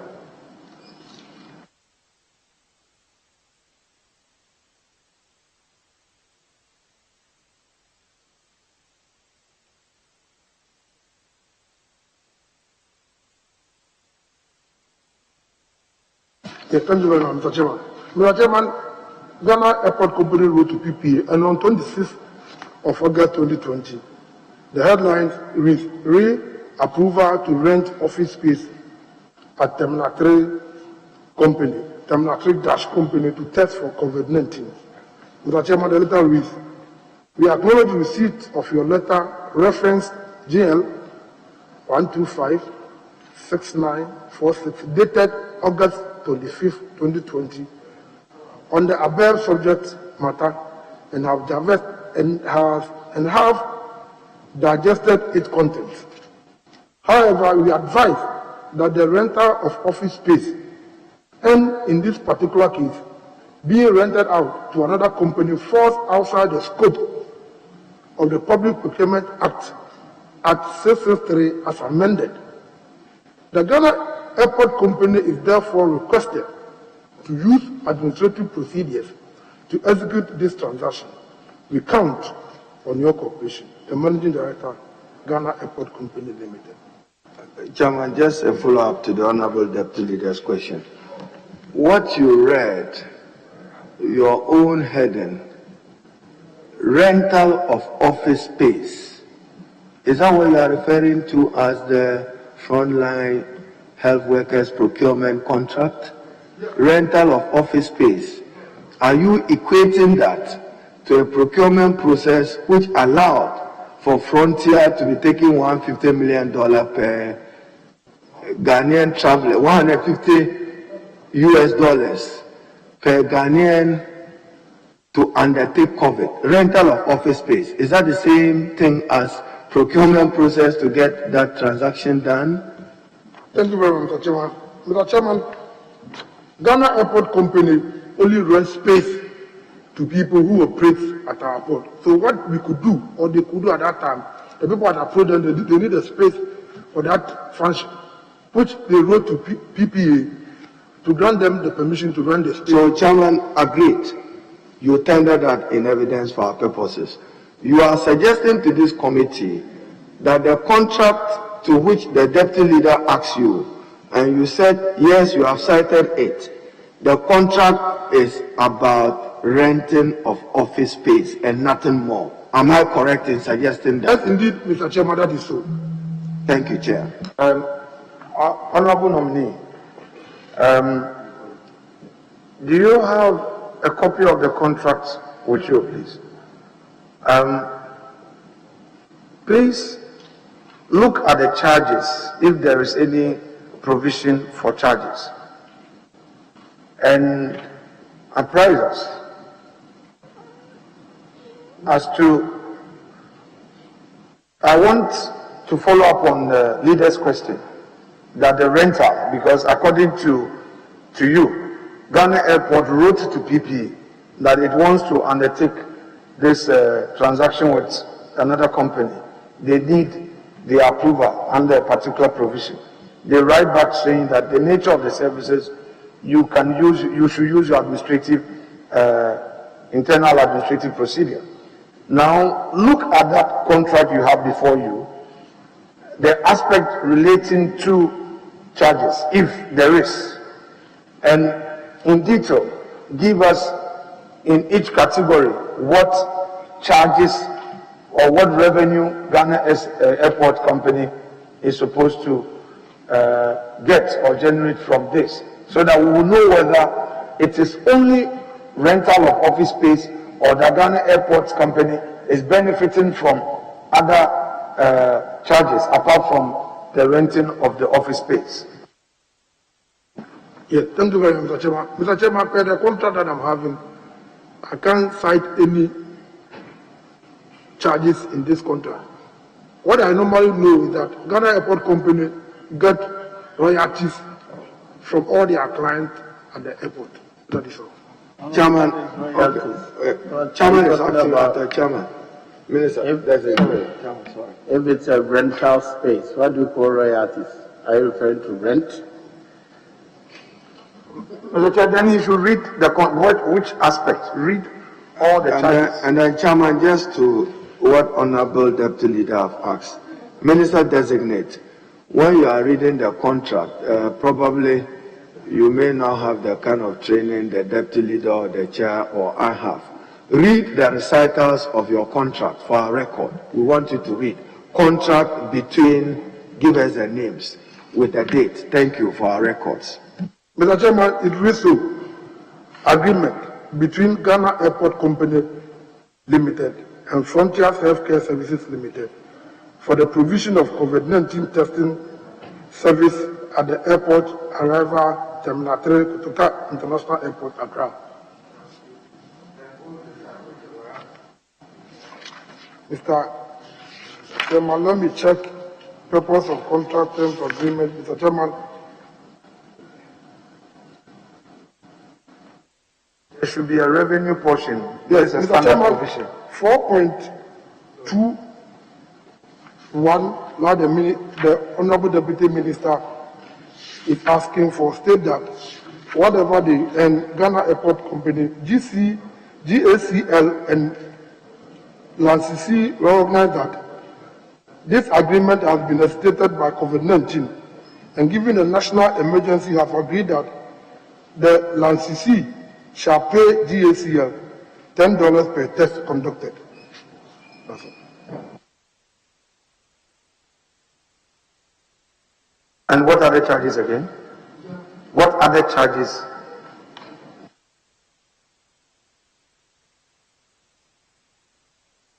Mr. Chairman, I will come back if I find any charges again. But Honorable Member, you said you can give us copies. Yes, Do you have extra copies with you now? Yes, Mr. Chairman. Yes, I have extra copy. If you have extra copies, can you give? No, I don't have an extra copy. When I finish the trial, I can. Oh, very well. I thought you have extra copies now, which we could look at. What is the validity of this contract, please? Yes, when Mr. Chairman, it's for 2 years. Now, it came up strongly that the company, Frontier Healthcare Services, is not even a registered company in Ghana.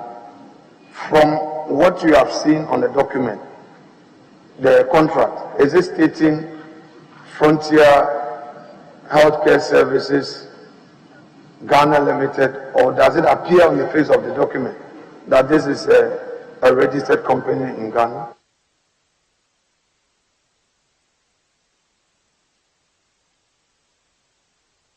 Mr. Chairman, for the information that I have, the company is a registered company in Ghana.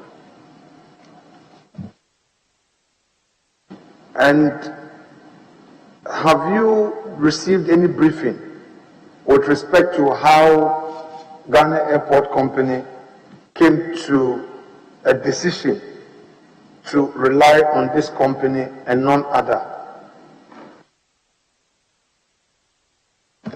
Mr. Chairman, per the information that I have, the brief I have from Ghana company was that this company approached them and they proved that they have the capacity to undertake the project. And I don't have any reason or any information again that other company also approached them. So, is it your case that those equipment from the briefing you received, the equipment they are using at the airport, are not one of such equipment that are being used by other laboratories already in the country? Mr. Chairman, when they approach Ghana Airport Company that they have the capacity to do and that they have the equipment, like I said, they wrote to Food and Drugs Authority to authenticate or certify the equipment that they are using. So basically that is what they did. Whether the other people are using other facilities, I do not have knowledge about it. But I am following up with this because there's this strong view that, oh, Noguchi is there doing testing and all that. Why another company doing testing at the airport? Perhaps some people are of the view that, oh, why didn't Noguchi set up at the airport? I mean, it's come up strongly. My colleague Ablaka has expressed a strong view, especially the cost. Would you, upon confirmation, impress upon them to look at their charges? We already know that for ECOWAS citizens, by virtue of a heads of state coming to a certain agreement, we are enjoying some rebate. But would you consider engaging them to further look at this, since it has become a matter of public concern? Thank you very much, Mr. Chairman. Mr. Chairman, anything that will make a Ghanaian happy or satisfied, I will do. If people are complaining that the cost is too much, when I'm giving a note, you all sit down, I'll sit down with them, interrogate those figures. If it is possible that they can reduce it, why not? You ask for what is good. One, the quality of the product must be such that it will be able to certify what they are required to do.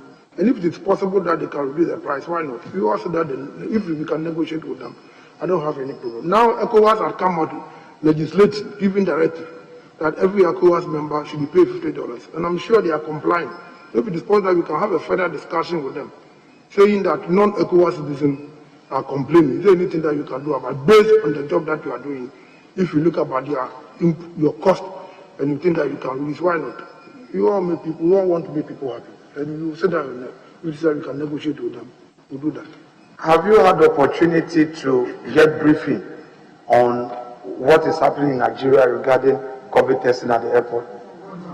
Nigeria, have you had any briefing regarding how testing is done at the Nigerian airport? My information is that Nigeria is doing PCR, we are doing antigen. So there are two different things involved. We are not doing the same thing. Mr. Chair, I shall tell the nominee to letter and half and say, I shall tell the nominee to letter and half as a proper way to remain upright. I appreciate it. Thank you so much. You said you tell him to do what? Mr. Chair, normally all squares and perpendiculars are perfect points. So I'm only asking him to letter and half to remain upright. I thank you. Very well. That is not English. Yes, Honorable Blacker. Thank you very much, Mr. Chairman. Mr. Chairman, I want to begin by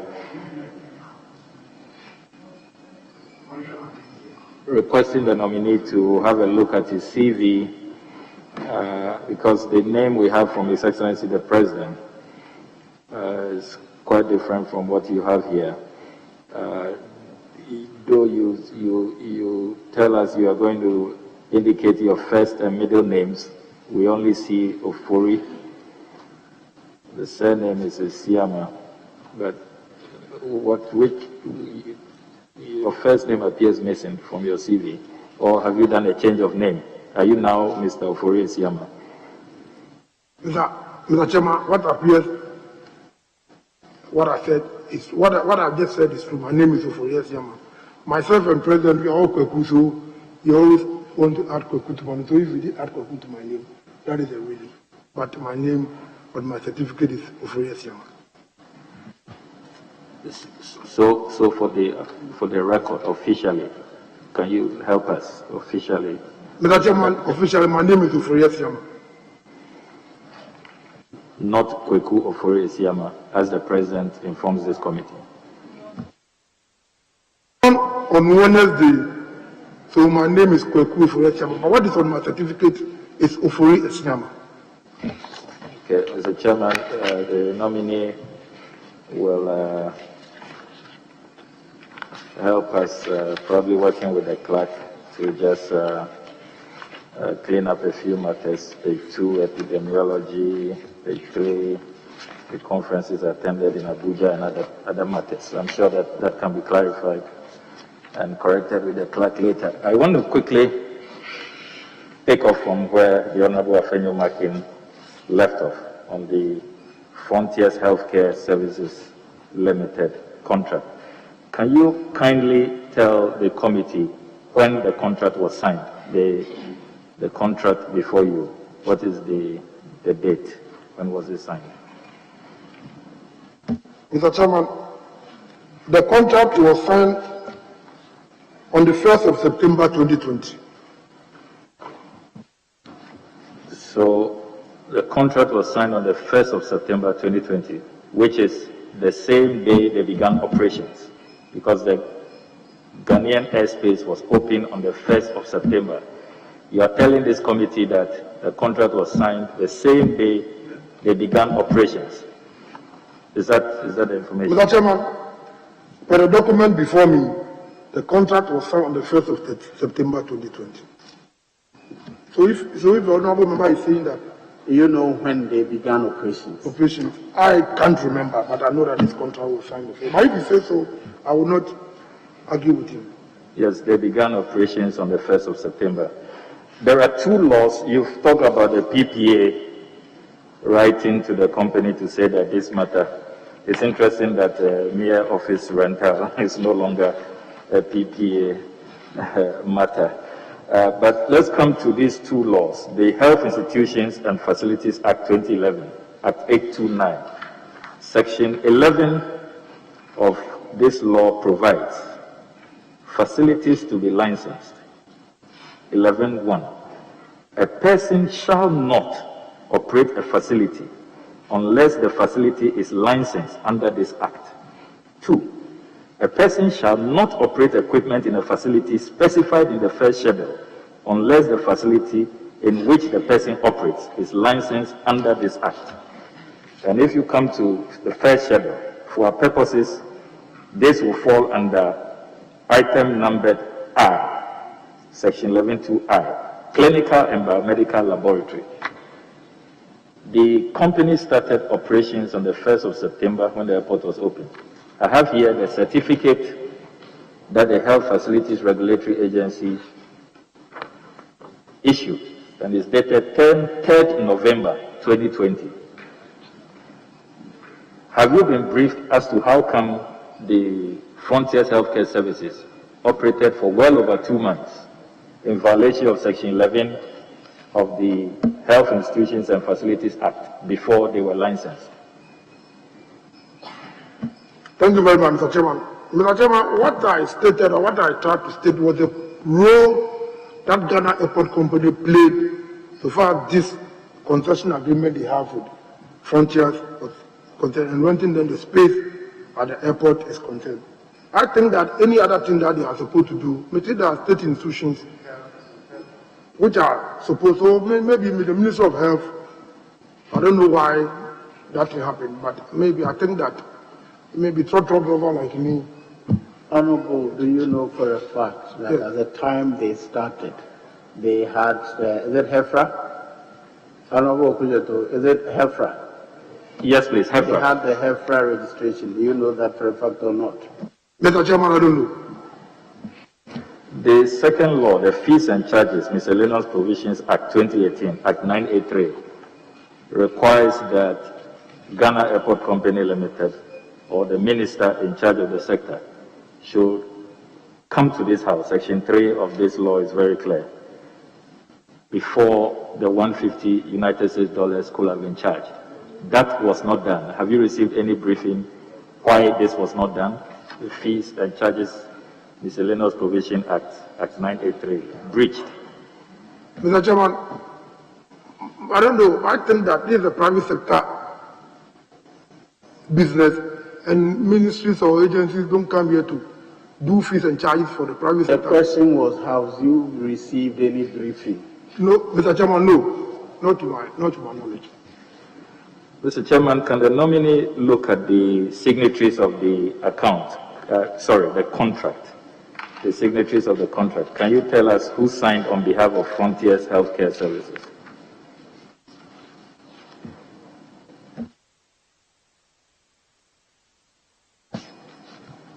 The name of the person is Dr. Emmanuel Akwe. The designation is a director, and Ghana Airport was signed by Yakwapa, the managing director. How do you, honorable nominee, how do you react if I inform you that the incorporation documents which I have here, only 2 directors are listed at the Registrar General's Department? Jean-Laurent Louis and Samuel Bansa are the only 2 directors. So the only 2 directors of whom? Of Frontiers Healthcare Services. The incorporation documents I have here from the Registrar General's Department. I don't think that's a fair question to him. I don't think it's a fair question to him. He's only giving us a briefing. Okay. Was the honorable nominee briefed on these directors, Jean-Laurent Louis and Mr. Sambo Bansa? Did the GSEL deal with them in any way, shape or form? Mr. Chairman, I have not been briefed about the directors of Ghana Registered General's Company. Mr. Chairman. Honorable, I've allowed you 5 already. You can have the last one.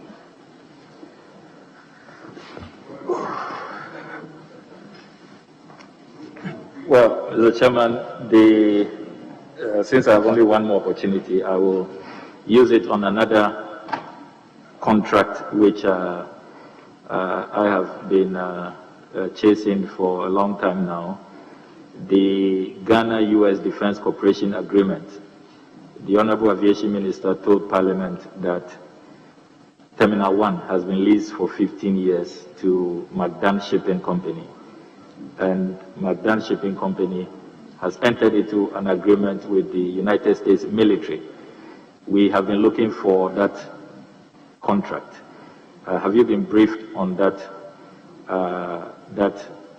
contract, the Ghana-US Defense Cooperation Agreement, McDan versus the US military base, Terminal 1?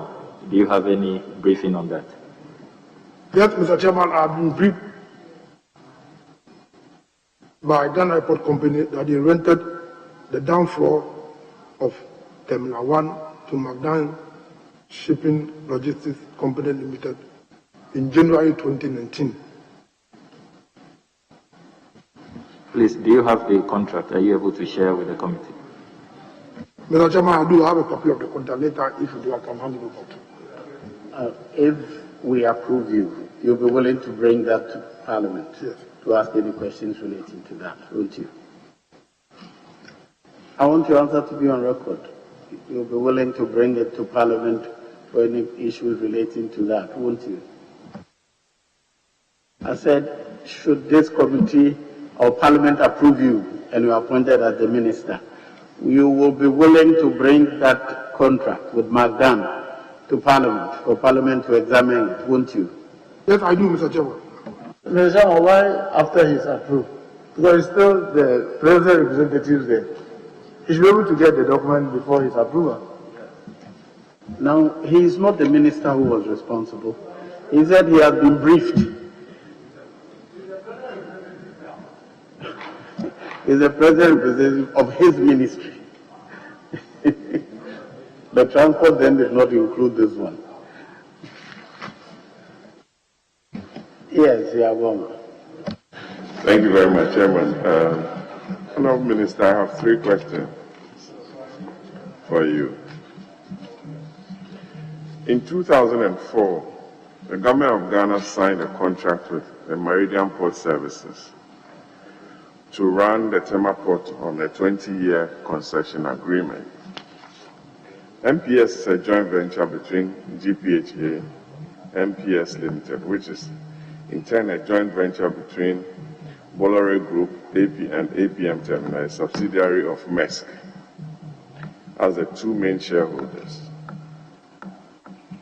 There is a JV arrangement which gives Bolloré 35%, APM Terminal 35%, and GPHA 30%. There are reports sometime last year, a couple of years ago, that the 30% stake that GPHA held for and behalf of the people of Ghana has been diluted. Can you apprise us on this development at the port with regards to Ghana's stake in that joint venture? Thank you. Thank you very much, Mr. President. Indeed, it is so that Ghana Port and Harbours Authority, representing government, is having 30% shares in the Meridian Port Services Limited. Like you rightly said, so in 2004, when the agreement was signed, GPHA had 30%. The rest of the partners from MPH also had 70%. Mr. Chairman, in 2012, I think they signed what the lawyers call further amendment to the original contract to execute the Terminal 3, what we call Terminal 3 at the port. My information was that GPHA was supposed to advance some money as part of their counterpart funding, which they were finding difficult to pay.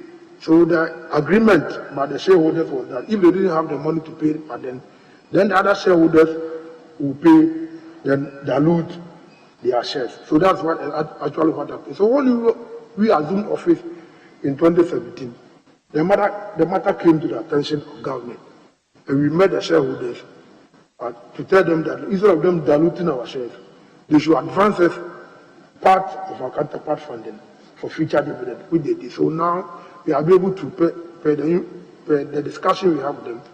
We are able to restore our 30% back. So now GPHA still has 30% shares in MPS. Okay, so GPHA still has the 30%. That's a big plus for Ghana. Thank you. My second question is on the Maritime Authority. I understand there are two arrangements. As the closed ship registry, and the open ship registry that is practiced in Liberia, which has a lot of revenue prospects for the country. What is your position on this in terms of reorganizing our position as a practitioner of the closed ship registry? Thank you. Thank you very much. Mr. Chairman, indeed it is so there are two systems that we know about when we have the closed registry and open registry. Because Ghana don't have a ship, we used to have the Black Star Line, so we didn't allow anybody to flag our flag as it. So we have now, unfortunately, over the years, the then shipping line has collapsed. So what we are trying to do with other shipping vessels or shipping lines is that, like you said, Liberia is part of the system whereby they allow other private or other countries to flag their flag as they so that the other they give you golden shares or they have some form of revenue for you. So that is why we are having discussion with them. If we're not to be the COVID, I'm sure we would have seen one or two ships flying the flag of Ghana. So that is we are having discussion with some of the vessel owners to see that they will come around and do this until such a time that we'll be able to acquire our own ship. Thank you. It's something that you are considering. Okay, the last question is it's an arrangement between Jean Dunol and Ibistec that a 370 million USD multi-purpose terminal, Atlantic Terminal project in Takoradi was signed by your good self on the 19th of December 2018. Can you apprise us on this project and how it's going to benefit the good people of this country, or how it has benefited us so far? Thank you. Thank you very much, Mr. Chairman. Mr. Chairman, if you look at the Takoradi Airport, it was built in 1928. So definitely the depth of the sea is very narrow. And now shipping lines want a deeper sea so that they will bring a bigger vessels. Then their cost of operation will be reduced. So when we assumed office in 2017, GPHA has already built a quay wall, about 650 meters quay wall, so that we can build upon it to develop in terms of deeper seas. So we took a decision that we will, because we didn't have the money, the investment required to do that project. So we decided to engage private people to see if they can partner GPHA to do it. Mr. Chairman, what is significant about this particular project is that the President insisted that we should let the Ghanaian business people, what we call the indigenous Ghanaian people, we should try and see if they can have the capacity to lead the arrangement of this project. So Ibistec, which is a wholly owned Ghanaian company, then we approached that, because already they have started something called Tekote GPH at Takoradi. They are doing offshore business with them. So we decided that we would try them and see. Mr. President, Mr. Chairman, sorry, I'm used to speak to the President too. Mr. Chairman, I can speak to the glory of the Lord that they'll be able to secure the funding for this project. If we're not to be the COVID, they would have opened to traffic by the middle of this year. But I'm hoping by the end of the year, the first berth should be able to open, and the depth is 60 meters. So it's as deep as the one we're having in Tema Port. Thank you very much. Yes, I don't see any. Thank you very much, Mr. Chairman. Well, Honorable Nominee, I tell you, he does. Because you were not in charge of aviation, it's a matter I'll raise with you perhaps after the vetting. A national carrier and, a flight with state interest or a national carrier, like we often say, is something that I'm passionate about. And perhaps it is a discussion that we can have after this. But Mr. Chairman, with your permission, I want to read 2 paragraphs of a letter from the Ghana Ports and Harbours Authority dated January 11, 2021 to the nominee and follow up with a question after that. Now, this letter was written to the Chief Executive Officer, Fruit and Export Terminal. The second paragraph is where I'll start from. As we did communicate to you in the said meeting, GPHA has been directed by the Honorable Minister of Agriculture, and I emphasize mine, GPHA has been directed by the Honorable Minister of Agriculture to issue a license to Fruit Terminal Company Limited, FTC, to enable them to undertake the handling, stevedoring and shore handling, that's into brackets, of horticulture product exports in the port of Tema. The license is to cover the full scope of activities performed by FTC under the defunct 2009 agreement. Defunct, again, Mr. Chairman, is my emphasis. Agreement signed with FTC, i.e. the stevedoring and shore handling of horticulture products exports. According to the Minister of Agriculture, the directive is informed by the government's desire to promote the development of the horticultural segment of the agricultural sector. The Minister further noted that reports he received from FTC indicate that the birth of FET has created a bottleneck to the exports of fruits through the port of Tema, and that the operations of FET are unduly adding to the cost of shipping horticultural products exports from Ghana. The position of the Minister of Agriculture requesting GPHA to issue a license to FTC is supported by the Minister of Transport. Mr. Chairman, I did emphasize 2 things because when the Minister of Agriculture appeared before this honorable committee, he denied giving this directive to the GPHA. Again, he said the 2009 agreement had not been referred to as defunct by Ghana Ports and Harbours Authority. In this letter that I quote to you, it is said that you with the Agri Minister, even though the Agri Minister told us here that it was a matter you were still discussing together. Here in this letter, we are told that it has been concluded.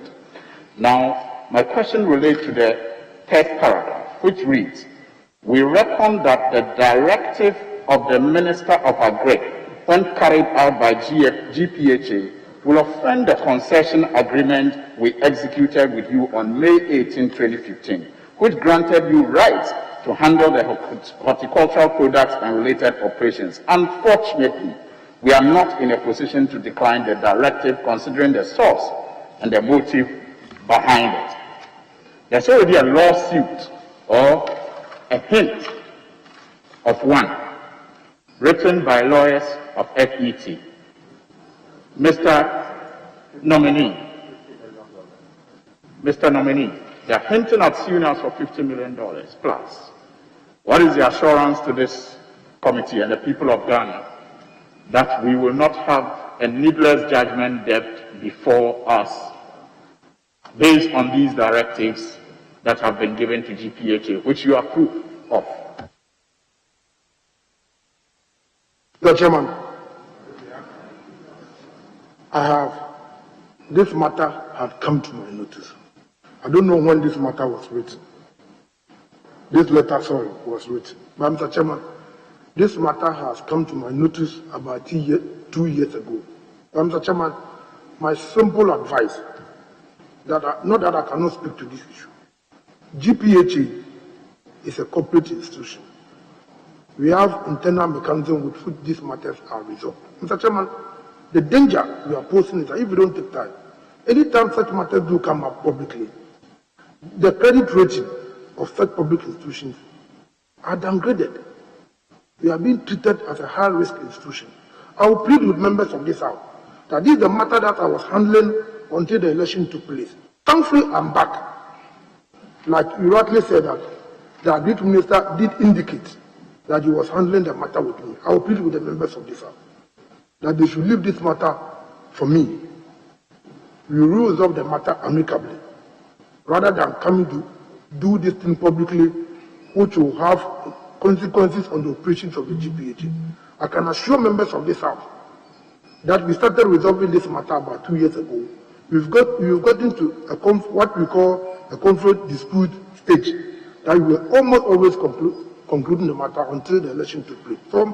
So Mr. Chairman, with your indulgence, I would like to plead with members, the honourable member, that he should be assured that this matter will be resolved. But I wouldn't want to discuss this matter publicly because of the image of GPH. Mr. Chairman, I would like to plead with you. All the assurance the honourable member wants is that you ensure that there is no judgment debt against the country. Mr. Chairman, I think the stage that we go to, we will bring amicable solution to the matter, and there will be no judgment on the GPH or on the state. Mr. Chairman, just a quick follow-up on that. So is the honourable nominee saying that the January 11, 2021 letter, which seemed to have settled this matter, can be disregarded or should be disregarded because you are still in talks to resolve this matter in a different way, which may not lead to Ghana being sued? Mr. Chairman, I think that this letter should be disregarded because even on the January 11th, there was no minister responsible for any sector to go in and resolve these matters. Like I said, we have started a resolution to this matter. So please, like I said, you can disregard this letter and you will find a solution to the problem. Thank you. Honourable nominee, Okada was a very debatable topic before the last elections, to legalize or not to legalize. You indicated that at the time the debate was taking place, you were already in talks with stakeholders to legalize Okada. The news reports suggested so. The Vice President said a different thing to contradict what you were reported to have said. The NDC at the time thought it was about time that we legalized Okada. What will be your approach to this issue of legalizing Okada if you are confirmed by this committee? Will you lead a campaign to legalize it or not? Thank you very much, Mr. Chairman. Mr. Chairman, I think that I never said anywhere that you were leading stakeholder consultation to legalize Okada. I don't know what that is. I said that we were doing stakeholder consultation to come to a determination whether we are going to legalize Okada or not. That was the statement that I made. And the Vice President made a categorical statement that as a party and the condition pertaining today, it will not be possible for us to legalize Okada.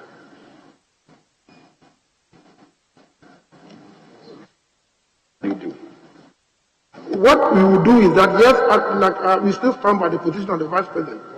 As the condition pertains today, we will not be able to legalize Okada today because the numbers are not pointing to the direction that we should legalize Okada.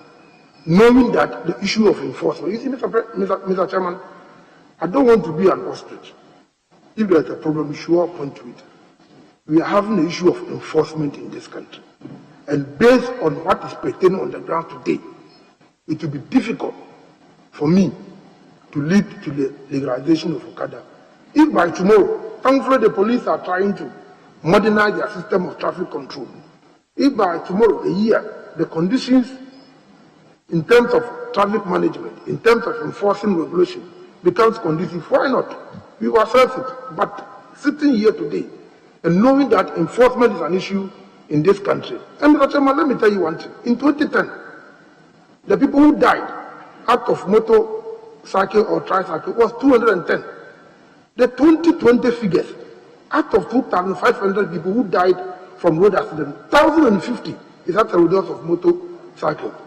Mr. President, Mr. Chairman, it is, like I said, that's the position of the party or the government today. If by tomorrow the police is able to come out with conditions that will make it conducive for us to legalize it, why not? But for today, what is pertaining? That's the position. Honorable Minister, when you say Okada, are you referring to two-wheelers or it includes the three-wheelers? Mr. Chairman, initially, we didn't have the Abubo in the system, so it was the two-wheeler.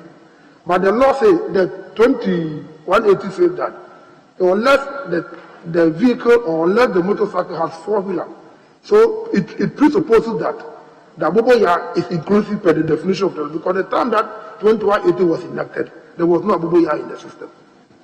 Actually, I can say that some people had brought them in and were seeking to commercialize them. That's why we were specific on the three-wheelers, so we targeted, but there was a specific provision.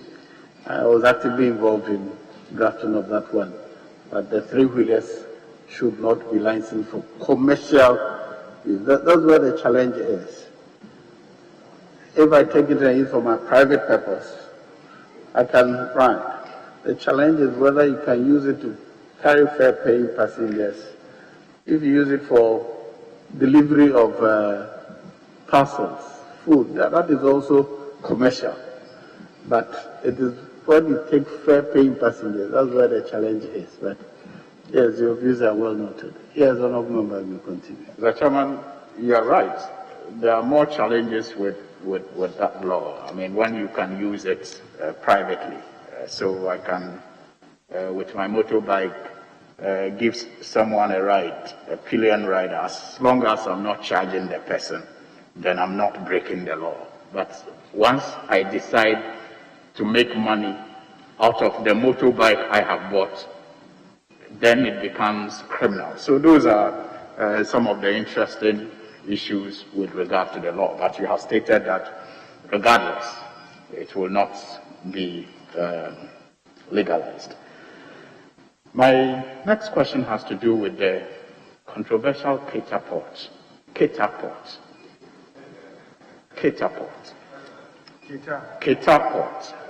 Yeah, you can, some say Keta. I'm sure you know, Moscow or Moscow. There's a Director General. There's a Director General for the non-existent port, drawing salary from the people of Ghana. You were in the 7th Parliament and you gave assurances. Yes. He was in Parliament and gave assurances in the 7th Parliament.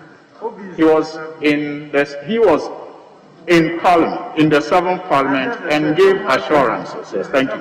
And gave assurances that by the end of 2020, yes, you came to Parliament and you gave the assurance that by the end of 2020, we're going to see some work being done by way of a port in Keta. Can you be kind enough to update us on what the Director General of the non-existent Keta port has been able to achieve so far? Thank you very much, Mr. Chairman.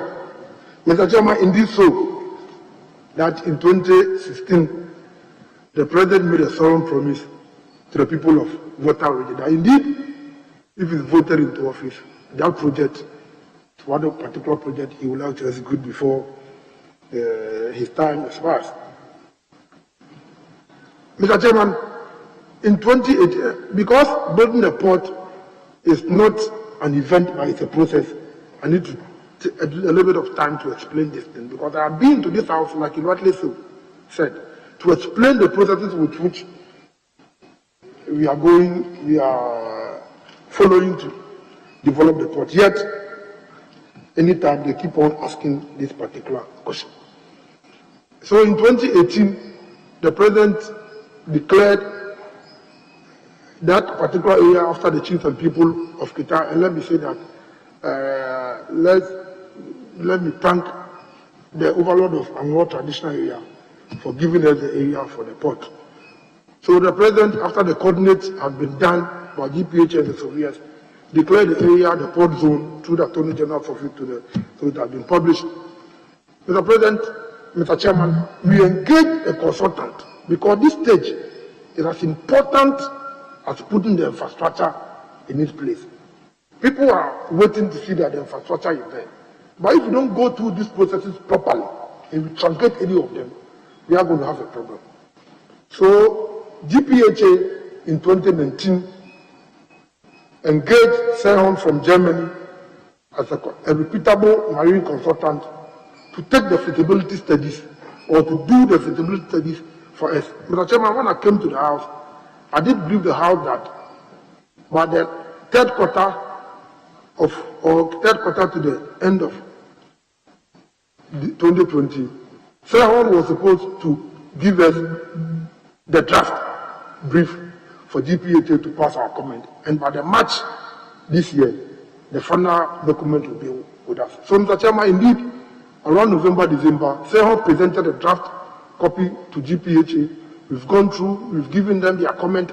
They have assured us that by end of February or early 1st March, they will give us the final draft for us to either approve or disapprove it.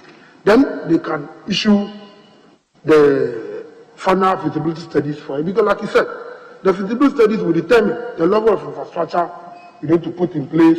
You see, the marine work is such that, Mr. President, Mr. Chairman, if we don't take our time and do a proper work, by putting up that port, the whole coastline will be disturbed.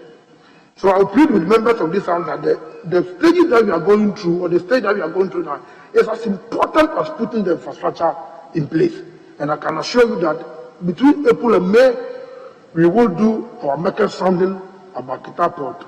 We will start the market sounding about Kita Port for prospective investors. We will brief them about the port that we are putting in place.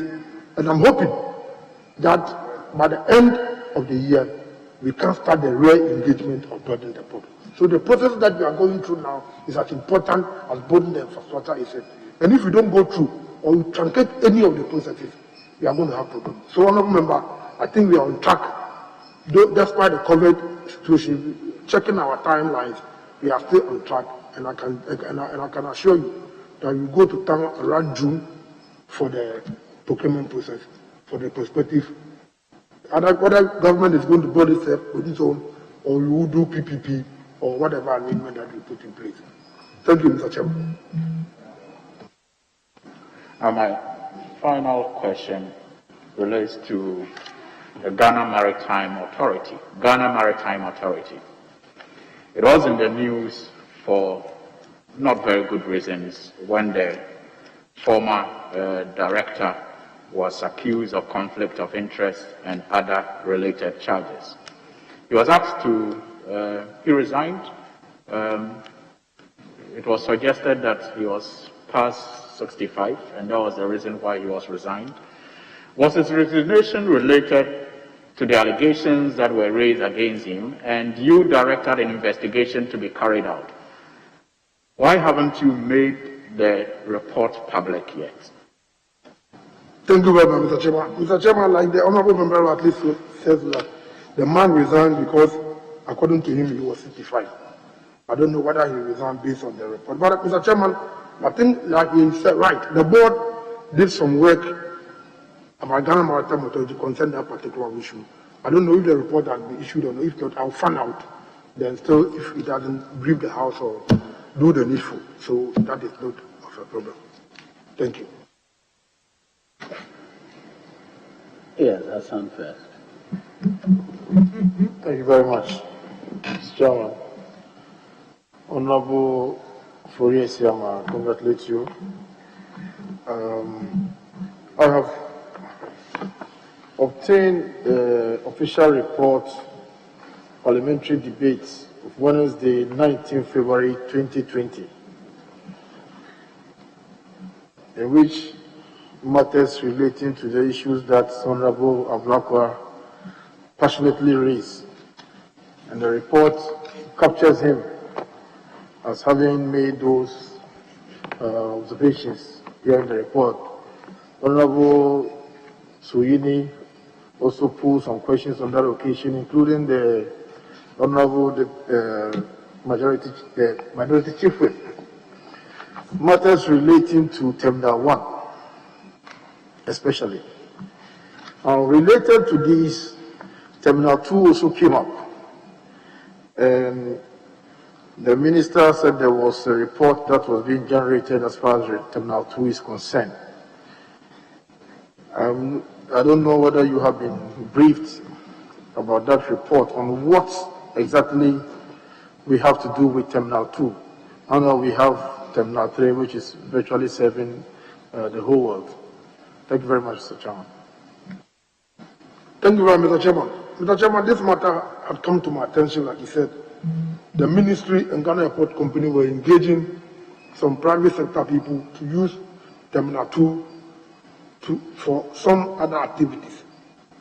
Unfortunately, the people who came up to take this place for the business that they have earmarked for were hit with this COVID business. So I think the negotiation has stalled a bit because of the COVID. Let's pray, and I'm hoping that we will be able to find antidote to this pandemic so that we have our normal life. Then we can then go back and re-engage the people, because we want the private sector people to do that business. They think that their thinking was that they can only break up their investment if we have full operations at the airport. So I'm hoping that when we have full operations at the airport, they will come back again for the negotiation to continue. But we have plans of letting the place or renting it to some private business people to use it for their things so that we can earn revenue from them. Thank you very much, Mr. Chairman. I'd like you to update this committee on the current state of affairs of the whole airport, the newly constructed whole airport. What exactly is the state of affairs at the airport right now? Thank you very much, Mr. Chairman. Yes, thank you, Mr. Chairman. Mr. Chairman, Ghana Airport Company, I think, completed, or the construction was completed in December 2018.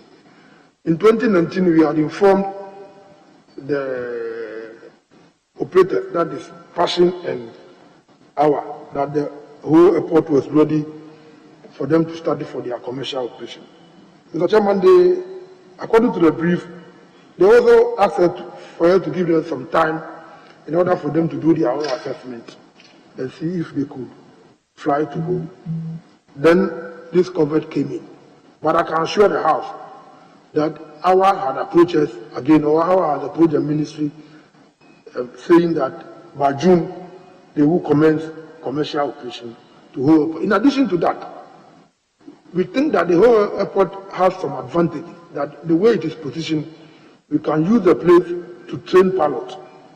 So government is partner with the private sector. Even Togo Federal has even approached us that he has some investors that we think that we can use the whole airport for training of pilots. These are some of the options that we are weighing, and we think that we will be able to fund private people who are interested. Other governments, we open up the place for commercial operation like our had promised us. And we can also have some private sector people who will join us in using it for other training or other for airport facilities that we need to offer to the Ghanaian people. So thank you, Mr. Chairman.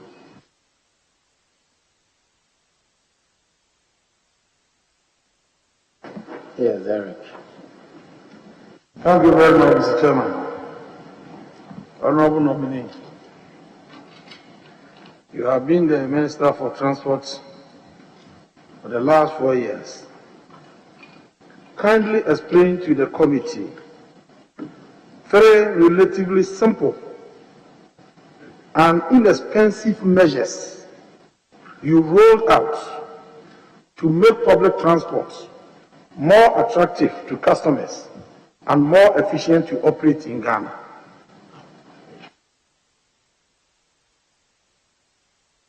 I did not hear part of the question. If the honorable member can repeat it, because what are your plans?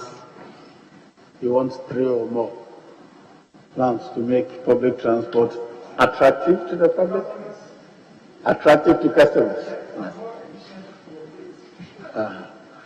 If you have 3 plans or steps you will take. Oh, in the past. Oh, okay. What you have done in the past to make public transport efficient in operation and attractive to passengers or customers.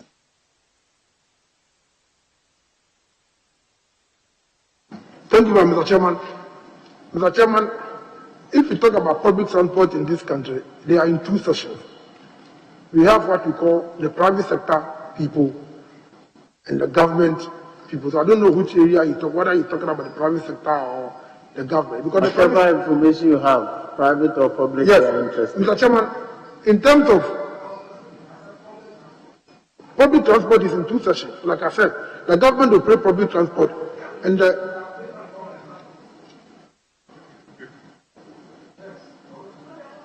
Honorable Minister, go ahead. Yes, Mr. Chairman, one, like I said, it is in 2 sections. There's a role that the government can play for the public transport in terms of the government, its role in playing the public transport and the private sector offering public transport. Mr. Chairman, if you talk about the government role in terms of STC and MMT, when we assumed office, we realized that their fleet was very down. So what we needed to do was to revamp the fleet for the public, the government role in terms of the public transport, as I'm talking about STC and MMT. So for MMT, we have been able to acquire 100 buses for them. STC, we have also been able to acquire 100 buses for them. The government is trying to arrange Korean exim facility for the private sector people. Mr. Chairman, we came to this house. Unfortunately, we could not meet. The transport committee could not finish its work early for it to revamp it. So we are not going to only deal with the government institutions where public transport is concerned, but also try to help the private sector to arrange buses for them also to help us to. The second thing was, Mr. President, Mr. Chairman, 2020 we were hit by COVID. And let me use this opportunity to thank the transport commercial operators for the role that they played in helping government in solving this problem. Initially, we asked them to reduce transport commercial operators for the role that they played in helping government in solving this problem. They are that additional cost, which they did for some time, and got to a point in time that they could not do it again, and government had to come in to allow them to, in other than that, their business was going to collapse. Mr. Chairman, going forward, because of safety issue, it is also important. We have passed law in this house to say that the National Road Safety Authority should become a regulator in the public transport system to regulate the transport operators. Because hitherto there was not operator, there was not a regulator. So it's rather one thing that I think that we have done in terms, it may not yield physical identity, but in terms of arrangement, in terms of regulation, we will be able to regulate them better to provide the kind of services that we require of them to do. Thank you very much. Chairman, my second question. You know, Ghana will produce a lot of gas, natural gas, in the western part of the country. And this question relates to the pipeline transport system. We have some plans in the east, but because of the inefficient pipeline transport system, we are unable to transport gas from the west to the east to feed some of the plants that we have. As the Minister for Transport, what is the state of the pipeline transport system in Ghana, and how do you propose to improve upon it? What transport system? Pipeline transport. Yes. Thank you very much, Mr. Chairman. Mr. Chairman, we are in this area, we are working because the gas line is under the Ministry of Energy.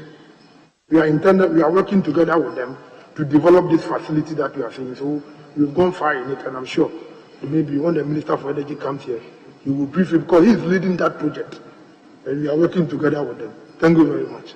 The Chairman, my last question has to do with water transports. The oldest and the cheapest means of transport all over the world is water transport. What did you do in the last 4 years to ensure efficient water transport system in Ghana? Specific. Thank you very much, Mr. Chairman. The water transport system that we have in this country, I can say that it relates to what is on the water lake. Mr. Chairman, when we assumed office, one area that we were facing a lot of challenge was the tree stumps in the lake, which was causing a lot of accidents in the water lake. So Ghana Airport Company, Ghana Maritime Authority, which is responsible for safety on the lake, because if any private sector person is even coming to operate, and this tree stump is causing a lot of accidents for them, they wouldn't even want to come because it's expensive to remove them. So what we did was to have a navigable route of crossover services and remove the tree stumps. So now we have removed the tree stumps in most of these navigable routes. So if you realize that the accident on the water lake, in terms of accident caused by the tree stumps, has reduced. I'm not saying that it's completely eradicated, it has reduced drastically. So because of that, we are receiving a lot of proposals from the private sector people saying that now the lake is safe for them to operate. In addition to that, in 2016-2017, the government of Ghana, because of the bilateral arrangement we have with Korean government, had proposed that they were going to give us some amount of money for public transport system. When we came in 2017, we pursued it. But the Koreans had then changed their policy in relation to, because they thought that the transport system was not social services enough for them to pursue that matter. So they asked us to rearrange. And the president told them, look, it was not the fault of the people within that area that they should be cut off from the rest of us. That is the only means of transportation mode for them. So now we sat down with the Korean government. They did a feasibility studies on this, on the lake. Mr. Chairman, I can say it to the glory of the Lord that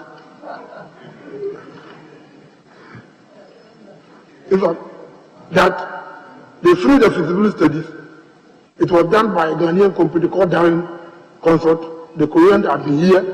They are satisfied with what we've done with the lake, and they are going to construct a lot of landing site, reception areas, roads, and give us ferries to make the transportation system on the lake very conducive for the people. So basically, for the 4 years, this is what we've done, and I think that we've done enough. We've paved the way for the private sector to come in to operate the lake. Yes, John. Thank you very much, Mr. Chairman. Congratulations to the nominee. One key project that we are highly expecting in Ashanti region is the Buankra Inland Port. I must commend you for the efforts you have put in so far to make sure that you revive the inland port. In fact, on 5th November 2020, His Excellency the President Nana Addo Dankwa Akufo-Addo, in the company of His Royal Majesty Otumfuo Osei II, cut another sword for the commencement of the Buankra Inland Port. This was after about 18 years since the conception of the project. Despite the allocation of $330 million for this project, what firm assurances do we have or are you giving us today that this project will be completed in time and will not be left hanging as have happened in the past? Thank you very much, Mr. President, Mr. Chairman. I haven't received any news from the concessionaire that they have faced any challenges so far as the Boankra project is concerned. What they've told me is that they can start the project because their timeline was that by October they should start by April this year they should start the construction. But the information I'm having from them is that they finished the financial closure and they think that they can start at the end of March. So at the end of March, the real construction will take place. Honourable Minister, and that the design take into account the effect on the highway travel, and that section on the Accra-Kumasi highway. Yes, it does, Mr. Chairman. And Chairman, just on the same note, you said financial closure. How much is the concessionaire bringing, and when did they have financial closure? I just heard you speak to that. Mr. Chairman, the project is in 3 stages. We have phase 1, which is about $120 million. The phase 2 is 180, and the phase 3 is $300 million. You want to speak to the phases? So phase 1, what are we expecting? Phase 2, what are we expecting? Phase 3, Bonkra Inland, what should we expect? Mr. Chairman, I don't have the document. It will be difficult for me to go through the stages that you said, but I know that there's phase 1, phase 2, phase 3. But if this House approves me and they ask me to bring the content or the whole component, I can bring it before the House. Chairman, still Honorable Ejisu, indulge me. You came to this House, and even in the November of the first term of President Nana Akufo-Addo, you insisted that you wanted this concession done, 330. So speak to it. The people of Bonkra probably are listening to the member for Ejisu and want to know what the fate of the Bonkra Inland Port is. Because as he said, 18 years, from President Rawlings through President Kufuor, through President Mills to John Mahama, it's not seen the light of day. So speak to it. What should the people of Bonkra and Ashanti expect of you with this 330 million which was approved for the Bonkra Inland project? Thank you, Chair. Mr. Chairman, like I said, I can give firm commitment that the project will see the light of day because there's no reason, or they haven't complained to me that they have any challenges so far the construction of the project is concerned. So far as I'm concerned, we are comfortable and the project will come on.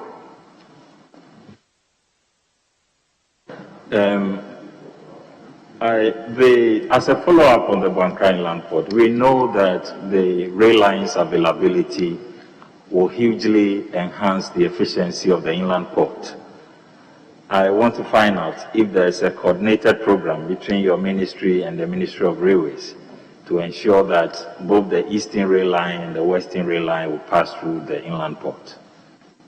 Yes, Mr. Chairman, there's a coordinated program to make sure that the railway line passes through the Bonkra Inland, Bonkra Logistics Terminal. Honorable Nominee, I commend you on the Boankra, and as the minority leader rightly intimated, something has been on the drawing board for a very long time. Now, are you able to tell us the deliverables specific to you as distinguished from that of Trade Ministry? Because I know there's some correlation between yourself, your outfit, and that of Trade. I hope there's no confusion. No, there's no confusion because it is like a terminal. At any port or at any terminal client system, the roles are defined. The responsibility of Ministry of Transport is to put up the infrastructure. The Ministry of Trade and Ministry of Finance will then come in for the operation of the place. So the terms are clearly spelled out. Yeah. Final question. People with disability are unable to use structural and other forms of public transport in the country. What will you do to ensure that our public transport system is disability friendly? Thank you very much, Mr. Chairman. This matter is very serious. I think my attention has been drawn to it recently by a group of people who came to my office with a complaint to say that they are not able to access public transport. Because, Mr. Chairman, if you look about the Dialolo system, the government mode of public transportation, we have it is disability friendly. But it is only the private sector which controls about 90% of public transport system. That is why they don't have this thing. We are in talking with them. But Mr. Chairman, it comes back again. That government should be able to facilitate funding for the private sector people who are engaged in public transport. But so do we be able to direct them about the need of the disability people. So, but and the National Road Safety becoming a regulator, it is going to be one thing that they are going to insist. They are going forward. This needs must be satisfied.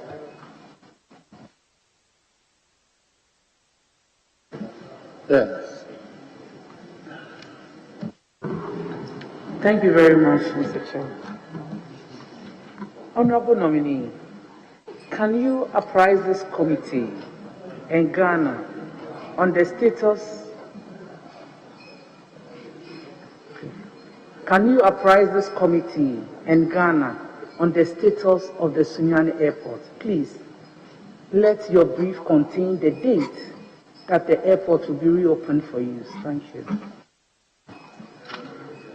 Mr. Chairman, the brief I had from Ghana Airport Company is that the contractor is on site and they are hoping that by the middle or end of this year, we should finish. Once we finish the work that we are doing, we will engage the private operators like our and Passion to see if they can use it. They can go to Sunyani by and can.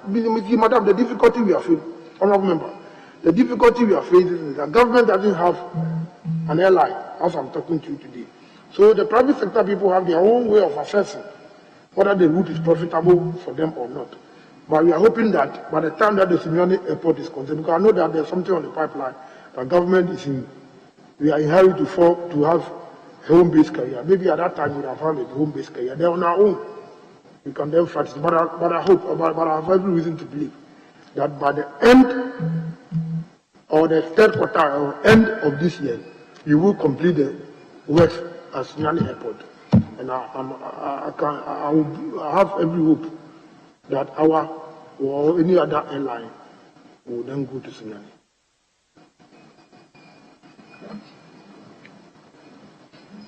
Do you also want to be remembered at the end of your tenure as the minister who started airports in the 6 new regions, and how are you going to do that?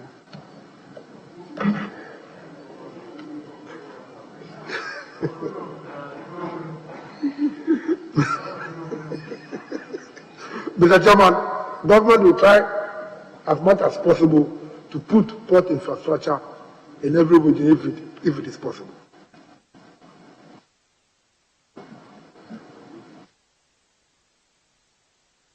As much as possible, we would try to put port infrastructure facility in all the 16 regions in this country.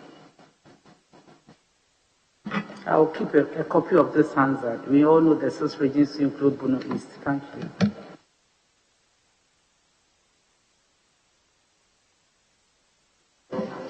Giselle, I'm told, yes. Thank you, Mr. Chairman. Honorable nominee, I just want to find out from you the landing beaches. I think about 11 landing beaches were constructed along the coast. Mr. Chairman, I think now it's about 13 or 12. 13 or 12, yeah, all right. 13 or 12. So the landing beaches were constructed along the coast, according to 13 or 12. But a few of them, I cannot speak for all, but a few of them, especially the one in my constituency, Senya Breku, was either of poor construction or the studies were not done right. But what it was sought to achieve actually turned the other way, to the extent that over 17 fishermen had their fishing teams had their canoes damaged, either from the outboard motors or canoes knocking into each other because of the tidal effect of the tide. And so the breakwater was not able to act in the way or perform the function in which it was supposed to.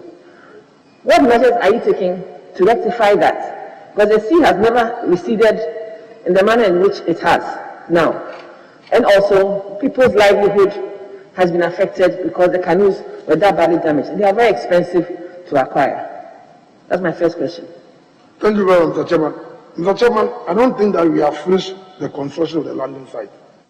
We are still in the process of constructing them. Some are 50%, some are 40%, some are 30%, some are even 10%.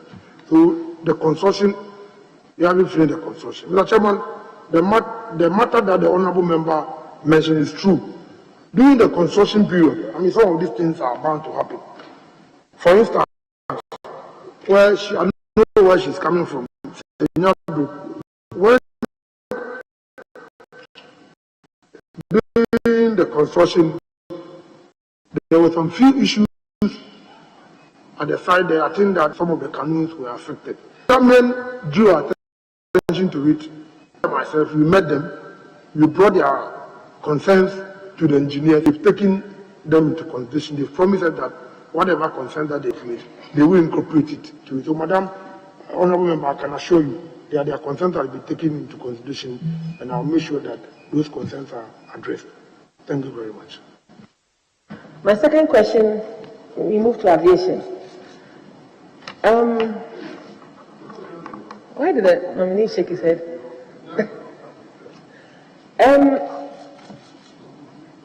During the era of President Mahama, when the Terminal 3 project was being conceived and everything being put together, there was a charge called the Airport Passenger Service Charge. During the era of President Mahama, when Terminal 3, KIA's Terminal 3 project was being put up, that and other capital expenditure that the airport company was incurring, there was a charge called the APSC, which was leveraged on to be able to get the loan for the airport infrastructure. Now in 2019, the government decided to allocate 14% of the APSC and 10% of the landing charges to three institutions. GCA, they got 7.5% of APSC, Ministerial Aviation got 1.5% per the GCA Amendment Act, and then GMET got 5% and also 10% of the landing charges. Would you consider a reallocation of this arrangement or the law? Would you consider a reallocation of these charges? The reason being, during the financing in 2014, 2015, it was those monies that were leveraged on to be able to get the loans for Terminal 3 and the others.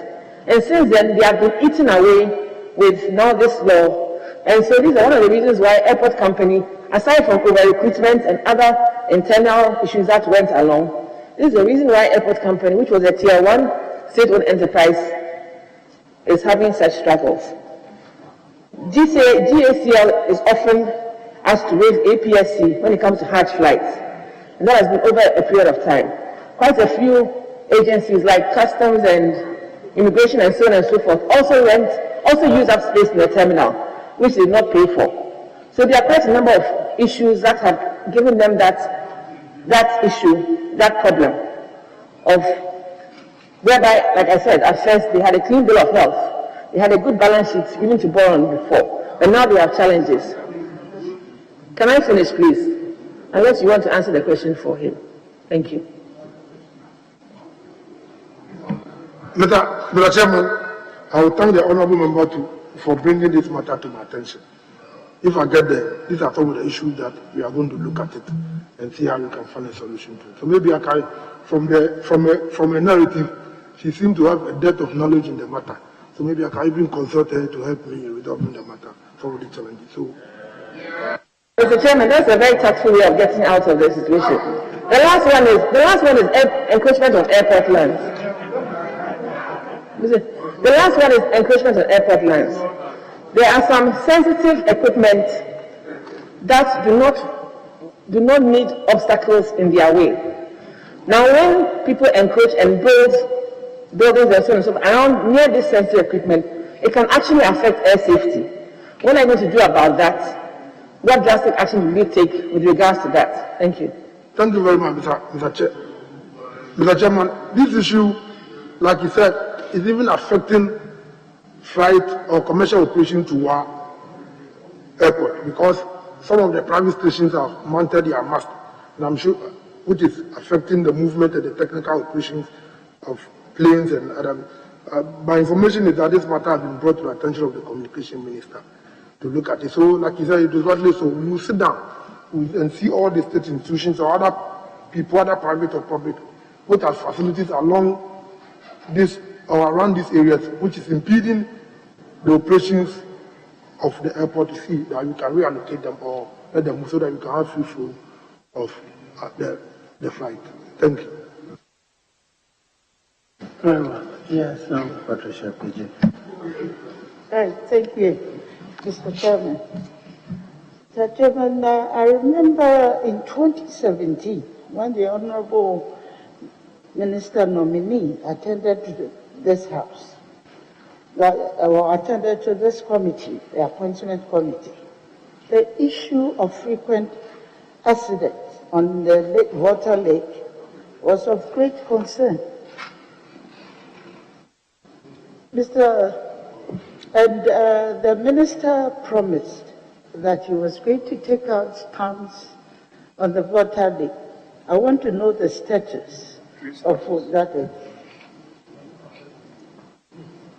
Thank you very much, Mr. Chairman.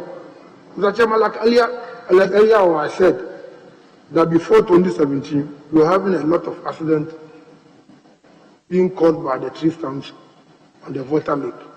So when we assumed office, what we did is to identify the navigable route for these traditional canoe operators or the ferries. And like I said, what I've done is that we have removed the tree stumps on this navigable route, Dambai, Overbank, Ketekrachi, Yeji, Makango, and some few, about 6 or 7 areas to remove the tree stumps. So it has reduced the accident on those navigable routes. That is what we have done on the water lake. Thank you, Mr. Chairman. My next question is that in some countries, the countries ensure that advertising boards are placed above their buildings. There is a view that the advertising boards erected along the roads contribute to road accidents. Do you agree to this view? And what do you intend to do if given the nod? Thank you. Thank you very much, Mr. Chairman. Mr. Chairman, this issue had come to the attention of the ministry. Mr. Chairman, since the advertising board are either found in a district or municipal areas, we are now in discussion with the Ministry of Local Government, which rent these spaces to these advertising companies to erect them. In addition to that, like I said, the National Road Safety has now become a regulator. So we are going to come out with the standardization, and we should, the Ministry for Local Government should enforce that whoever wants to erect advertising board must first of all take care of the size and the location. So we are now in discussion with the Ministry of Local Government to make sure that they standardize. Okay, thank you. Follow up on that. Are you going to collaborate with the local government ministry on this? Yes, because they give the lands or the space to the advertising companies. My final question. I'm coming back to the trees, the stumps. I've learned that it's of certain quality, and I want to know what will be what would be the use for the stumps that will be taken out of the water lake? If you have a special program for that. Thank you. Thank you, Mr. Chairman. Mr. Chairman, my information is that they use it for so many things. 2012, my information is that in 2012, the government of Ghana gave the concession on the lake to a private Canadian company. What they did was that they removed what they term the economic value and left the rest that they don't need. So basically, the ones that we can use it for project has all been removed. The Canadians, they concession the lake to them, so they've removed the economic one. They left what they, in their view, what they term on economic value. Yes. Again. Honorable nominee, congratulations. My question relates to water transport, and there is a statement here attributed to you dated 5th August 2019, and you are on record as having stated as follows. I want to quote: Government of Ghana is engaging the World Bank to develop the Volta Lake as part of a regional multimodal project to connect the country to neighboring countries from the Tema port, unquote. Now, subsequent to this statement attributed to you, I have become aware that your ministry commissioned 2 studies relative to the Volta Lake and its development. And those 2 studies were sponsored by our development partners, namely the World Bank and the Korean Exim Bank. My question is, why did you commission 2 studies in respect of this Volta Lake and about the same time? Thank you very much, Mr. Chairman. Mr. Chairman, 2 studies are going on in the Volta Lake, but they are not for the same purpose. You know, the construction of the railway line from Tema to Akosombo or Tranqueta to Akosombo, we need to use the lake to ferry the goods from there to other Bupe or Yape, wherever we decide to go. So the World Bank, under the Transport Sector Improvement Project, that GSIP, is financing a study, complete assessment study on the lake to determine, because we want the private sector to play that role. And if a private sector must come in, then the private sector person must know that the operation of the lake, that's what we call North-South cooperation, is profitable. So that is what the World Bank is doing. And the project is being undertaken by Vision Consult, a Ghanaian company. The World Bank themselves did the procurement for the consultancy without involvement of government of Ghana, and a Ghanaian company won. For the feasibility studies, the Korean government, like what I said, had decided that what we term as social impact assessment to develop this landing site, the construction of reception area at the Bido Ferry, we have identified a particular project. So they are costing a study, the feasibility study into that project to determine the cost and the location of these areas. And that is what the Koreans are doing.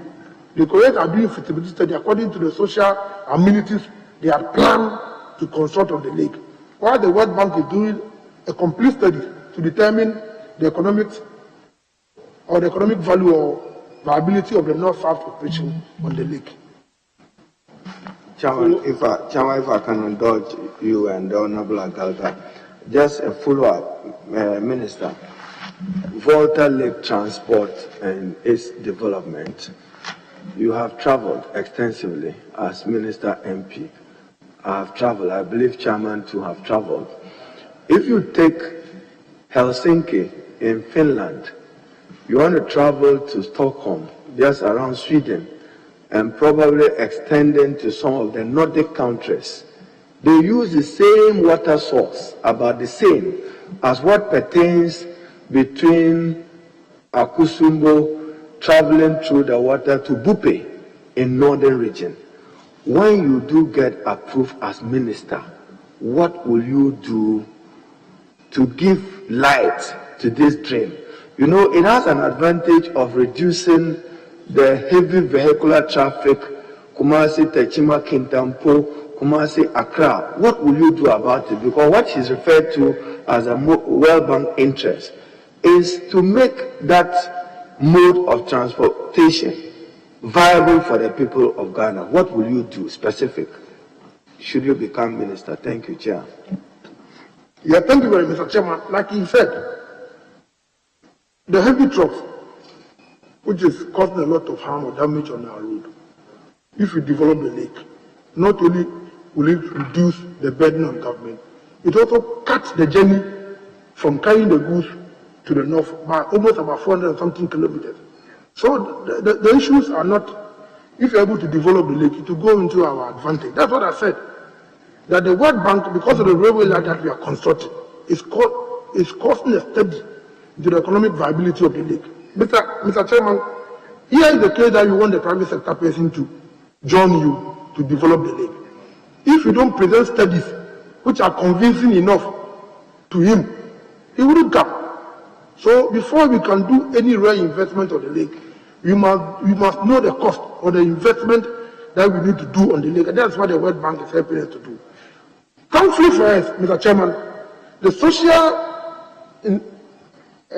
project that normally scare the private sector people to do are being overtaken by the Korean Medicine Bank. So now when they come in, they are only in to do what they claim to be commercial operations on the lake.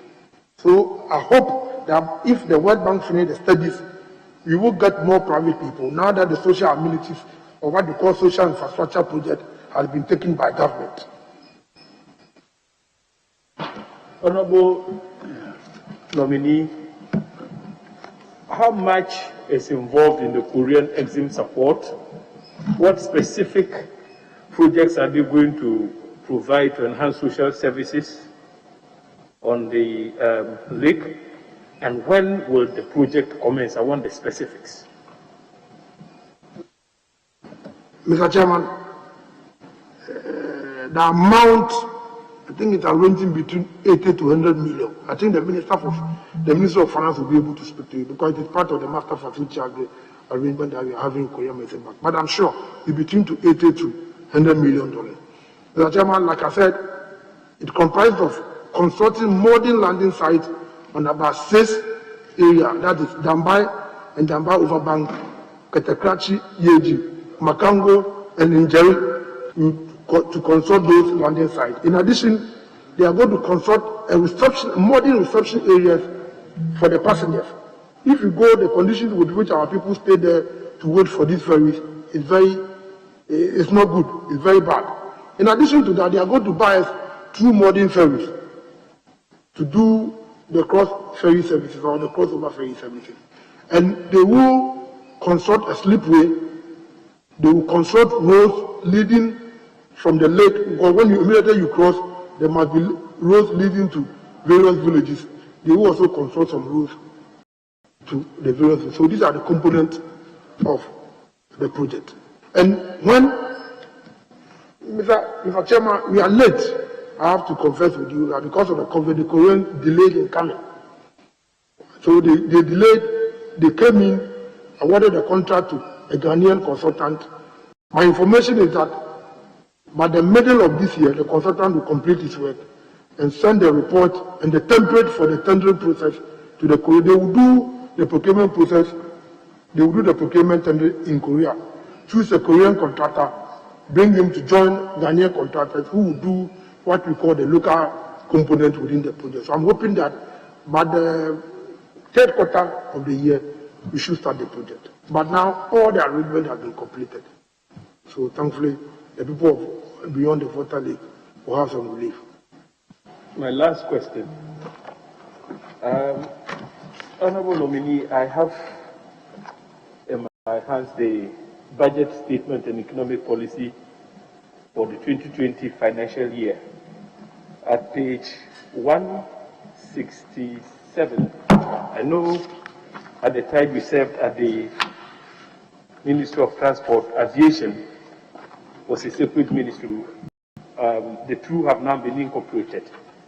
So I'll be asking you to tell me what your briefings reveal in relation to the construction of an airport in the Upper East region. At the moment, when the Upper Easterners arrive in Tamale, you have to travel 3 miles before you get to the Upper East Regional Capital. Now, at page 3 hours, at page 168, this is what the Finance Minister said. Mr. Chairman, with your permission, I read. In addition, assessment was carried out on the suitability of a potential site identified for an airport in the Upper East region. Feasibility studies will be conducted on the 2 proposed airports to secure funding in 2020. So the assurance here was that funding was going to be secured in 2020 for the Upper East Regional Airport for construction works to begin. We're in 2021. What is your briefing in relation to this subject? Thank you very much, Mr. Chairman. Mr. Chairman, this matter has been brought to my attention, and when I found, I think that we have some few challenges because of the COVID situation. But then the Minister for Finance has assured me that all things being equal, he will make sure that by this year we will arrange or we will find the funding for the Upper East Airport project. So, Honourable Member, I know that's where we come from, and the people will be happy that you ask this question. But that all things being equal, we will start the project this year.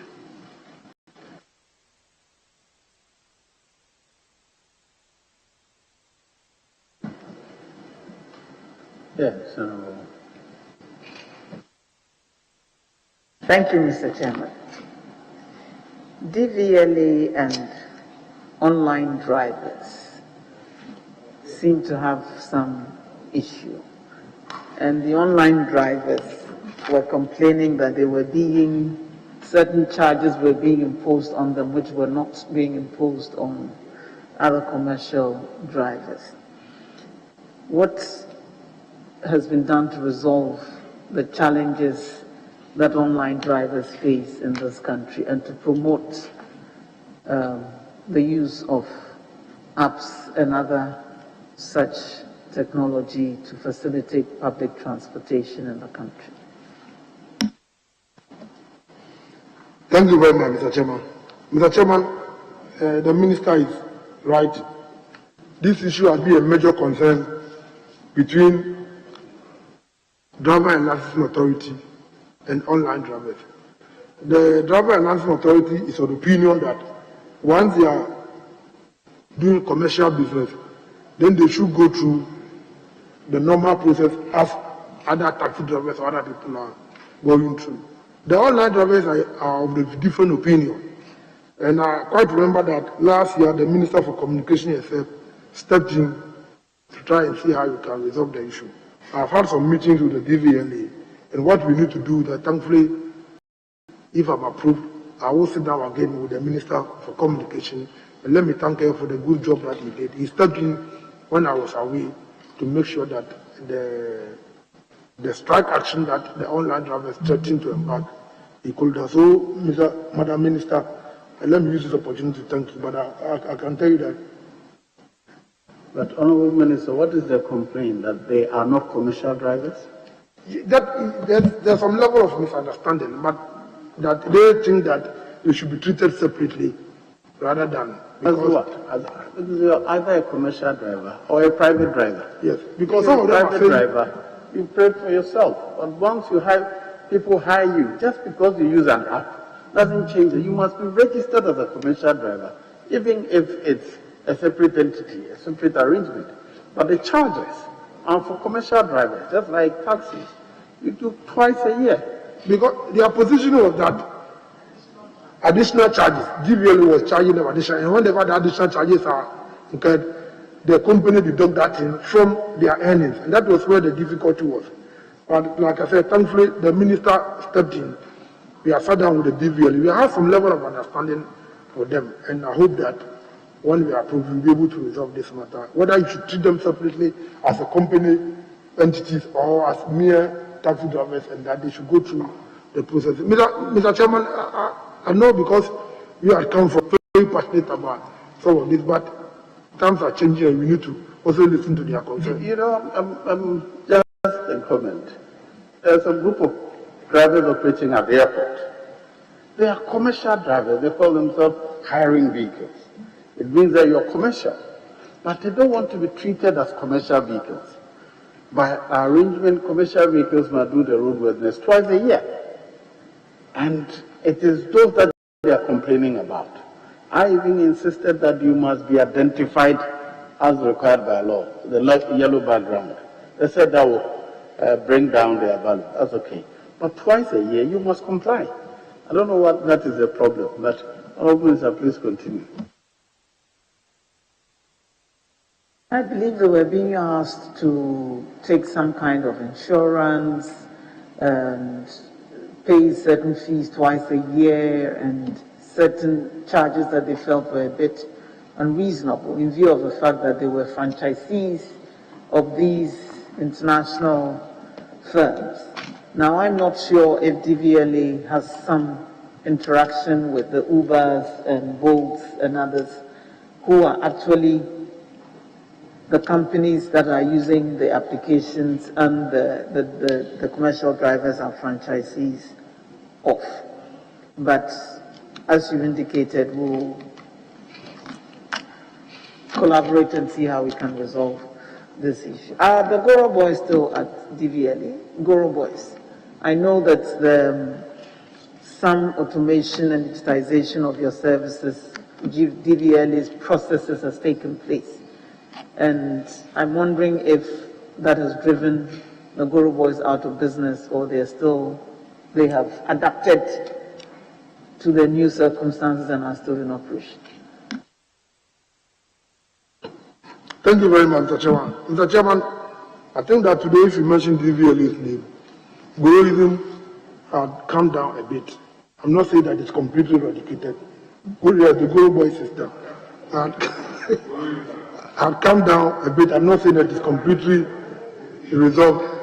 But it's all the issue of transparency, the issue of introducing technology into the system. And if you introduce technology, you don't be stuck, you don't get stuck, don't be stuck in God. So we are keeping on changing our systems. Now we are carrying the services to some companies because timing was an issue. Either two people will come and stay in DVLA for 4 or 5 hours. If we can use, maybe, because my wife works in commercial bank, I can say commercial bank people, 100 people want lances. We can take the service to their place, offer them the service. So the time that people need to come and spend at DVLA, paying them, staying there for a long time, and they don't get a service, somebody will come, oh, I can get you a service, give it to me. So these are innovations that they are introducing at DVLA, and it has helped us a lot to reduce the level of Goroism at the airport. But we are not relenting on our effort. Did you just coin the term Goroism?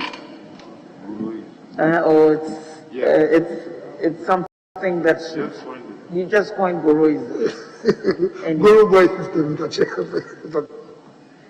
We did hear some news reports about sky trains imminently coming into this country and sky ports and other new modes of transport.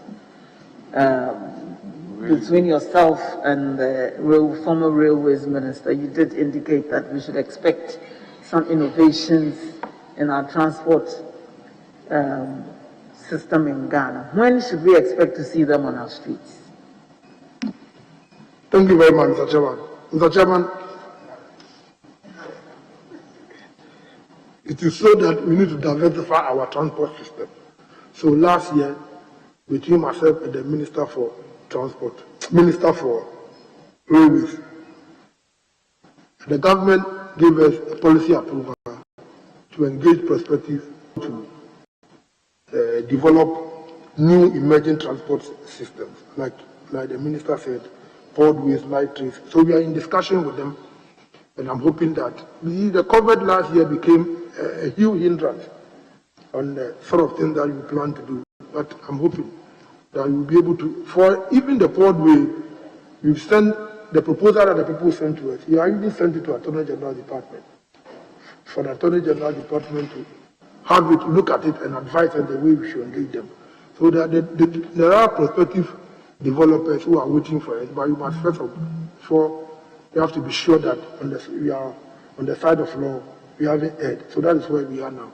So when the Attorney General brings us the final report, we will study it, go to Cabinet for a Cabinet memo, then come to Parliament for Parliament to give us approval to start the project of developing the boardways and the light trains. Thank you very much. My final question. Majority of accidents are largely caused by human error. Human error causes the majority of the accidents on our roads. Now, I know that our law says that the drivers, commercial drivers at least, must have their eyesight tested regularly. What steps are being taken to ensure, as part of probably the driving license approval process, or to have commercial drivers at least undertake regular eye checks to know that they are capable of seeing the obstacles in front of them and are not just driving blind or near blind? Thank you very much, Mr. Chairman. Mr. Chairman, it is so. If you look at the regulation 2180, it is a requirement for commercial drivers every year have their eye test twice done. Unfortunately, like I said, because we don't have a regulator in the commercial transport area, it is becoming difficult for that aspect to be enforced. Thankfully, National Road Safety Authority has now become a regulator as far as commercial operation is concerned. We are coming to this house with the LI to enable them to come out with the directives so that some of these things will be enforced. They were doing it, but people were not sure whether they should do it. People should go and do the certificate and bring it, or there must be a format with which we do it. And these are some of the things that we are looking at it within the regulation. And once the National Road Safety has become a regulator, it is going to be a requirement for any transport commercial operators for you to get your license. You should make sure that your members have some of these requirements certified before National Road Safety will even issue a commercial transport certificate for you to operate.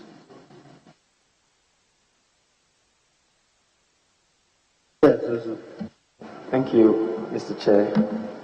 Honorable nominee,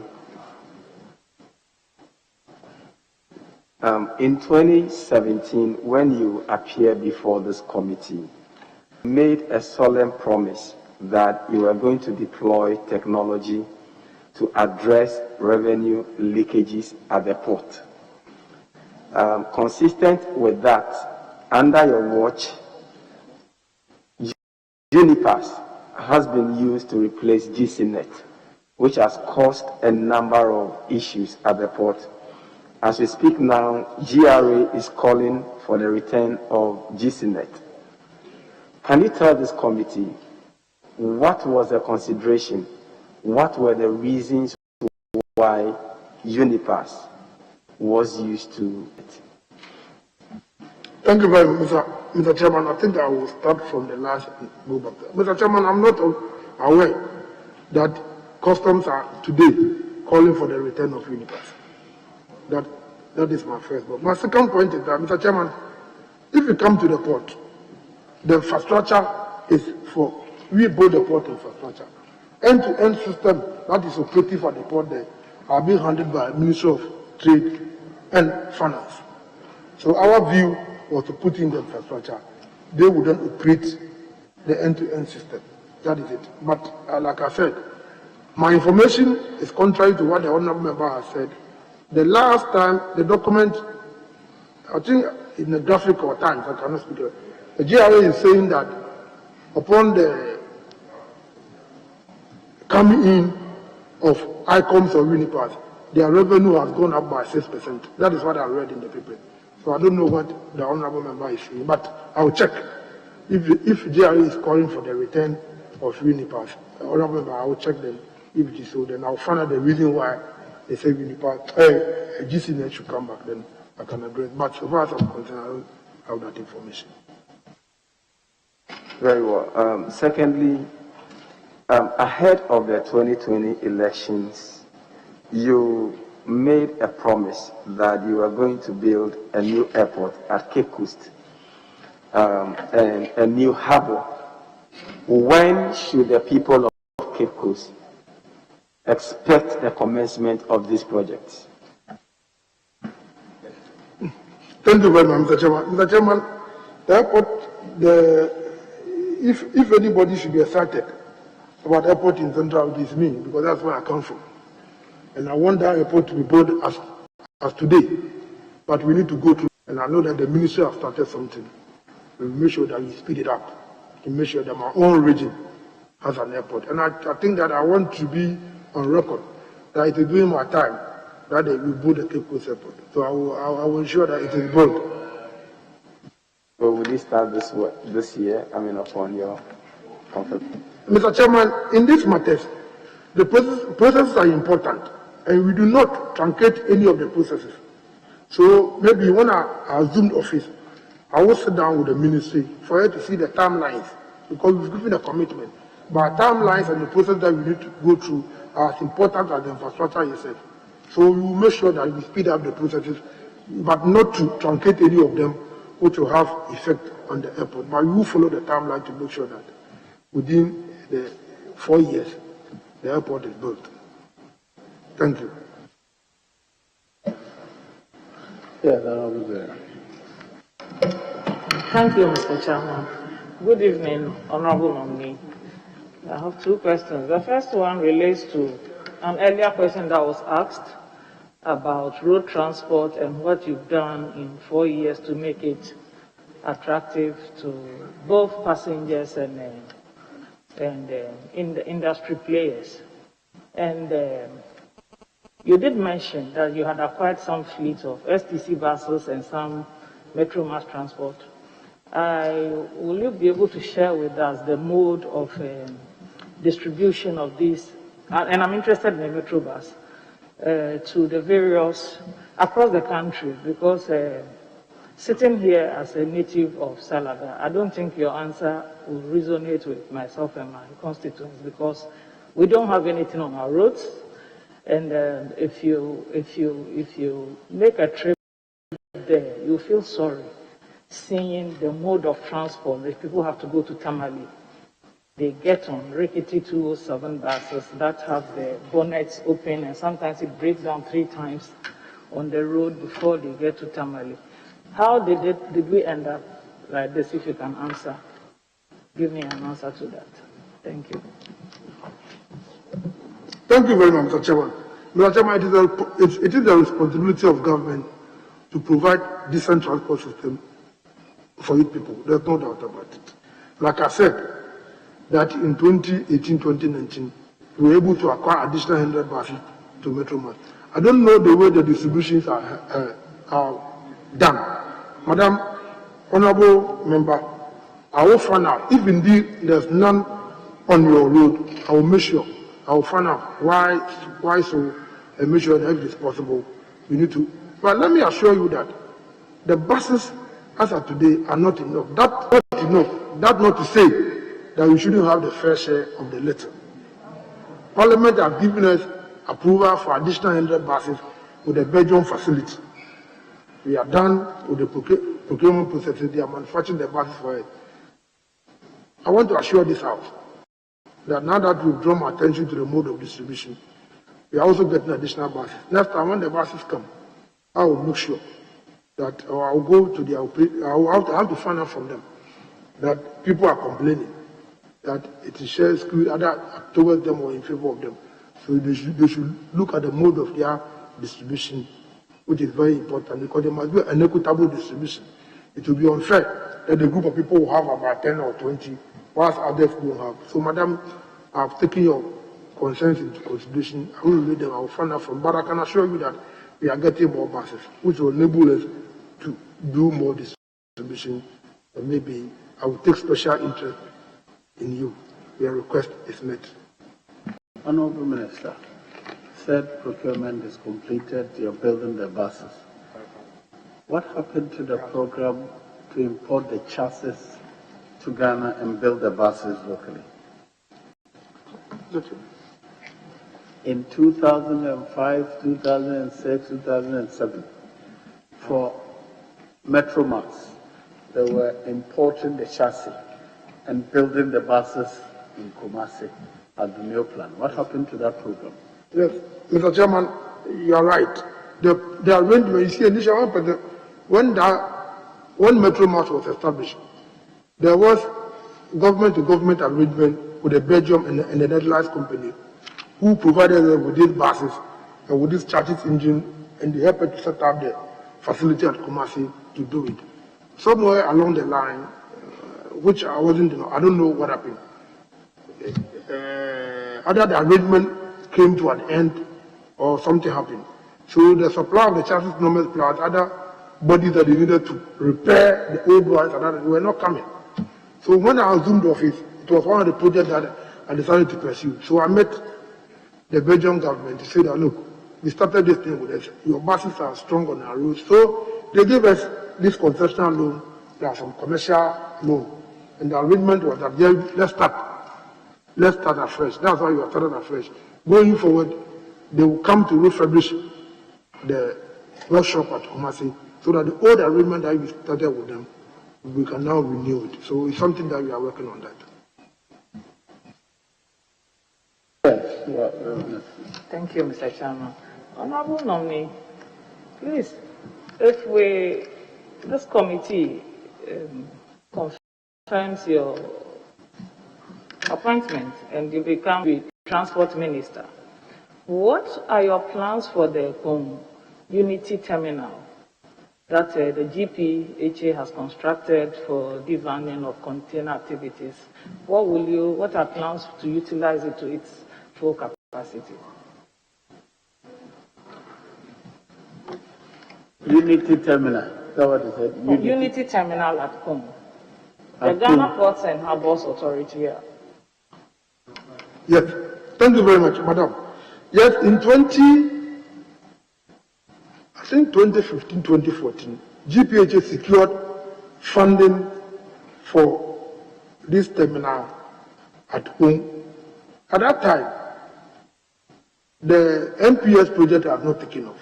So the thermal port was becoming congested. So the idea was that they would move all the containers to the home terminal, as he said. Then this project came in. So we have enough space at thermal port now.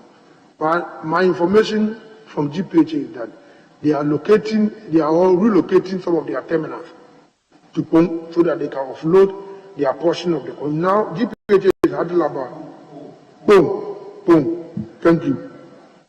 GPHA is handling about 20% of the container business at the port there.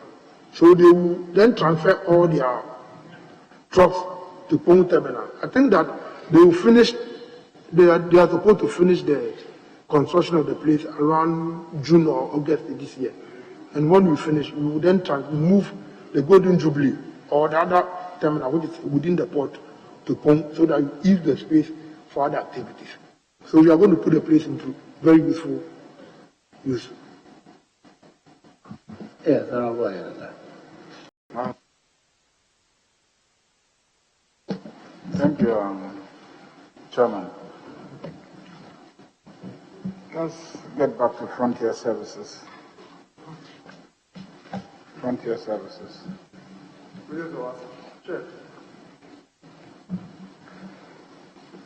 At the airport, vaccinations and health issues are handled by Port Health Services. Port Health, they handle health-related issues. At the airport, you are not aware. Okay. I assume that he is aware.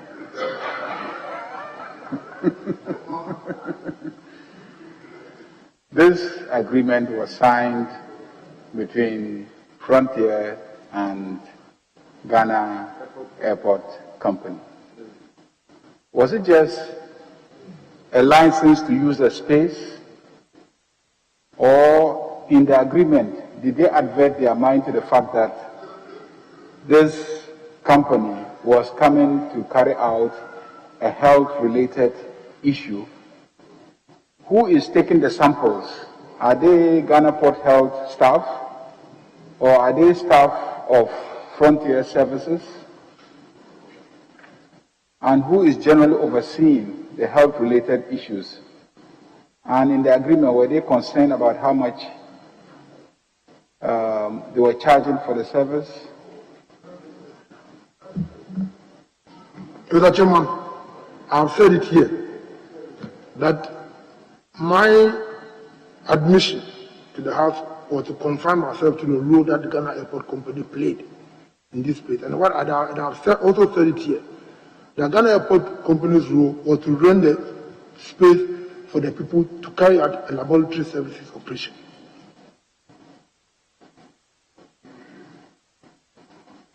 That is it. So theirs was just to lease out space for people to carry out laboratory services, to turn the airport into a laboratory, and not to be concerned about who they were, who was supervising them, how much they were charging individuals for using the airport to carry out laboratory services. They were not concerned about fees that were being collected. They were more concerned only about the rent that will be paid to them. Honorable colleague, he says that this is his briefing. He was not a minister then. So let's work with what information he has received and is sharing with the House. So when they were giving him the briefing, he didn't ask them all these questions that Ghanaians are interested in. He didn't ask any of those questions. That's why I assume that we are vetting him to be a minister, and we would expect that our minister will. I know you would have asked all these questions. I mean, Napo, I know you would have asked all these questions. I mean, or you wouldn't have asked these questions because we are vetting him to be our minister. Don't address me and ignore their sides, please. Yeah. So yeah, because he, other ministers came, including the health minister, including the information minister. Every minister came here, and all of them asked us to hold on, and then when he comes, he will answer all our questions. Oh, we're all witnesses. They all told us that we should wait. The minister who is in charge of aviation will answer all our questions. I don't remember. What I remember was the question was whether they had seen the agreement. That's what they all were asked. They had not seen the agreement. He came with the agreement. He says he's even willing to give us a copy. So he has answered our question relating to the agreement and even willingness to give us a copy. But what happened before around, he was not, you and I were not there.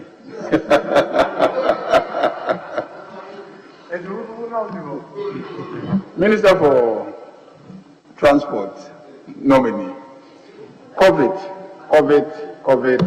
is with us. Public transport, intra and interstate transport is under you. And then general transport industry across the country. What have you done to limit the chances of COVID being transmitted in public transport vehicles across the country? Thank you very much, Mr. Chairman. Mr. Chairman, public transport, as all sectors in our economy, is being affected or has been affected by the COVID. I think that the health experts have issued a rating that the protocol that we all need to follow in order to protect ourselves. And that's why we continue to urge people, both the operators and the commuters, that the advice about public health, they should take it serious by washing of their hands, sanitizing their drink and other things within the short to medium term. Mr. Chairman, whether we like it or not, COVID has come to stay with us. I am of the known that countries have started manufacturing COVID buses. And in the long run, that is where we need to go. In terms of spacing, in terms of sanitizing the buses and other things. And we are in discussion with the Korean government. The ones they've started manufacturing those buses, that is where we need to go. But that's going to be in the long term. It's not going to be another 6 months or 1 year from them. But for now, we need to encourage them and educate them to follow the protocol that has been put in place by the public health experts. Last one. Transport vehicles, ordinary vehicles, their condition and etc. The exhaust fumes from them is one major cause of environmental pollution. Old vehicles and how they are managed, i.e. in garages and being left, unattended to and all that, getting, rusty, and then the reaction with other chemicals in the environment, all those really impact on environment. What would you be doing to assist the Ministry of Environment to check environmental pollution resulting from public transport? Thank you very much, Mr. Chairman. Mr. Chairman, the Honourable Member is right that carbon dioxide from vehicles is contributing immensely to the quality of air in our system. And if you know, Ghana was a signatory to this Paris Agreement about 170 countries with a view to reduce this emission and greenhouse problem that we are facing. Mr. Chairman, before I even proceed, the minister, when he was at the Ministry of Environment, Science, Innovation and Technology, did a yeoman job. They started this project of electric bus, acquisition of electric bus, in other words for us to veer off from this carbon dioxide. Mr. Chairman, it will interest you to know that Europe had come out with a directive that by 2030 they will move, or they will get away with all these cars, diesel and petrol cars off their street. Yes, they will get it off their street. The Americans are saying that in 2050 or 2045, the British people are saying that they are gearing towards zero emission. So we don't need to stay and fold our arms. So, Mr. Minister, the project that we started, we've gone far with it. Together, we've gone to Global Climate Fund. We have had a discussion with them. The Ministry of Finance has also had discussion with our development partners to implement the legal framework in terms of these electric buses, and also to go the way of electric buses. So this is why we've gone far with our development partners, and I'm hoping that if we are from the legal framework stage, we will then move into the implementation stage of really unleashing the electric buses into our system. We need to work in tandem with times to make sure that we go with technology. Other than that, we will be left back, and the time will come that you will not have anybody to come to our aid. So the President and the Finance Ministry, and together with myself, are very much conscious about this particular project. But let me recommend you for the work that you started at the Ministry. All right. Leadership, but we have already done 2 hours. If the leaders can assure me that they will finish in 30 minutes, I will break. Otherwise, we'll break for a while and come back to continue. Mr. Chairman, his answers will determine how soon we can leave it. So then if he gives long answers, if he assures us that he's going to give short answers, I'm sure we may soon leave. Very well. I'm allowing myself the first 15 minutes to see how it goes. If you are finished within 15 minutes, I'll break. Mr. Chairman, the Frontier Health Services will not leave. Earlier, he showed that he had a contract, the contract agreement with Ghana Civil Aviation Authority, Ghana Airport Company Limited. You have the agreement. And then you, please, who signed it? Who signed the agreement? Mr. Chairman, I'm talking on behalf of the Frontier Health Services. I've mentioned the person who signed the agreement. I said Dr. Emmanuel Akwe. He signed it as what?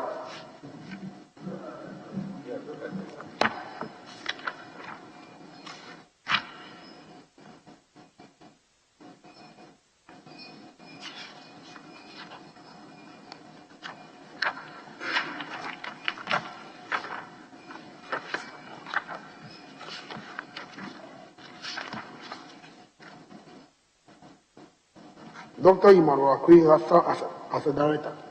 As director? Director, yes.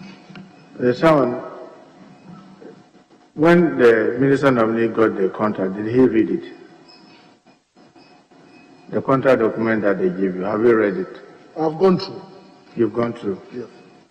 So, in it was stated that it was to rent a space to carry out COVID tests at the airport, right? Yes.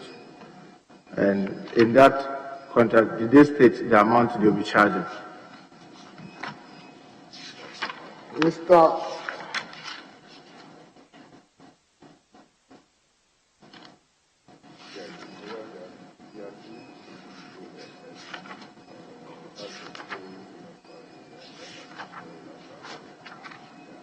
What I've seen in the contract, Mr. Chairman, was the royalties that Ghana Airport Company was to earn from the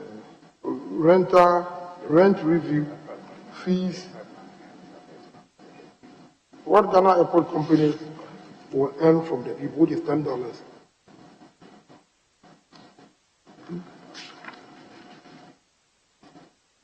You can't remember seeing in the document where they state what amount they'll be charging per passenger. I haven't come across it in the document. But you said that they agreed to pay $10 for every passenger that they test. Is that in the agreement? Yes, Mr. Chairman, my understanding of this thing is that Ghana Airport Company was then having an agreement between them how much they will give to Ghana Airport Company and how much they will pay as rent. So maybe I don't think that the charges that they are going to charge the public is reflected in this contract. So they agreed to pay them $10? $10, yes. That's why you know? Yes. Have you cross-checked from Ghana Airport whether they are paying $10 or they are paying $4? They are paying Ghana Airport Company $10, but the Ghana Airport Company share with other state agencies. So maybe the $4 go to Ghana, but they are paying them for $10 for each service that they is Ghana Airport Company receiving $4 or $10? Mr. Chairman, my information is that they pay Ghana, as stated in this contract, they pay Ghana Airport Company $10. In your briefing, did you get an idea how many passengers have passed through and how much Ghana Airport Company Limited has received in total? Mr. Chairman, I did not ask them. Will you find out maybe when you are approved whether Ghana Airport Company is truly receiving $10 or $4? Mr. Chairman, I will. Will you be surprised if you realize that it is $4 per person that Ghana Airport Company Limited is receiving? Mr. Chairman, I'm just going by what is stated in the contract. Yeah, they are supposed to pay Ghana Airport Company $10 for each test. In the agreement, did this state when the agreement was going to kickstart? When the contract was going to kickstart, the date of entry into the agreement? The date of? The date, the date they signed the agreement. The agreement was signed in 1st September. Come again? 1st September 2020. 1st September? Yes.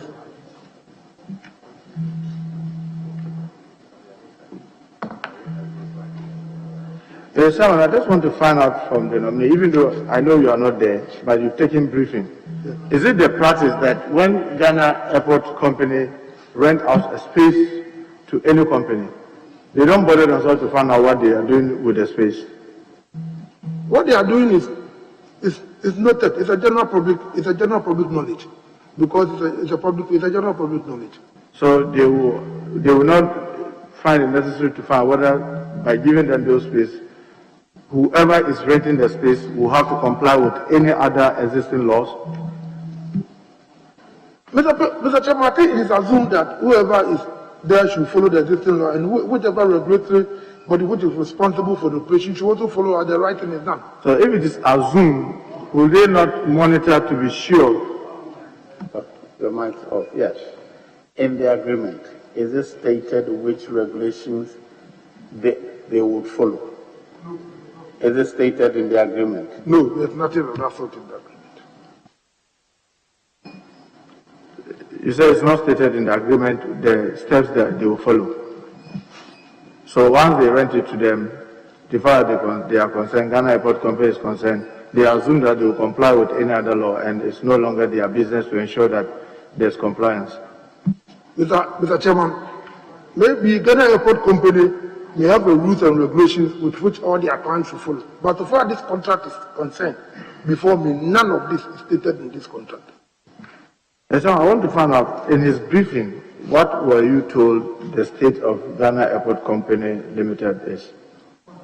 The state, the company, Ghana Airport Company Limited, the state, the current state of the Mr. Chairman, our current state is very bad because our main source of revenue is this, when people fly in, that's where we get our money. Unfortunately, the COVID has reduced our revenue has gone down by about 70%. So the state of Ghana Airport Company is bad because our minister, I know that even getting to the third quarter of last year, government has to bail them out among some other state institutions to pay their workers. So their condition is very bad. As of now, unless the COVID situation improves. In your briefing, did you get an idea how much loan they are servicing currently? How much loans they are servicing currently? No, I may not be able to. In totality, I may not be able to. You didn't ask in the briefing. I know that they are servicing some loans, but I need to be very honest. Are they having difficulty in servicing their loans that you know of? Mr. Chairman, basically, once their revenue has gone down, it will affect the servicing of their loan. Maybe we even need to go back. I haven't said it briefly.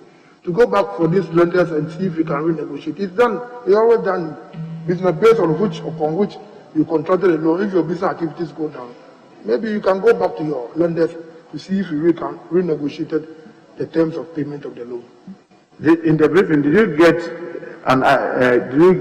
get to be told that on 9th July 2020, the then Minister Kofi Adda commended them for their ability to service all their loans without defaulting? Chairman, I don't have information to that effect. Is there any plan to either privatize, whether public-private partnership, whether sales of any of our airport or any part of it that you know? Mr. In the briefing, did you come by any name called TAV, T-A-V, SUMA, S-U-M-M-A, consortium trying to engage Ghana Airport Company on Terminal 3? To do what, Mr. Chairman? I want to. To partner them. To partner them. Partner them to do? To partner them so that they can bring in financial muscles, renegotiate their existing finances so that they can own, TAF will own 33%, SUMA will own 33%, and Ghana Airport Company will own 34%. Did you get any briefing on this? Mr. Chairman, certain have not come to my attention. But maybe if you approve me and I go, I can find out and brief the House. You know, Terminal 3 is one of our best babies. Our best? It's one of our best babies. As when I'm talking about us, I'm talking about Ghana Airport Company Limited. Best baby? Yes, our best baby. Our milk cow. You are aware of that? Oh, to the extent that it's new and it's modern, why not? If you go to the airport, it is the biggest space that we have in terms of movement of people. So definitely. Are you also in the briefing on Ghana Airport Company? Have you been told that they have sourced out maintenance? They have done maintenance that their staff are capable of doing to a private company. Mr. Chairman, I'm not aware. That they are paying almost $10 million annually to. No, I'm not aware. In the briefing, that didn't come up. No. Are you in the briefing? Did you also get briefing about the current projects that they are embarking on across the country, Ghana Airport Company? Yes, Mr. Chairman, I received some briefing that in Kumasi, for instance, they are doing the phase 2 and phase 3. In Tamale, we are doing phase 2 now. They want to adopt the Kumasi strategy by doing the phase 2 and phase 3 together. Because if we did, it reduces the cost of borrowing and other things. So I know, like I said, I know that we are on Sunyani. They are also doing Sunyani. They've just completed WA. They've completed WA in 2018. They've completed WHO in 2018. So I've received some briefing on some of the projects that they are doing. Are you also aware, in addition to this, that you said they are fencing Kumasi Airport, they are fencing the whole airport? Did you get that briefing too? Yes. Will you say, with the current financial state that they have, taking on board all these projects is healthy for Ghana Airport Company Limited? Mr. Chairman, I know that with the current financial state started in 2020 because of the COVID. If you watch, it will interest you. In 2018, the passenger throughput was around 2.4. In 2019, we have exceeded 3 million, about 50 passengers.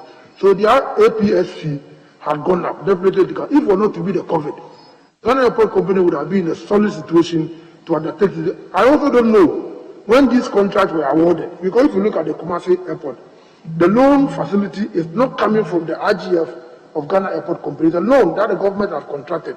So maybe Kumasi and Tamale is not having direct effect on them because the money is not coming directly from the RGF. It's the loan that the government of Ghana contracted to undertake these two projects. The only place I know is the Sunyani, which they awarded a contract by using their RGF, which is being affected by the unexpected COVID situation. So for Kumasi and Tamale, they are not being affected. They can still go ahead with it because the money they are using for the project is not coming from the RGF. What about the fencing of the whole airport and Kumasi Airport? Are you aware of the funding that they are using to do that? I'm not aware, but I'm assuming that it is part of the loan that they are contracted. But I'm just assuming, but maybe I can also find out and come back. Yeah, obviously it's not part of the loan. Okay, fine. And obviously it's also having a toll. If you say so, I will not challenge you. It's also having a toll on their finances. Then, are you also aware of the construction of the apron, a new apron in the north? Yes. Apron of the Kotoka International. Yes, I've been briefed that they contracted it as part of the RGF. They use the RGF too because the apron is due. They need to do it. Unfortunately, they were hit. So there are plans by Minister of Finance to take up this loan initially and pay, so that if their situation becomes better, they can then offload the loans back to them. So some of these projects are time-bound, and if you don't do it, you'll be downgraded by a cow. So if they don't have the money, it is the responsibility of the government of Ghana, if you want to maintain our airport within the category of the best airport, to do some of these projects. Let me tell you that our tower, at the Civil Aviation Tower, is due. ICAO has issued a warning to us that we should change the tower. We have no option. I just informed the Minister for Finance that it's going to be one of the criteria with which ICAO will come and assess it. So by June, we have to start the construction. Whether as a government, whether Ghana Airport Company has money or not, the government must step in to provide them funding to do this project. Mr. Chairman, revenue leakages at the Ghana Airport Company Limited. In your briefing, did you hear about Le Concierge Club? I haven't heard the name before. You've not heard? No. In the briefing? They didn't. You've not heard that they are trying to outsource the commercially important persons unit of the Terminal 3? I haven't heard it. And I hope you take interest to know who are they, whether there's any contract, and who are behind it, and whether this is not something that we should do on our own, looking at the situation that we are, instead of just outsourcing it to private companies, when we can run it ourselves and make additional income for the Ghana Airport Company. The Terminal 1, the Magdan Aviation, did you get the contract? Yes. Have you gone through? Mr. Chairman, I've got a copy of the contract. Like I said this afternoon, this evening to you, is that the contract that I have cited is a contract between Ghana Airport Company Limited and Magdan Logistics Services, January 2019, for a 15-year concession period. That is what I know about. Even though I know you were not the minister then, couldn't you have believed that if Ghana Airport Company Limited had done this transaction directly with the U.S. business, would have fetched the Ghana Airport Company Limited more money than just outsourcing it to a private person? Chairman, I don't know when Ghana-U.S. agreement was signed, but I know that Ghana Airport Company and Magdan's agreement was January 2019. I don't know which one preceded the other. But if you ask me, if the Magdan contract preceded the agreement with the Americans, I don't know what the Americans specifically asked for the space, the down floor of Terminal 1. If indeed that is so, then automatically at that time they need to go to Magdan. And my additional information is that they also requested, they were using the base for their field-based operation within the West African sub-region, and they needed a logistics company to do the distribution for them. I'm not saying that the two are one, but I'm saying that if at the time that they came in, the place had already been rented to Magdan, then it's necessitated that the American dealt with him. If the agreement was in place before the Magdan, then we can have maybe some concerns with it. But once I'll be able to tell you the time that they had a contract with Magdan, that January 2019. I don't know when the American came in with a request for the use of Terminal 1. President, I want to find out from him, from the briefing that you had, did you get the idea that Magdan is indebted to the Ghana Airport Company Limited? Mr. Chairman, I have not been briefed that Magdan is indebted to them. If indeed he is indebted to them, they must find a way to get their money from him. The rent that is owed is about 2.1 million, concession fee about 3.8 million, premium for freight forwarders about 2.1 million, logistics center and warehouse at the Korea Enclave about 359,000 Ghana cedis, land acquisition as sprinters about 168,000, totaling 8.665219.37 million Ghana cedis.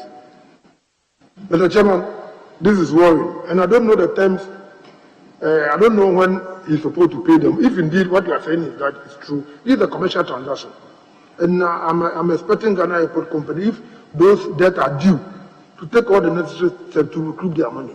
If it is that they are relying on their work, I will just go in, ship them to make sure that not only Magdan, but anybody who owns us, we collect our money from the person. Whether Magdan or any client who is at the airport then is not paying him. So assurance given is that when given this nod, you ensure that these monies are collected and collected prompt. Sure. Money. The Chairman, why are we not interested in privatizing the local airports, Kumasi, Sunyani, Takoradi, so that people can come and invest, rather than people wanting to take part of what we have already invested and that is doing good?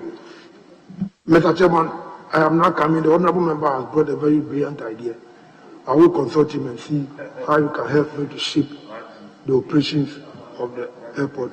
So Honorable Member. Chairman, is that what the Tamale one? Maybe Honorable Haruna Idusu may be interested in investing in that, but he should rather desist from trying to get the juicy one, the hanging fruit, which is Accra. I mean, no, there's no any good example anywhere in the world where people have privatized the international airport and in the long run have benefited. So let's take that and make sure that if people are interested in developing our aviation industry, let them enter into the area that is not yet developed, develop it and make the money. But they shouldn't want to ride on the back of the well-developed one that is already doing well to make the unnecessary money. Thank you very much, Mr. Chairman. Mr. Chairman, I'll consult the Honorable Member too. Why, I don't know whether you took this briefing, why are they interested in doing another asphalt overlay on a runway that is meeting standard? It is okay by International Civil Aviation Organization, just doing an asphalt overlay on a runway that is already good. Why? Mr. Chairman, I think that I'm not going there, I'll find out, but I think that some of these asphalt overlays have time duration with which we need to replace them. I don't know if the time is due, but I'll check and find out.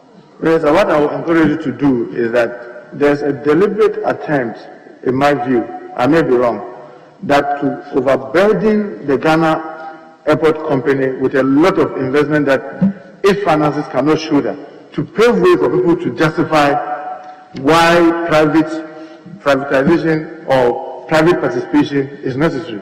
So as we are going, I hope that you take clue and ensure that during this period, it's not the time to be taking too many finances on the balance sheet of a company that is doing so well, so that people don't take advantage to say that because it is not doing well, they will have to come and partner us to take us out of our financial difficulties. Mr. Chairman, I think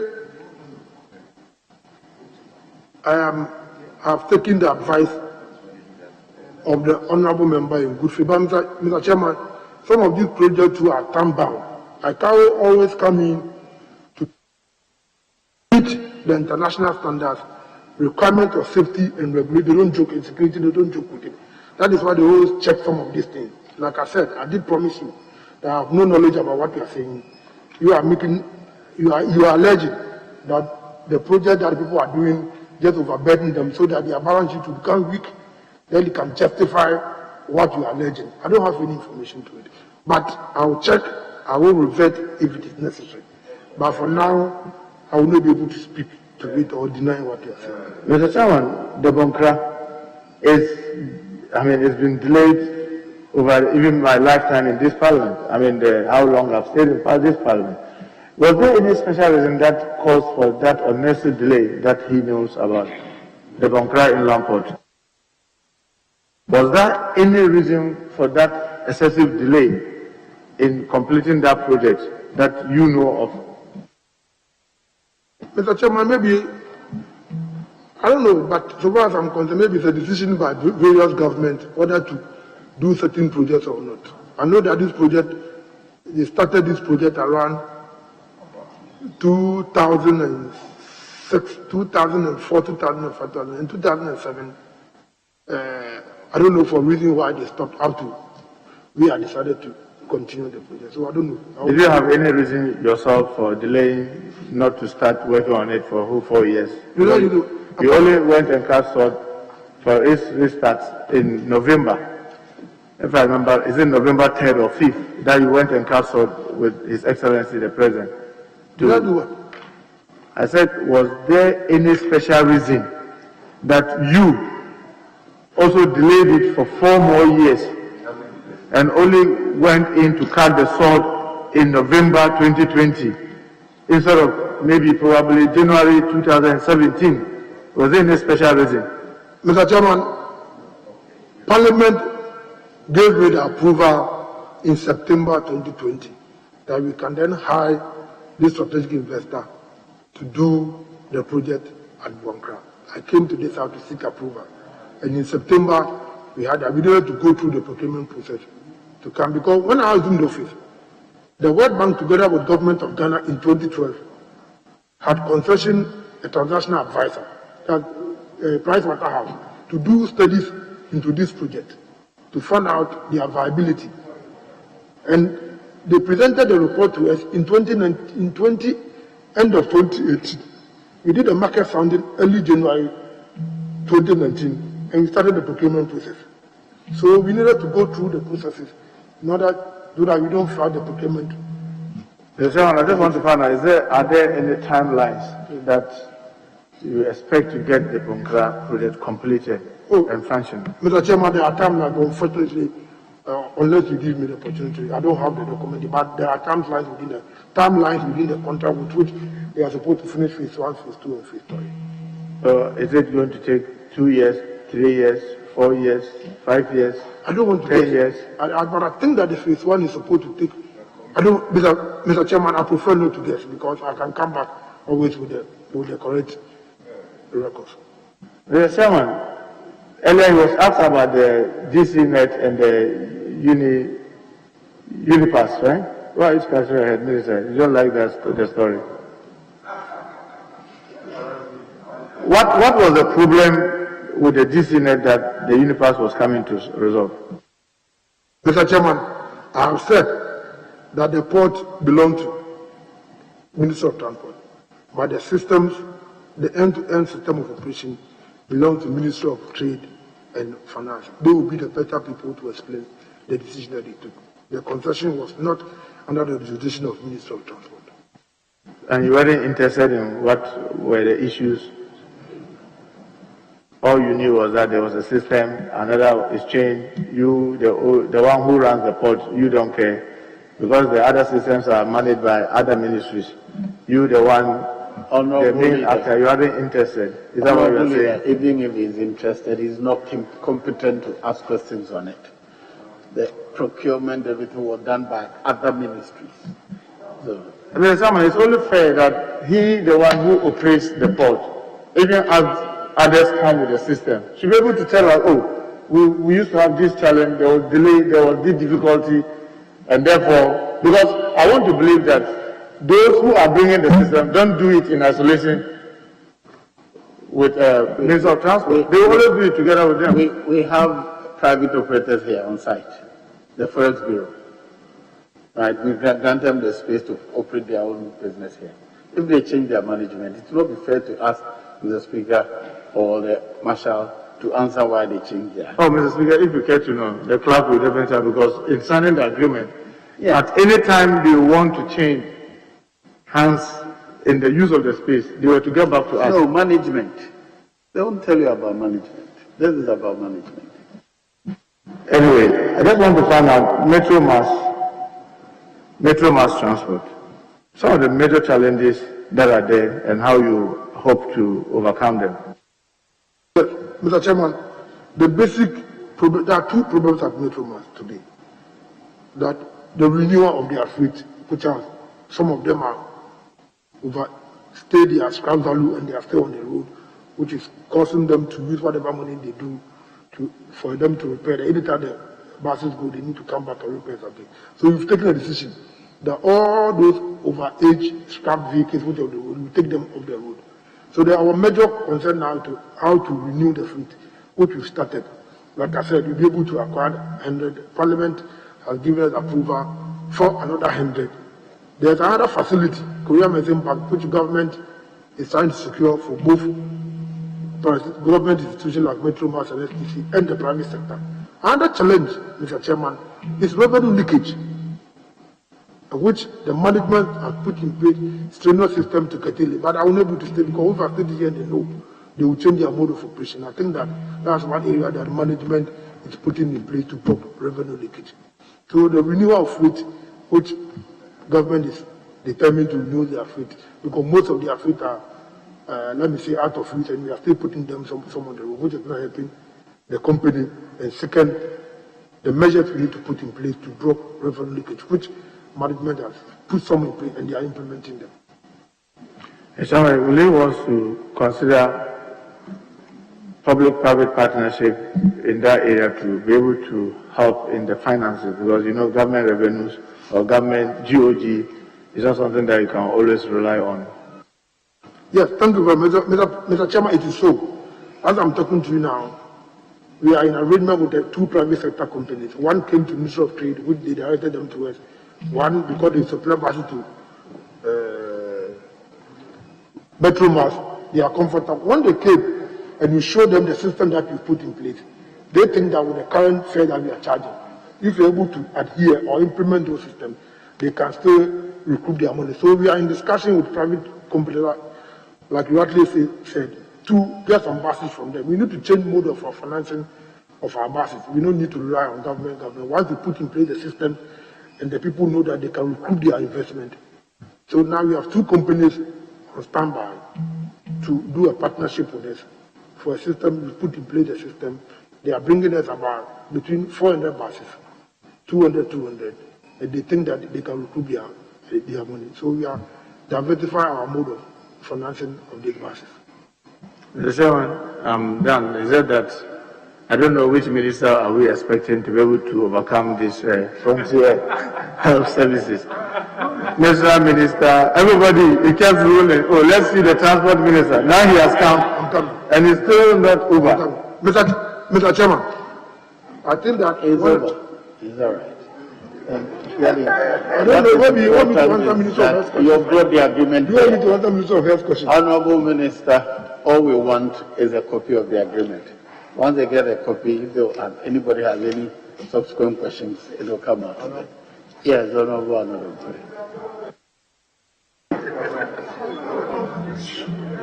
Speaker, Chairman, Honorable Nominee, if I can have your attention, you have spoken to the challenges, as was asked by the minority chief, challenges at the Metro Mass, and you rightly identify concerns about the buses, spare parts, and all that.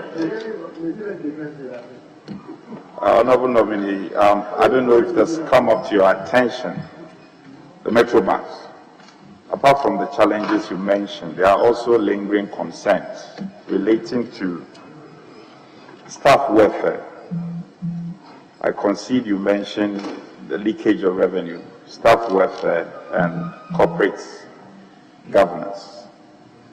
Some frustrated staff are resorting to social media, pouring out their hearts and saying all sorts of things. Can you assure this committee that given the nod, you will institute good measures to unearth or confirm what the challenges are and also deal with it? Thank you very much, Mr. Chairman. Mr. Chairman, indeed the issue of welfare dissatisfaction had come to my attention.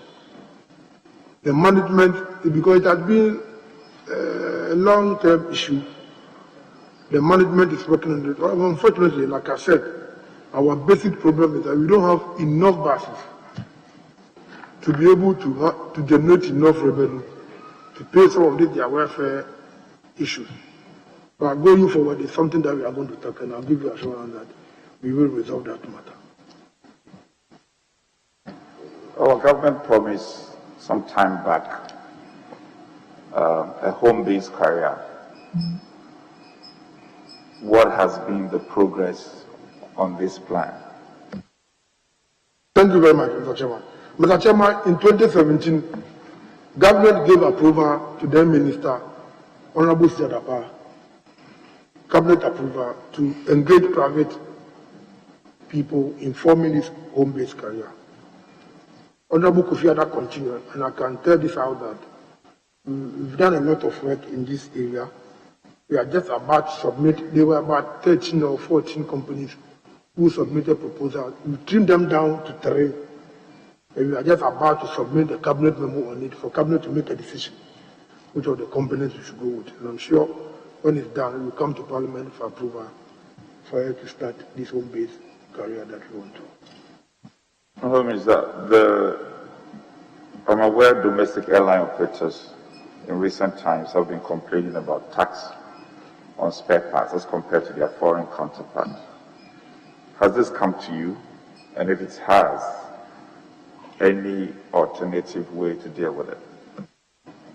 Yes, Mr. Chairman, this is one problem that, like you said, the domestic operators are complaining about it, that the tax element on the spare parts are taxed, or maybe there's a tax component on the spare part that they import into the country to repair their airlines. Whereas the foreign one that comes here, they don't charge them. So the matter is before the Minister for Finance. I will look at it with him. They've already engaged him in a discussion to see how best we can do to resolve this matter. And I'm going to continue the engagement to make sure that they get some relief concerning the spare parts, which will also enable them to reduce some of this, the fare, because people are complaining that the fares are too much. And these are some of the problems that, if you are able to resolve, it will also help them to reduce. We can also engage them to reduce the airfares for passengers. Well, Mr. Designate, you know how important Ghana is, a geographic location and all that. The dry dock project in Tema, I mean the shipyard and dry dock project in Tema, what is the state of that? Mr. Chairman, this is a problem, and I think I need to concede that in 2018, we have started the engagement of acquiring a strategic investor for the Tema shipyard. Because if you look at the location of Tema shipyard, and if you look at the development which is going on within the West African subzone, we need to take advantage of ship repairs. And Tema shipyard is the biggest within the subzone. Unfortunately, the equipment are out of use, obsolete, and cannot be used for the purpose that is created, or the purpose that which we are supposed to use it for. So we started the engagement of strategic investor in 2018. In 2019, Aker Energy came in. That as part of their development in the oil field, they will need a shipyard to play important role in their operations. So they were going to put in the funding for the project. So front and back, later 2019, they came to us to tell us that. So we started the process because we thought that once Aker was coming in with the funding and that they would add the cost as part of their POD, it was better for us, for government to then stay back, allow them to do the investment so that we can operate with them. Then 2019, they came here again and said that they are having problems in the development process. So they are halting the engagement, and they need time to come to us. We tried again in 2020 to go back to the procurement process that we have started. Unfortunately, we were hit by this COVID, which is a huge problem on our part. So Tema shipyard, we are having some challenge there. As a government, we need to take a decision. Either we still go for the strategic investor, or the government should go in for a loan, not less than $50 million. Because with the project that we are seeking to do, we need to overhaul the place. So that is what we do. My last question, Honorable Minister Designate, is relating to encroachment. Your mic. Yes. Very impressive understanding of the sector, and I commend you. From the 6th Parliament, I recall from the 6th Parliament, I was privileged to have served on a committee that was been considering matters related to airports and aviation and all that. Encroachment of land belonging to the Ghana Airport Company has been continuous from the 6th Parliament. Most of our reports, you see running through. I know you are now, I can see you are now going to the place.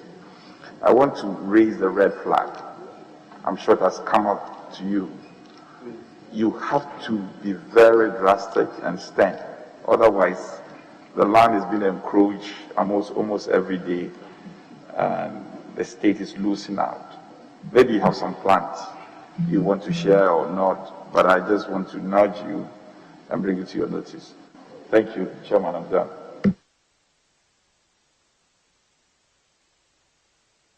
Yes, Chairman, I should thank you and also congratulate our colleague, the Honorable Asiamah, returning Minister for Transport by President Nana Addo Dankwa.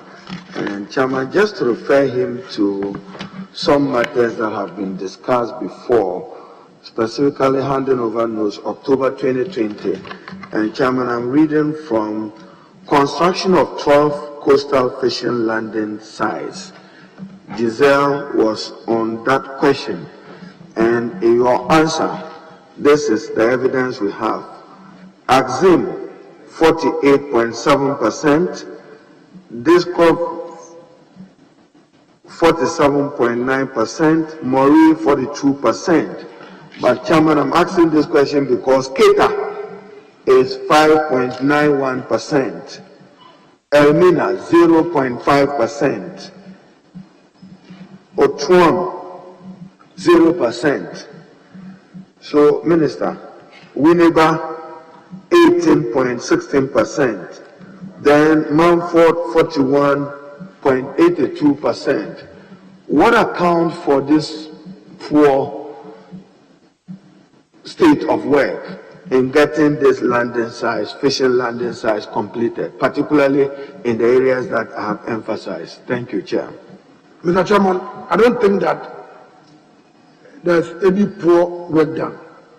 The sites, the contractors do not start the site at the same time. If you watch, they started Axim and Discoff, then they moved to other places. They start 3 or 4 at the same time. So that is the state of affairs. All the sites were not started at the same time. So you cannot have equal measure of work at all the sites. So, Otuan, 0%, what accounts for it and what will you do about it? Now, what does 0% mean to you? Mr. Chairman, the reason why we stated Otuan in was that, if you look at the original contract we came this out for, Otuan was not part of it. It was because we had a different facility for Elmina to build a full port. I'm coming. Mr. Chairman, I will come there. Because we had a facility from Belgian company or Belgian government to build full port at Elmina. We needed to buy all the Elmina money for Otuam and Osu. At that time, we had just cleared the land, we are just moving the equipment to site. So actual work has not commenced. But for now, if you go there, you see that some level of work has been done.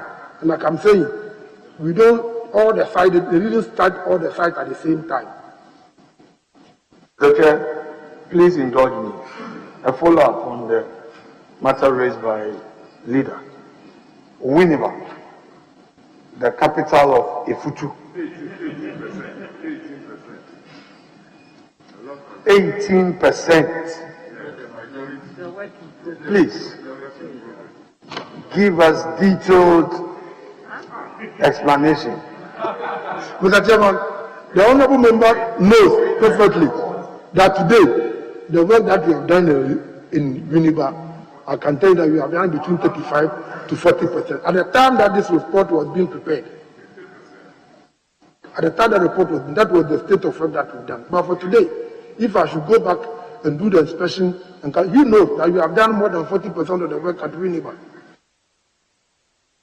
Chairman, with your indulgence, Minister nominee, there are Ghanaians in the shipping business who want to do more as indigenous businesses and indigenous citizens participating in the shipping business generally.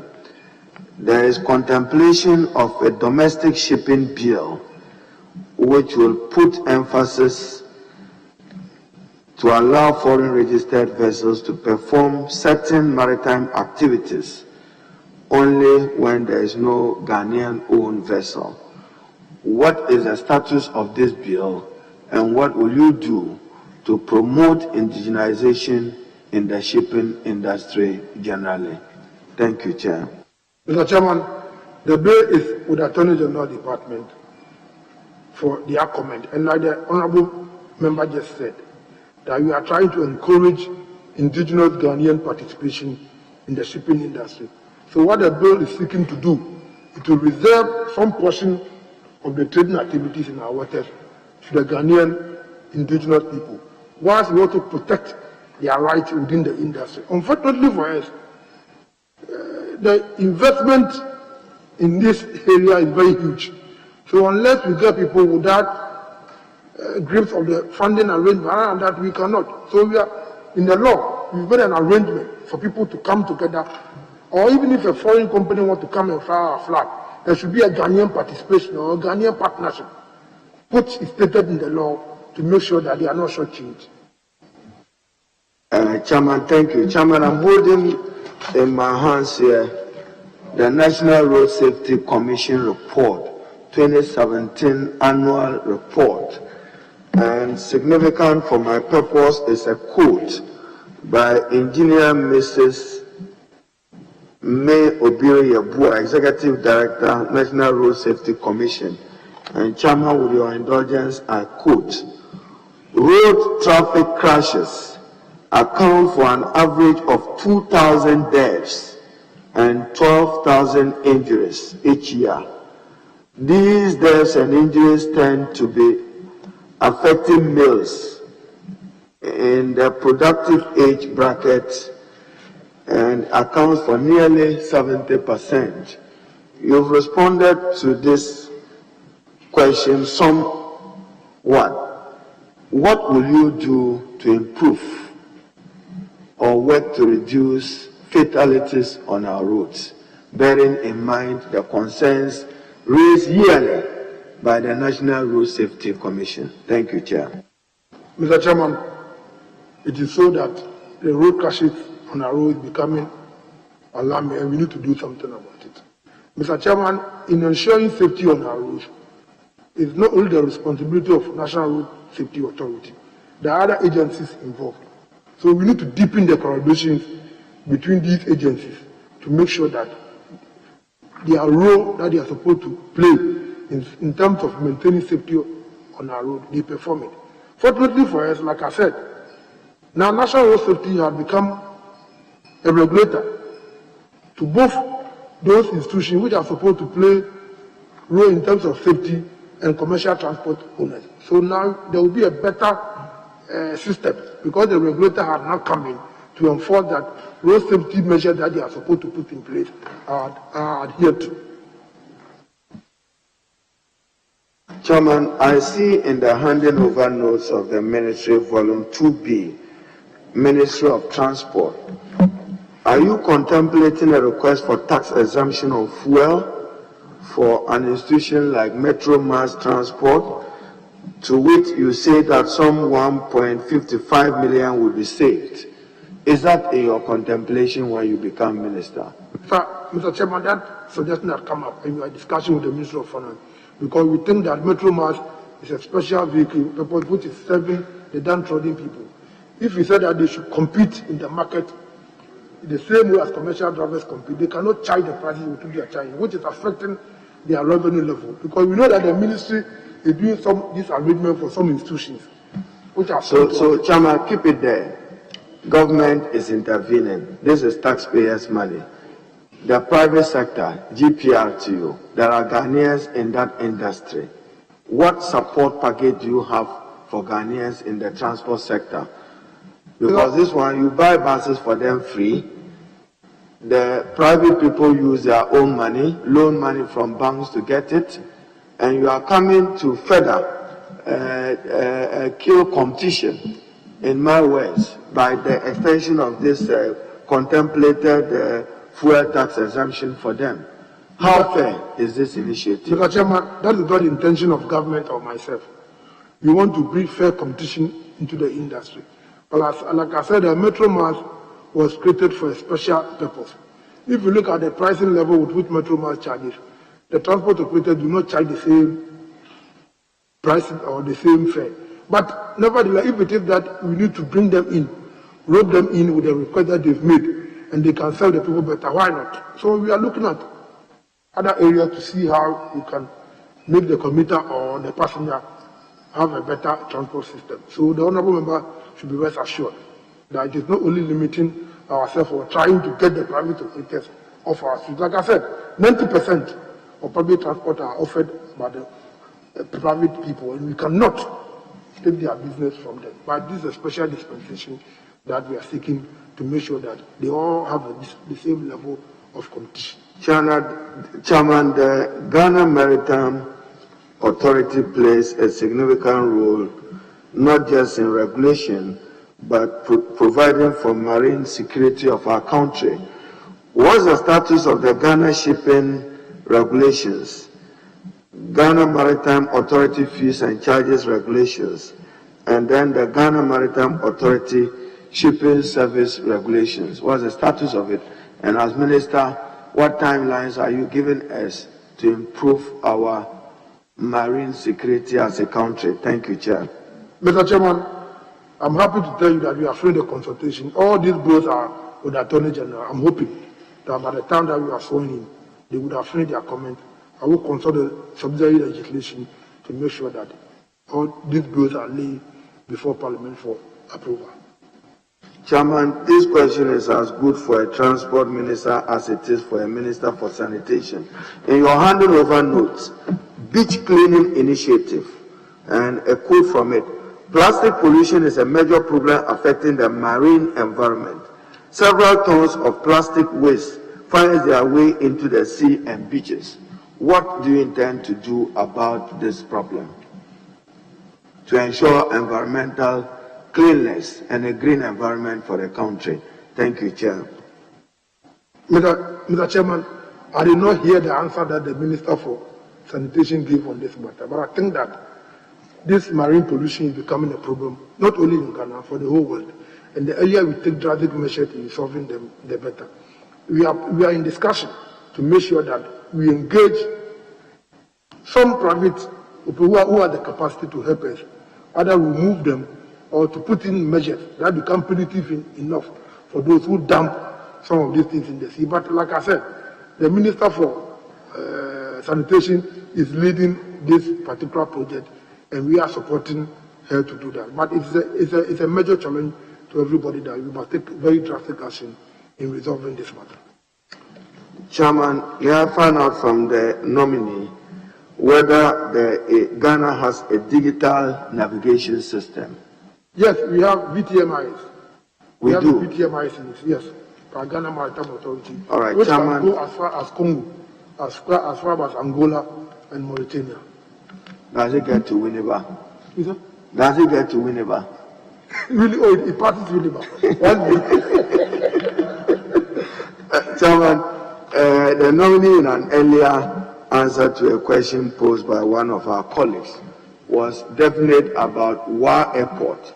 I was in Wa only last weekend, and there are cautions that the airstrip is not good enough for our purposes.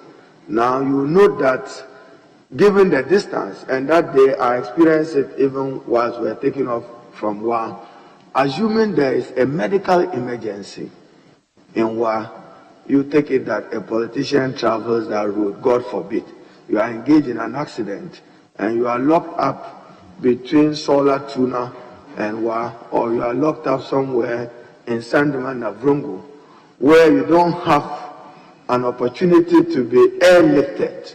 That can affect lives. So when you spoke about the Wa Airport, you know the real status of the Wa Airport, do you? Mr. Chairman, I have been briefed to some extent, but I don't know the real status because When was the last time you were in Wa as minister? Wa as minister? Yes, you visited Wa as Minister of State. Oh, just traveling to the region. But I did not go by air. I went by road. Road, yes. Yes, when were you there the last time? Oh, last year I went to Cabo's place, Cabo's Namdam or Laura there. Laura, yes. Have you visited the airstrip before? I haven't. You haven't? I haven't. When will you do that? Oh, immediately I assume the office. I'll go run all these facilities to see to myself the state of these facilities, and then I can then. Were you just operating in Kepos and Winneba area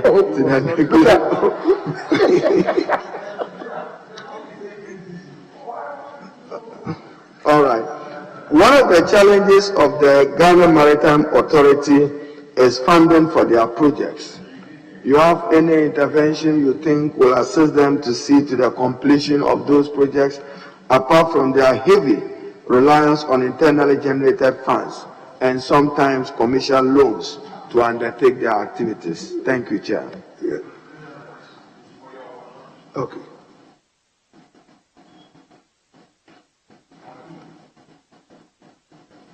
Ghana Maritime Authority. Yes, Mr. Chairman, Ghana Maritime Authority is very important institutions in this country. Like the Honorable Member said, when it comes to our maritime industry or maritime domain, they are supposed to be the regulator. And I think it is important that we aid them in all things that they do for them to stand on their feet to perform the functions with which they are doing. So, like you said, the other projects that they are doing, they have been getting funding from other institutions, other international companies, bodies, and other things. But if it is necessary that government needs to come in, or I have to fight for them to get some funding for projects that will help this country, I will push for it. And that is exactly what I'm trying. Chairman, in the US and elsewhere in Europe, because of carbon emissions and greenness and environmental. Yeah. Please indulge me. Mr. Chair, I have a follow-up on the Ghana Maritime Authority. In 2018, Ghana Maritime Authority in press briefing indicated that for the first time, they've been able to make profits consistently. Are you able to shed light on this? Mr. Chairman, I think the Ghana Maritime Authority has improved on their internal reduced generation fund that they get from their clients or their customers. Basically, that based on that, they improve on the revenue generation process. And they also have been able to secure some boats, which is aiding them to check these illegal activities. So far as our maritime domain are concerned, whenever we are found capable of the offense, we are made to pay fines. And now that they have some basic equipment to monitor the sea and also get funding from people who go against the law, definitely they have improved on their revenue generation. But there's more that we can do if we have the equipment to monitor our oil field and other places where these illegal activities are taking place. And that's what we are trying to do. Chairman, my question was electric buses, the way forward to curb pollution of the air and reducing carbon emissions and greenhouse effects. What's your contemplation as minister? What will you do about that? The shift. Mr. Chairman, in the earlier question, I think I alluded to it about the good job that Honorable Ayariga and the Minister for Transport then did, and we are following it up. Now, like I said, we've contacted Camel Green Fund, which is responsible for some of these projects. They give funding for some of these projects. And our development partners too are also helping us to roll out this project. So, not longer time, I'm sure that we will be able to roll out this electric bus. But we are working on it. Honorable, we are seriously working on it. Chairman, DVLA, you know, when you do become a minister, I have a problem with silos of data across the country.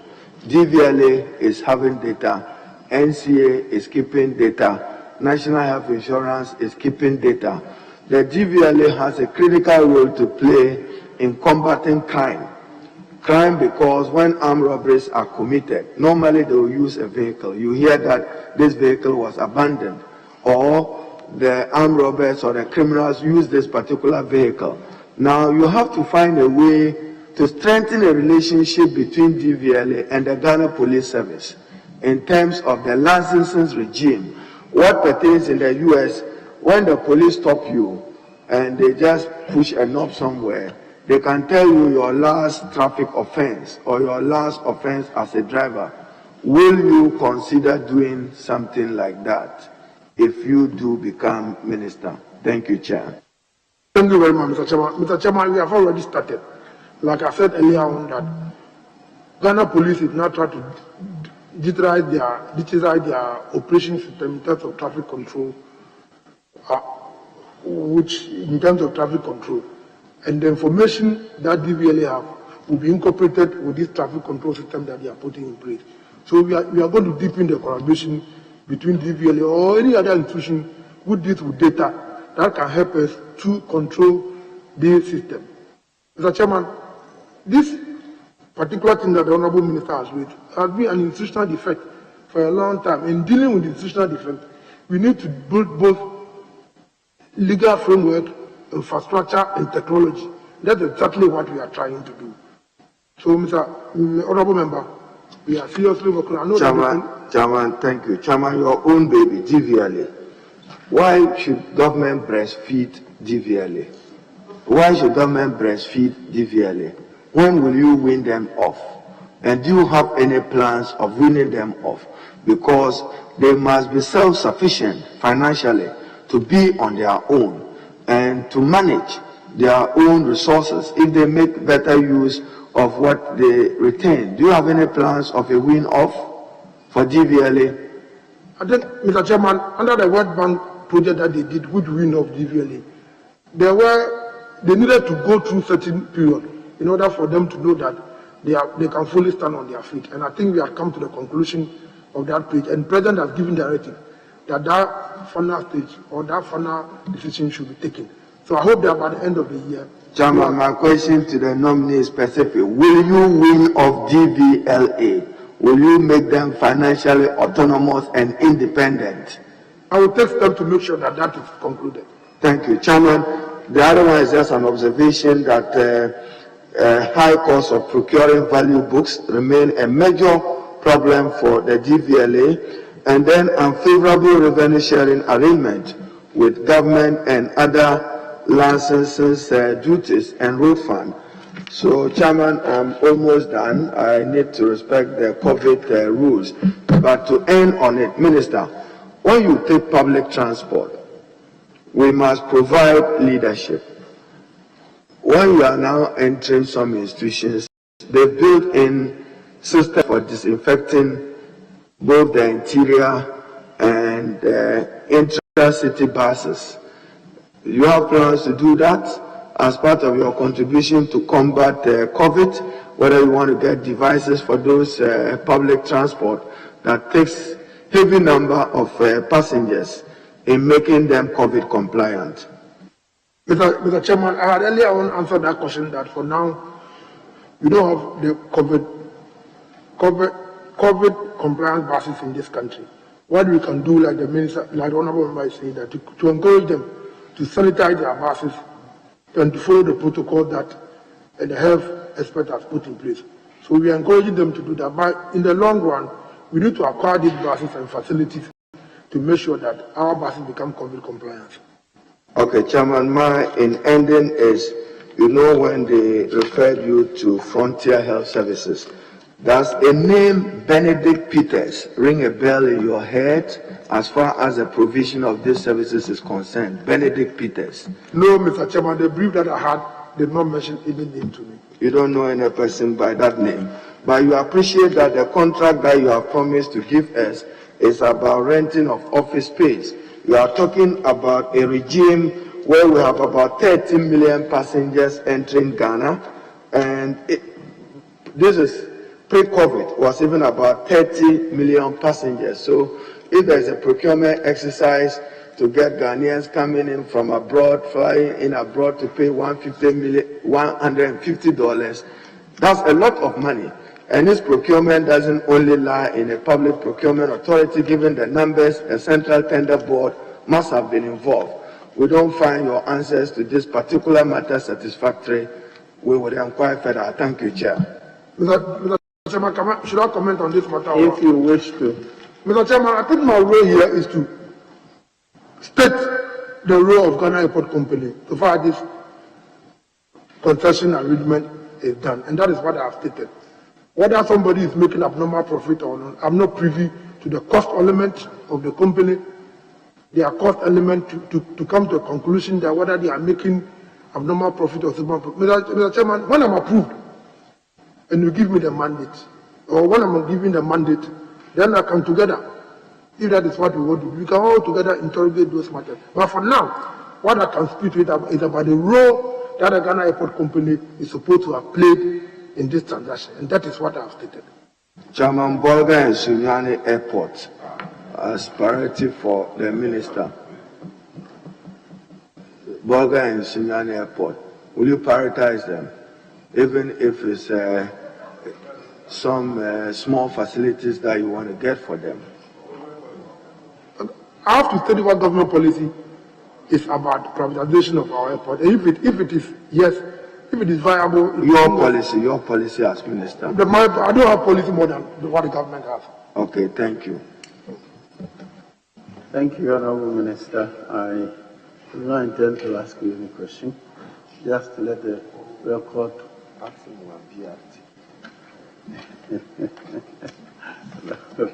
No. Thank you. Let the record reflect that you have offered to give us a copy of the agreement between and the emphasis that Ghana Airport Company provided space for a company to set up a system to test passengers entering the country. They did not do procurement of services. I think that record should be clear. Thank you for attending upon the House, and